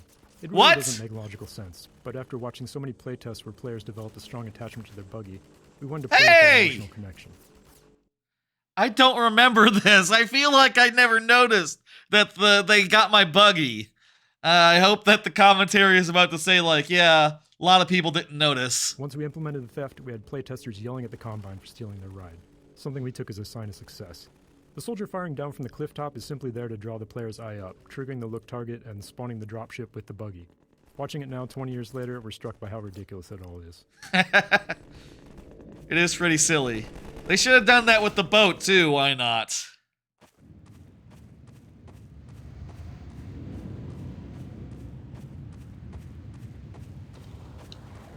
That is silly. So are we done with Coast? Is Coast done? Is this now another segment, technically? Hold still, Laszlo. Someone's coming. You there! Stop where Hey, it's the sand ant time. Don't step on the sand. It makes the antlions crazy. Laszlo, don't move. No. Help!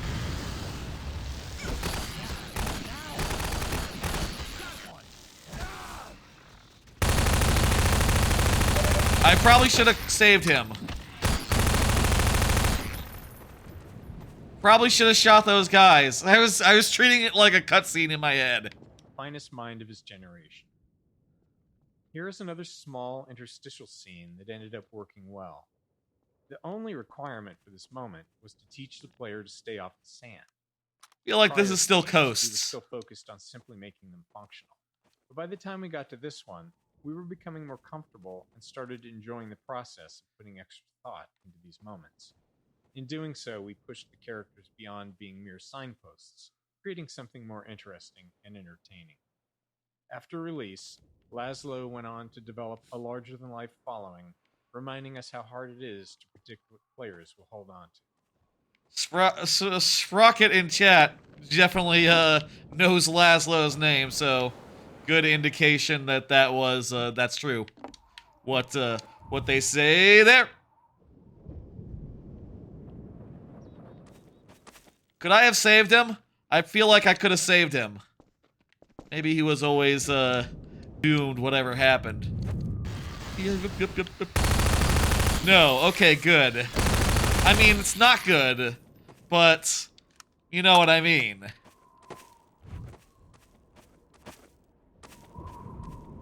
Yeah, this is definitely more Coast, but it's just Sans buggy. Coast Sans buggy. That's a fancier way of saying without buggy. At least it's not my fault.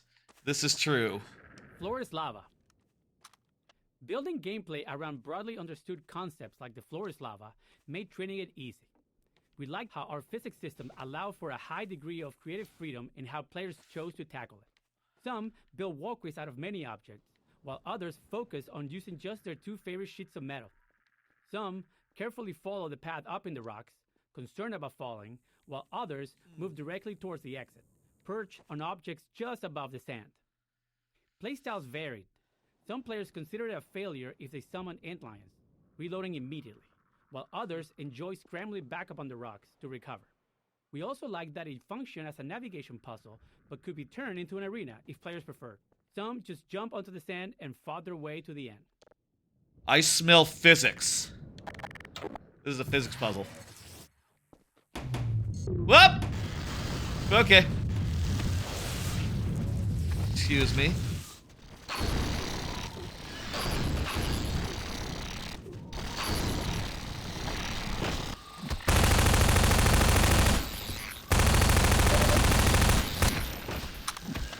It's hard to see.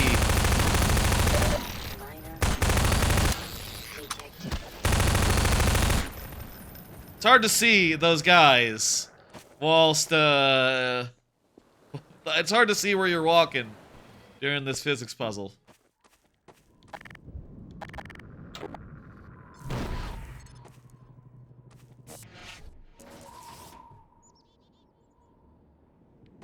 I wonder if there's something over the...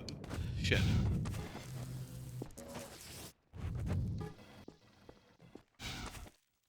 I feel like there is something over here. I should probably have a look.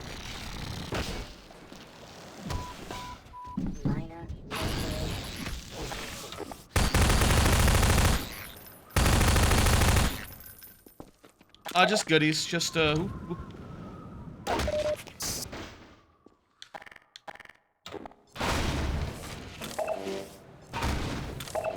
Yeah, if we're still like a good ways away from Nova Prospekt, I think let's I'm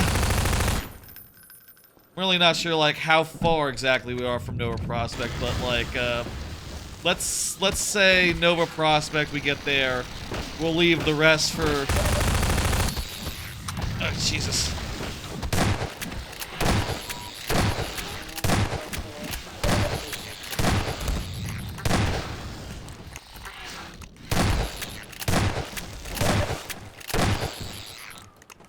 Oh. Let's aim for Nova Prospekt and then leave the rest for next week. Shit. Too many.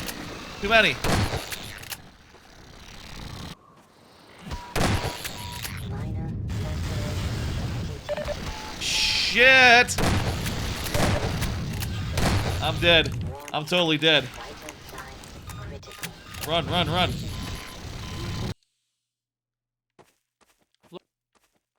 Floor is lava. Got it. I understand. Using universal concepts like that. Yeah. There's nothing to be gained over on that alternate route. Let's just move forward.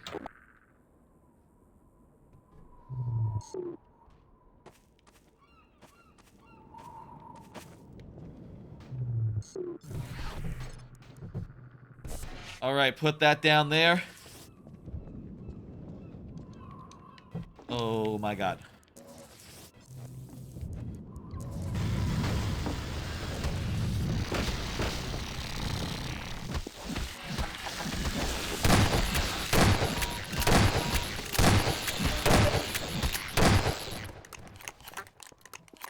Okay.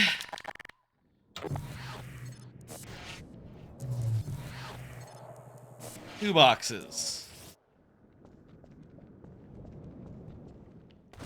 Oh no.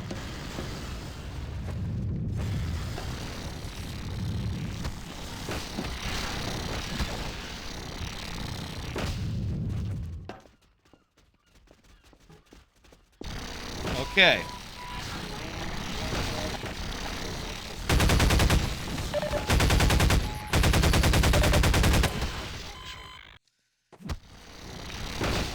Oh my god, this is not a good place for the checkpoint! I thought they said earlier in the commentary that they try not to put you in a place where the autosave is fucked up. This autosave, it is for sure fucked up. Vital signs. User death imminent. But it's survivable. Hey, I'll give him that. Okay. Survivable. I have 5 health. Not good.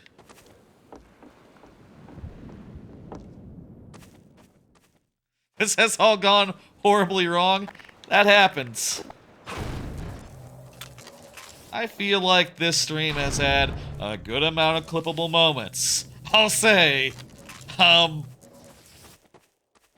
Eventually one day, I will clip up this stream and I will be delighted to find like, oh my god, There was this near death. There was that funny death. There was this pit where that shit happened. Oh, what about the part where I got all physicsed? Wow, fuck. Man. A fucking treasure trove of some real fucking moments. You know. That's the ideal.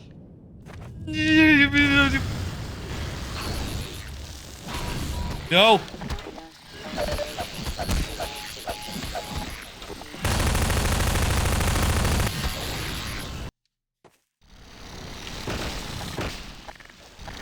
That is ideal.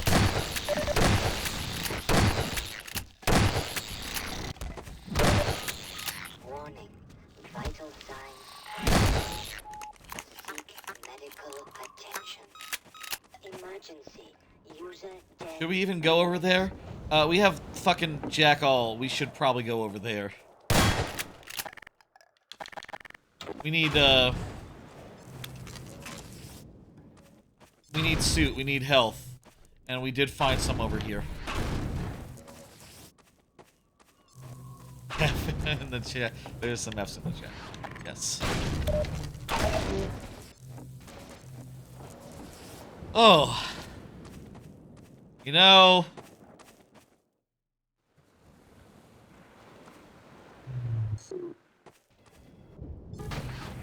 This is where you gotta use your,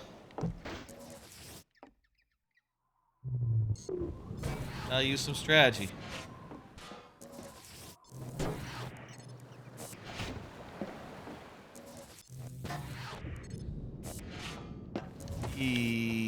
Let's go.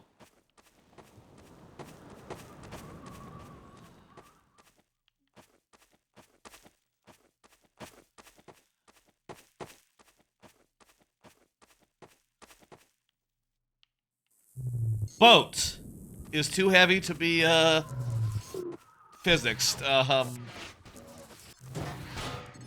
But this tin foil, corrugated steel, I guess. This plank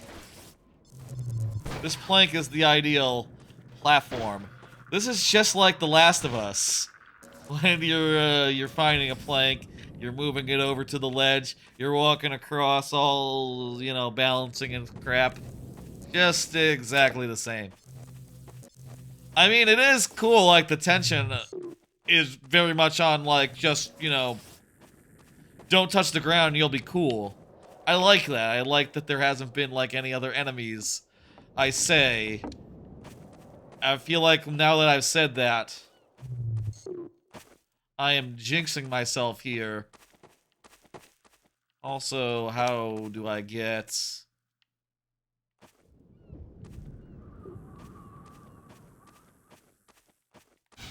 Okay, let's just, That's fine. That's fine. Jinxing myself now, saying such things.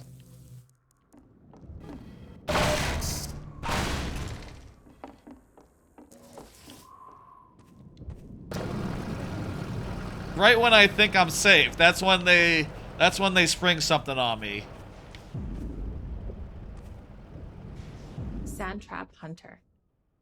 The explosive barrels are provided for players to use against antlions while standing safely within the Thumper's protection. But we're also using this as a hint for the upcoming Antlion Guard encounter, where players often use similar tactics to win the fight. Optional player actions, like launching explosives with a gravity gun, can be forgotten. Let's go over there now. Regularly. With the wide range of offensive options we give players, there's no guarantee they've used this ability recently. So here, we're subtly suggesting they bring it back into their toolkit before they face the guard.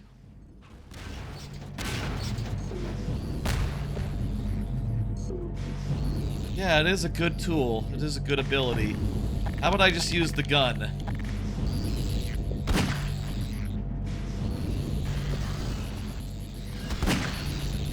Hey, you're supposed to be scared.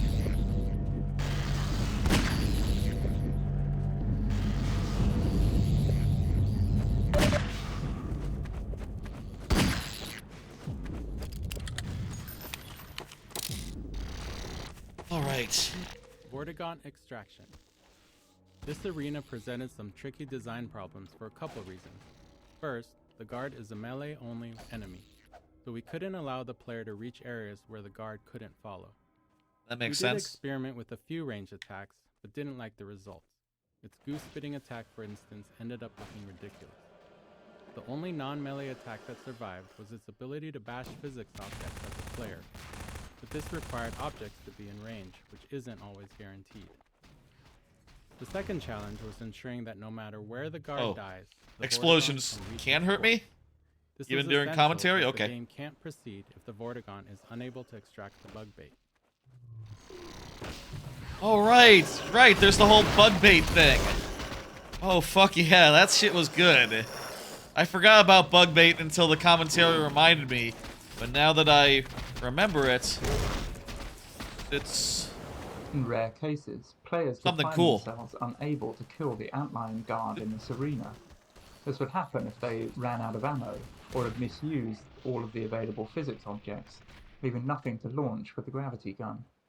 To address this, we added a citizen on the mounted turret above the gate as a failsafe, allowing a stuck player to rely on a citizen to kill the guard. That seems pretty generous. I don't know that, like, any other... Most other encounters, I don't know, have, like, fail-saves as you run out of ammo or health. I mean, if you run out of health, that's just that, and I feel like ammo often is, like, the same way. Maybe it's different because you could just run away from this dude forever, whereas, like, other enemies, you couldn't do that necessarily. The free man must follow. The free man will do wise to heed our extraction of the Myrmidon's aromatic theropods. The process is not entirely hygienic, therefore stand aside. Okay. Yeah, this shit's cool. If anyone doesn't know what this... These theropods on the paths ahead. Gather them now. You throw them, and then the antlions go wherever you throw them to. So they're now your servants. They're now on your side. It's great.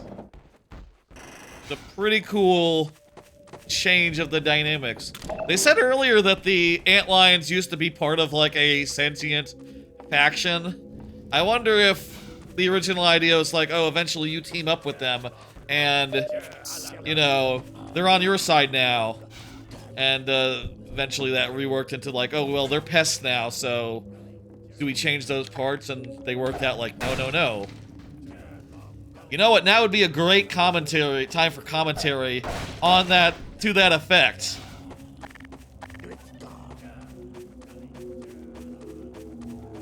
Like, if that's the case, Nova Prospekt is just ahead. Yeah, I didn't look around here. Your base seems very cool. There's kind of nothing here for me, though. Bug bait training. This clumsy bug bait training is where we landed, having run out of time, but needing players to understand the tool for Nova Prospekt's design to work. Generally, we aim to add enough flavor and context to training so it doesn't feel like training. It feels like a natural part of discovering something new. Here, though, we didn't quite manage that. As obvious as it may seem, bug bait wasn't something players intuitively grasped. We're well into the game now, so players have plenty of experience dealing with enemies. Before we added any training, the first playtesters who collected bug bait entered the next level and instinctively shot the first antlion they saw, because that had been working up until then. Half-Life tends to encourage a shoot first, ask questions later approach. Similarly, when players reached Nova Prospekt, they didn't think to throw bug bait at the Combine soldiers and instead relied on their usual weapons. So, we needed this training not only to show how bug bait works, but also to demonstrate that antlions would be close to the player without attacking.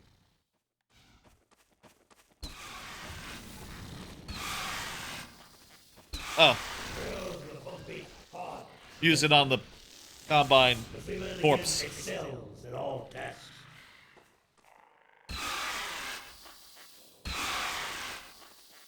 That's cool. Good tutorial gate, I guess. A little clumsy, they're right. But, I kinda had to do it. Apply pressure to your theropod to signal the appliance in your command to follow you. Ooh. The The free man shows his excellence in all things. And now this one must bid the free man farewell. Nova Prospekt lies just beyond. Remember well what you have learned here. The Eli Vance has greatest confidence in you.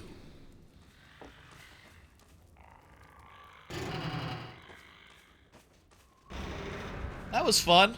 That was a great little segment. Just like the little bit of a second coast finale, I guess. I'm kind of in the mood to keep going a little bit longer. I thought it would be... Honestly, I thought this Antlion bit would be... Okay, we're still not quite at Nova Prospekt. Okay. We're still on the coast.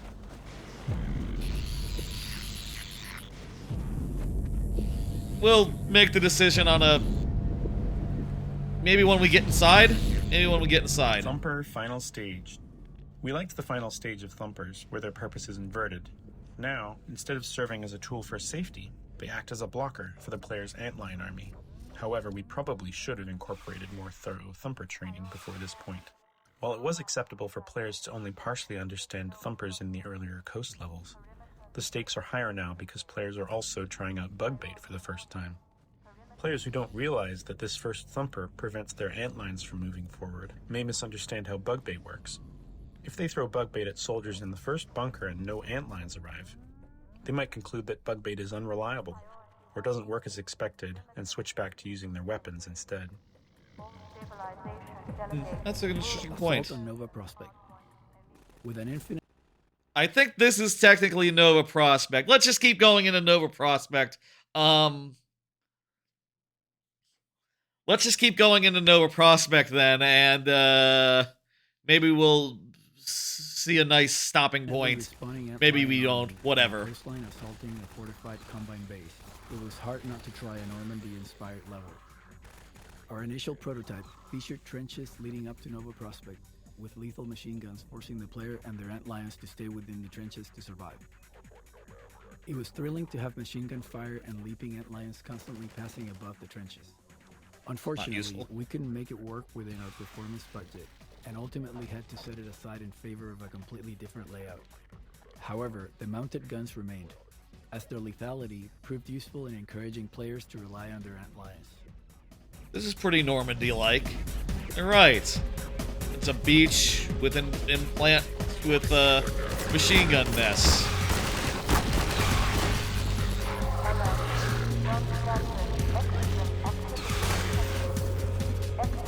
Go get him, boys. It's good.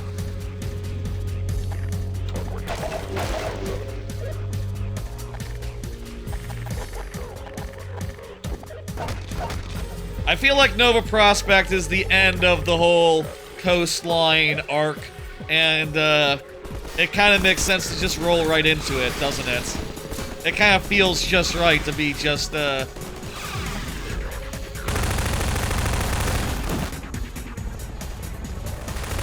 keep on trucking.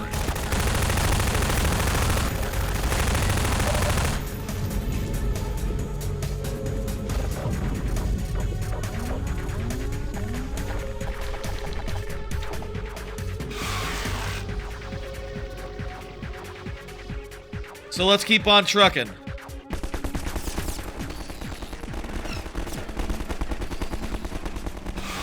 Come on, let's go. Don't stand where they can shoot you.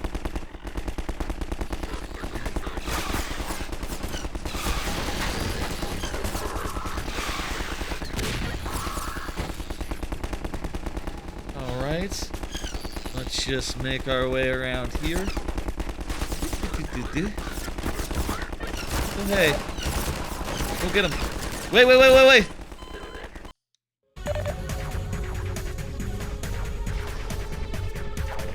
You know what we could try?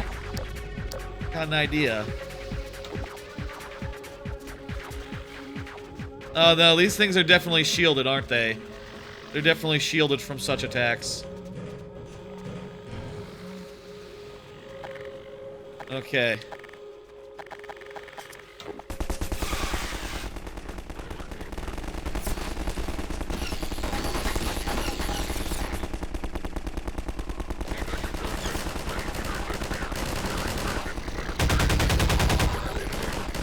You know what? Just, like, carrying forward with them at my side means that they'll, like, start attacking things when I start attacking things, which is pretty good.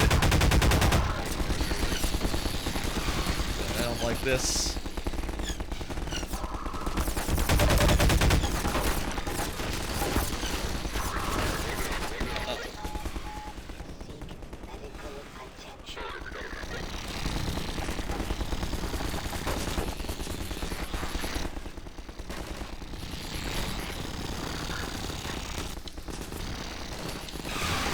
Go get him. Okay, go over here.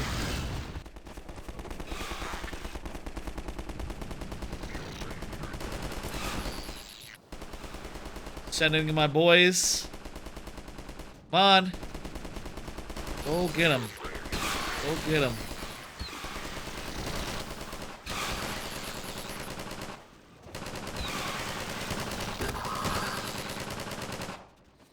There we go.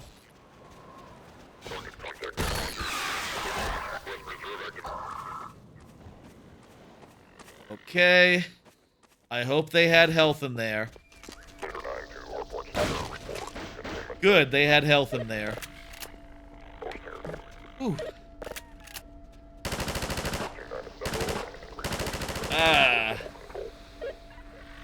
Let's keep going.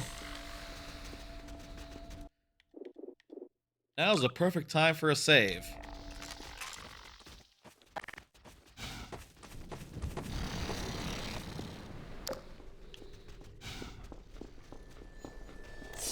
Oh geez, these fuckers again.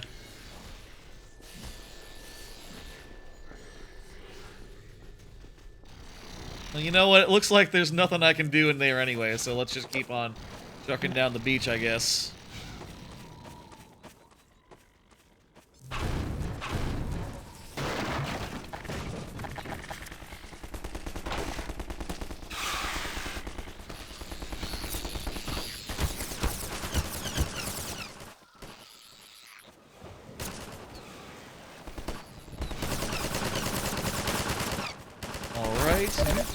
Sweet, this is fucked. This is not good. There's nothing for me here. This is a very bad beach. Okay, we need to go. This is the correct place to go, actually. Ah, there was a... Wait a minute.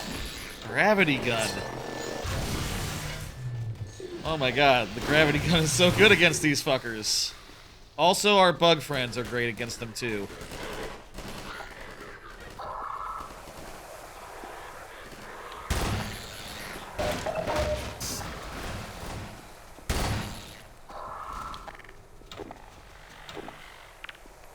Whoopsie daisy. Sorry, bug friends.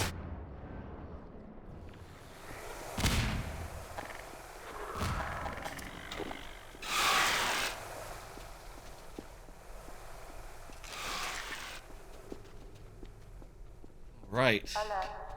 Contact status 0 with land speed internet speed. Possible anti-citizen. We're just 2 commentary nodes for this whole area, right? I think it was like 1 out of 2, 2 out of 2. We might have already gotten them.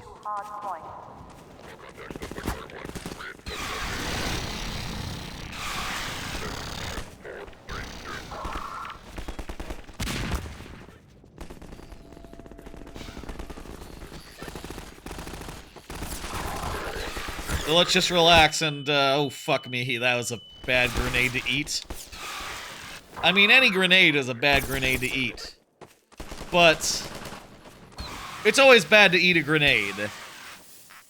Well, that one was also... It's not a good time. It's never a good time to eat a grenade. Engage reserve. Contain exogen incursion. Where are we going from here? Ah, here we go.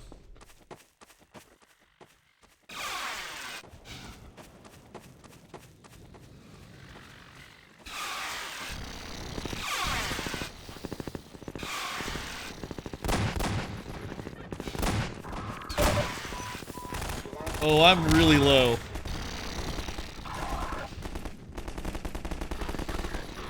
The good thing our bug friends are so reliable. There's a fuck ton of them.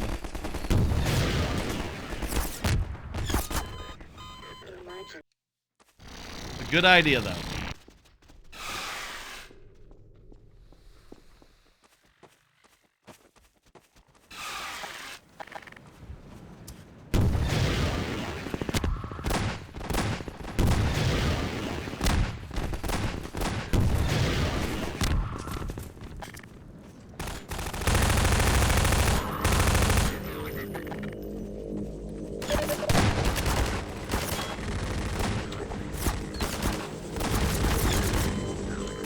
Okay.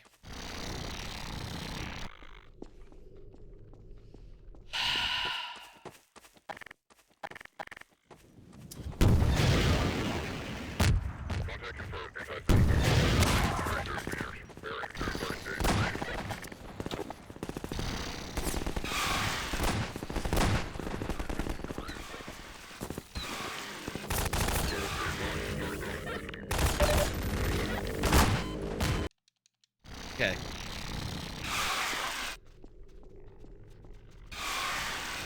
Maybe the key is get those guys forward.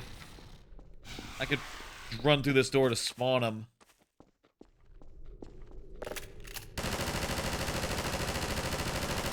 And then, like, start spraying.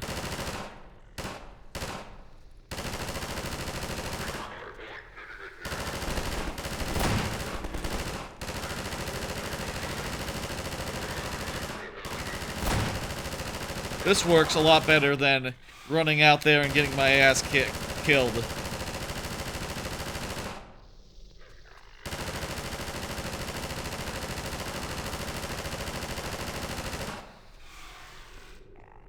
All right.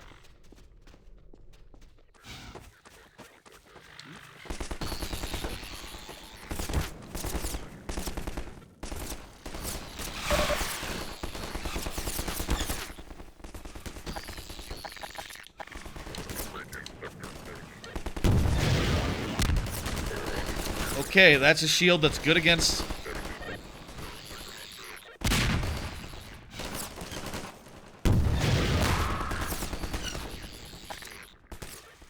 Okay. Let's...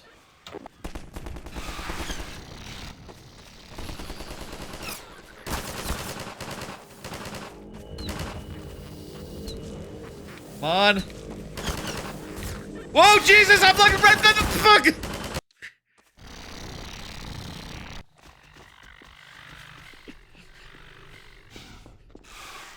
I just went right where that turret guy was. Right where that turret guy was. Just like looking him right in the face. Yeah, he's gonna shoot me if I do that.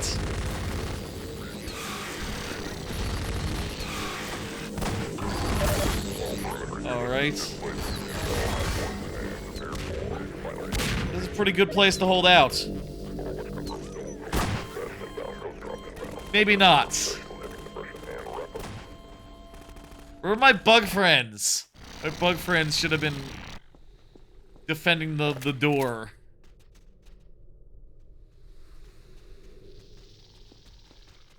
Okay. Let's try a different tact. Wait, no, let's not, because there's nothing good over here.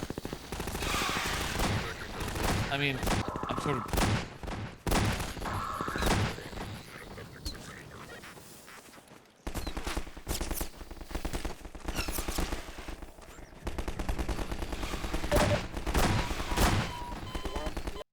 Jesus. Okay, step out. They start spawning.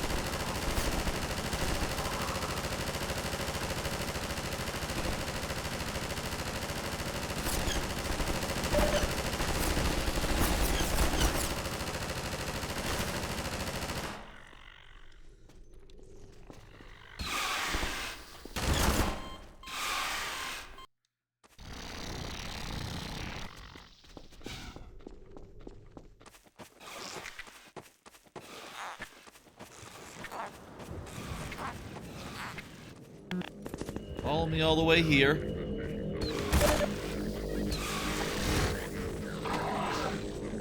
Now I'm going to get in here. I'm going to... Where's the turret? I'm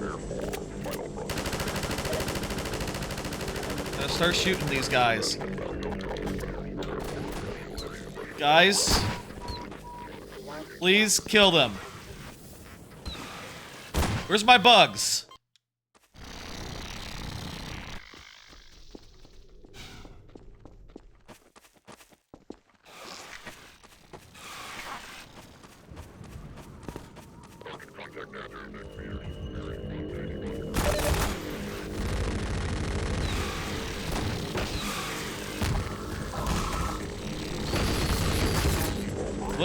What hit me? What hit me?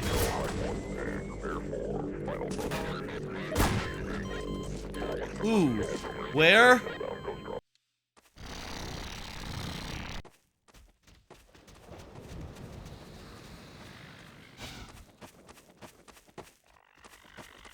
Are there any health packs over here?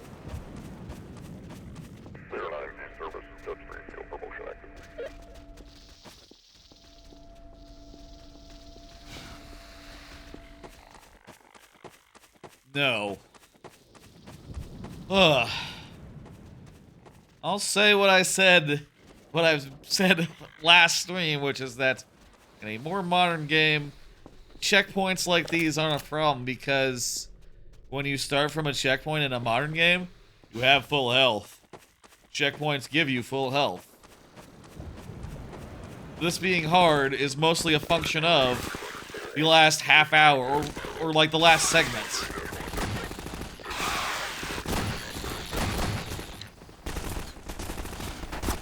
Somewhat, you know. Sure, there's multiple factors like, okay, well, if the turret guy gets set up, if a guy gets set up on the turret, that's pretty disastrous for you. They're pretty far away, so it's kind of hard to shoot them effectively.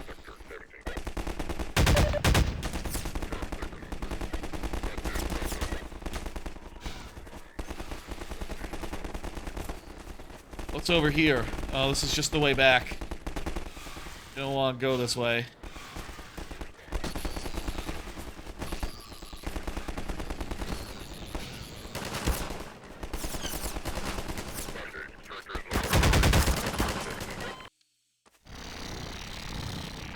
Oh, this sucks. There's no two ways about it. This checkpoint was bad, or, you know... Like, okay, the question I have is like, well, where's some health I can get? I need some health. That's just... If there's health to find in this arena, that would help a ton. Because there's enemies that basically one-shot me, or two-shot me, or, you know. Right now, I can only take, like, 3 seconds of gunfire.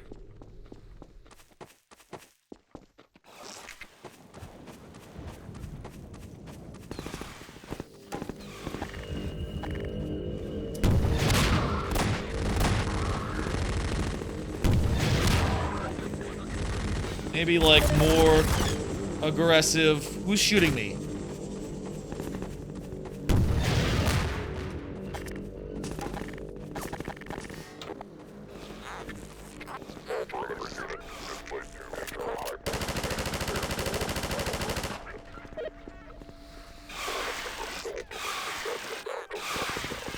Okay, good. I think we might have...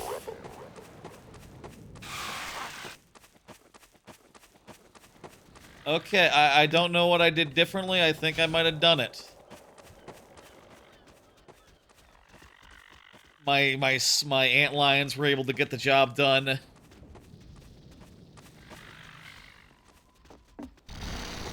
Whatever was different, I am satisfied.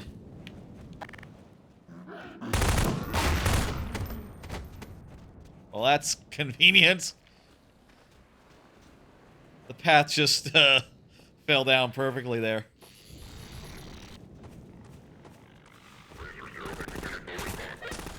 Don't shoot me, man.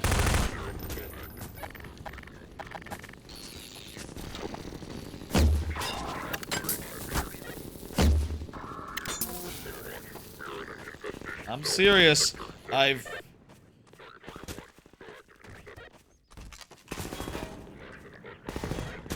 Someone seems to be shooting me. I can't see them yet. Got him. Finally some health. Oh, finally a good amount of health. This looks like the way forward, too.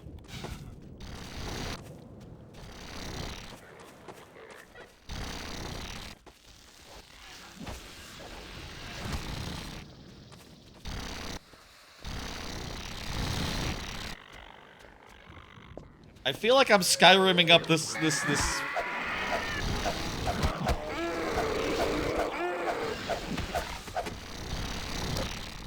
mountain. Huh. Hey, Ray876K, how you doing? I'm sorry if I didn't see you for a bit. There was kind of a lot going on. Maybe you just got here as I said it. But we're now into Nova Prospekt proper, I think. That's cool. You're doing good. Finally through that sequence. Just got here. Wonderful. Wonderful. Here's a commentary note. It's been a minute since we did a commentary note, but... Yard. The combat throughout the Nova Prospekt Yard was largely inspired by our early observations of antlions fighting Combine soldiers.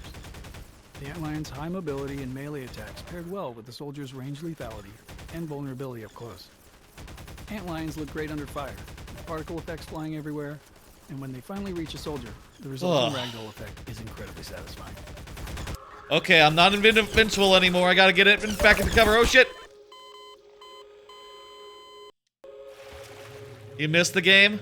Well, it just got a big update. They added commentary. I'll say, the commentary makes me invincible, but I'm only using it once. The combat throughout the Nova Prospekt Yard was largely...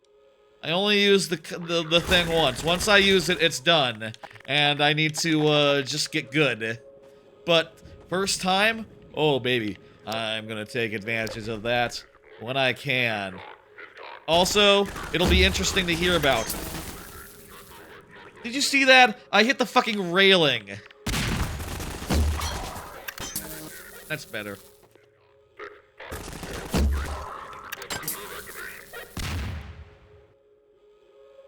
That guy is really, inattentive. His two friends were actively fighting a dude, and, they're just, the fucking railing again! What the fuck?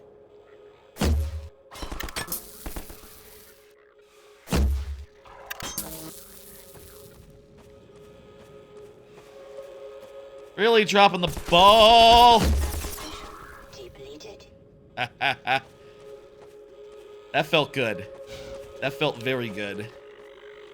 I'm all out of ammo that's guns that are like really rangy. Rangy. They're fucking...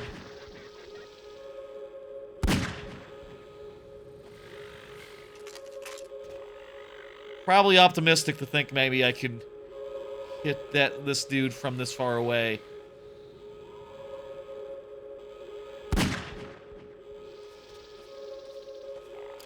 Okay.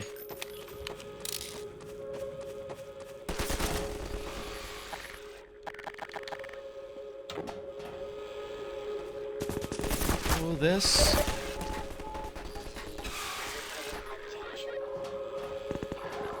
Oh, this actually works probably a lot better than the crossbow. I mean, the crossbow is cool and all, but this is as well.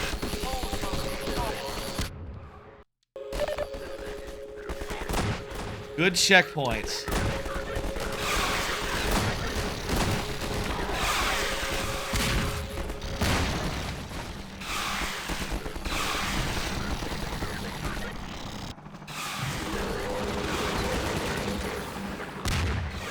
Yeah, it is really cool when you can control these things. I forgot it was a thing, honestly.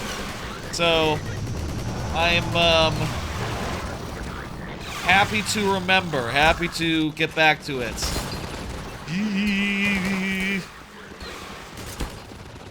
You're being shot.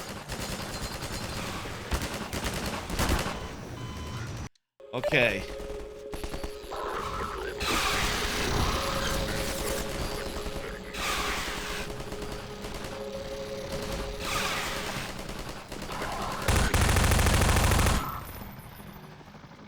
Yeah, I got killed pretty badly there.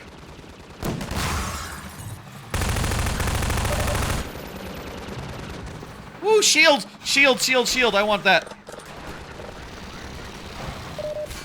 Shield and health. Wow.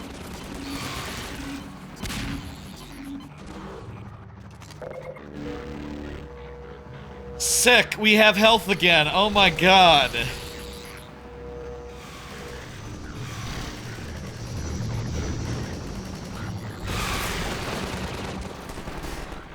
Alright, we can now afford to be just like a little bit reckless. In fact,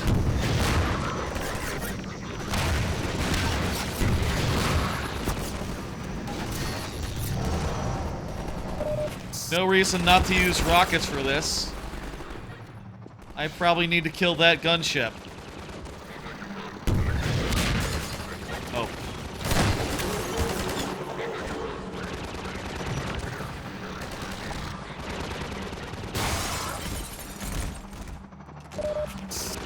This is like a okay, that's my friend, that's my friend.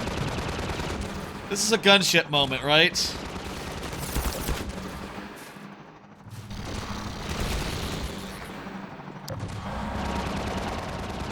But I already used up all my ammunition. Is there like a box somewhere nearby? Nova Prospekt.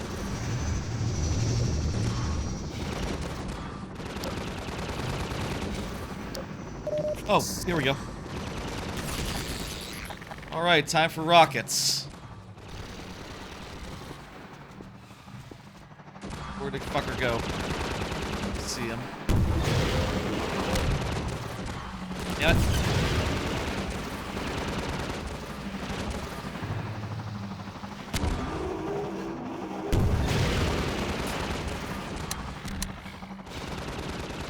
Okay.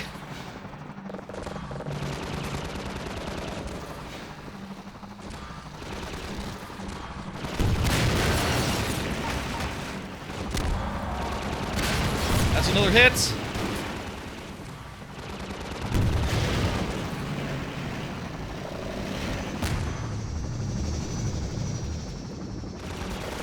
I'm not sure if that hit or not, but we're probably close. That hit.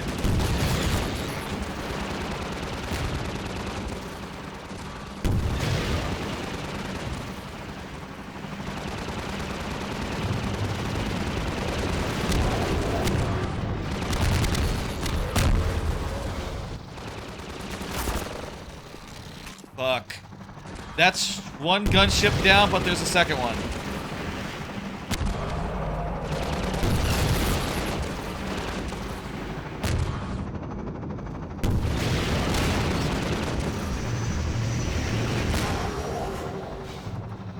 I like how the gunships are organic. That's always been a great touch. You're going to Bedrock Party? Yeah, it is getting pretty late.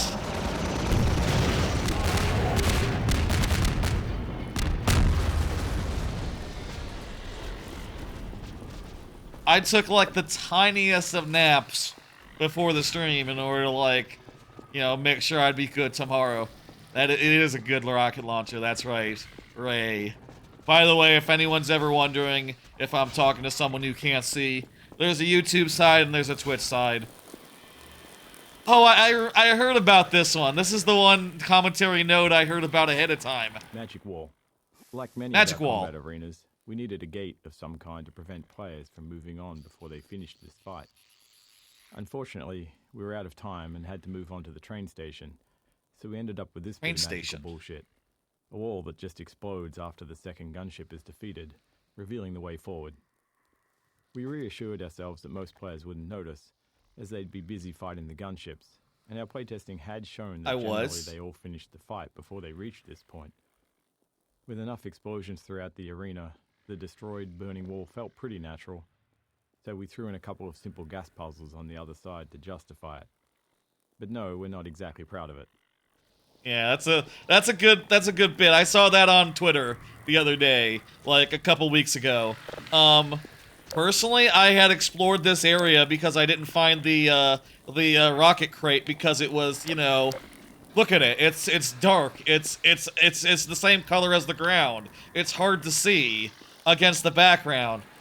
Maybe they should have put a spotlight on it so that you wouldn't miss it necessarily, but perhaps that would not be realistic design. They would not highlight their rocket crate thing. Perimeter communication status 0. Internal stabilization team. Deploy sterilizers into septic infection block A5, A7, B2. Still, I don't think anyone's ever mentioned... I don't think I've ever heard about that being weird. So I guess most people just never noticed it.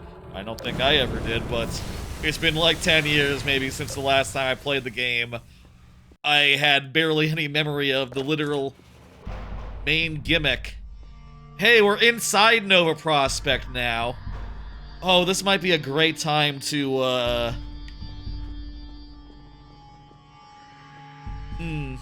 It is 1:30. Getting inside Nova Prospekt would be a good... How much longer is Nova Prospekt from here, you think? How many commentaries are there? Let's see. 3. And they're all right here.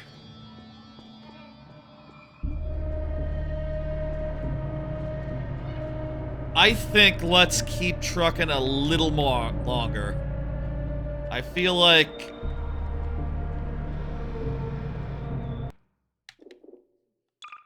You know what?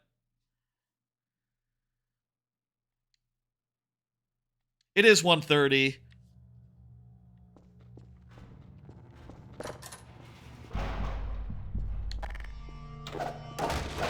It is 1:30. This is Nova Prospekt proper. A chapter thing just came up telling us that this is the chapter.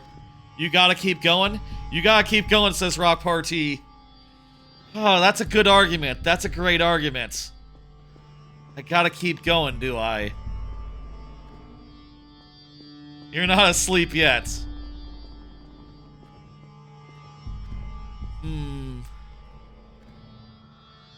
I got work in the morning. I gotta call it, I'm afraid. I think this puts us in a pretty perfect spot for next week, though, to finish it. Thank you for the follow, Ray, on the Twitter side, the Twitch side, jeez. Thank you for the Twitch follow. I suppose you might have also subscribed on the YouTube as well. I appreciate that as well, if you happen to do so. There was no alert for that because your subscriptions are private, if that's what you did. Folks, that's gotta do it for tonight. I think this leaves us in a pretty perfect spot for next week, next Tuesday, same time, finishing the game, going through Nova Prospekt, the city fight, the Citadel. 3 parts of the game. I think that sounds very viable. I think that sounds very doable, and that would make 3 streams of Half-Life a pretty good number, I think. I like playing through games like this, of course, but also I do like doing variety streams on Tuesdays as well sometimes. And you know, if I'm doing these, I can't do other streams as easily. You understand, right?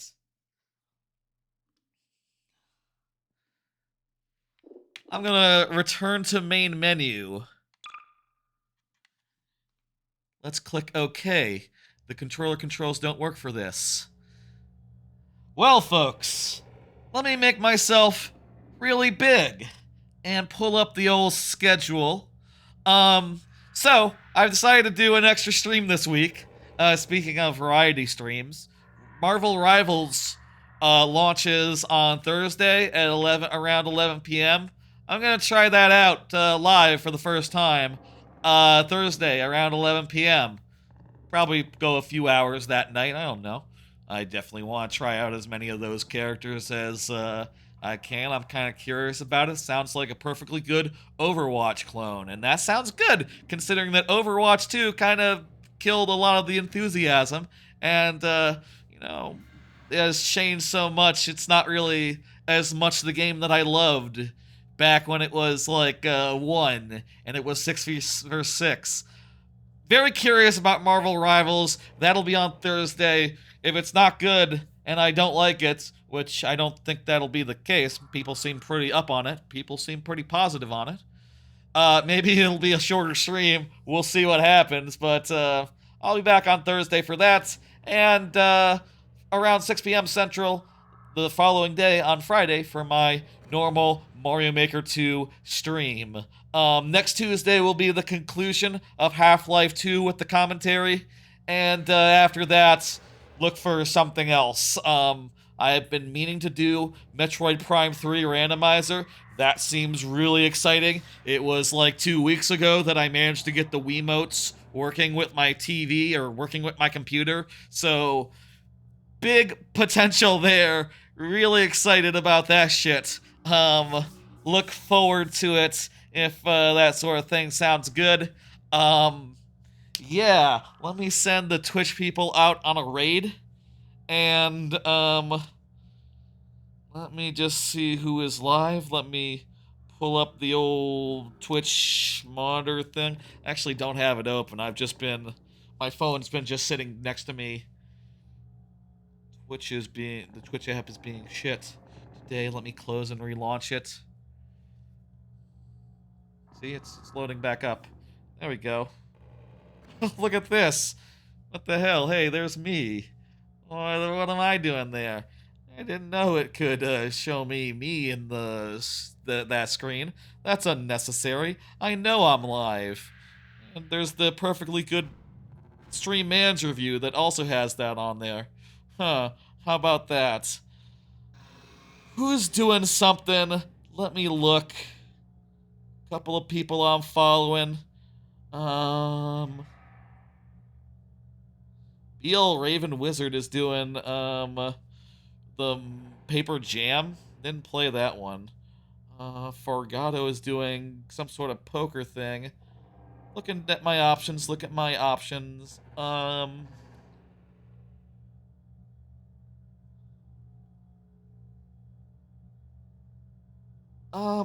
Let's see now. What game is that Briggs is playing? Purple Car. Is that the new Saints Row game? That's bizarre. I'll send you over to Briggs. I don't know. What the fuck? New Saints Row? I think Briggs is cool. It's been a while since I rated him. Perfectly good. I like to mix up the people I'm rating and so forth. Let me pull up that stream so I can see it up. So I can see it go in. Oh, it's Grand Theft Auto 5. Yeah. I guess that'd be weird if it was Saints Row. I was thrown off by the purple car. I was hopeful, even though that game was bad. So, yeah. Grand Theft Auto 5. That game is people like it. All right, I'll see you on Thursday for Marvel Rivals, Friday for Mario Maker 2, and you're looking for more of this, it'll be next Tuesday, and that should be the finale. Good looking out, everyone. Thanks for joining. Give your love to the VOD when it goes up, and bye, folks. Really, bye.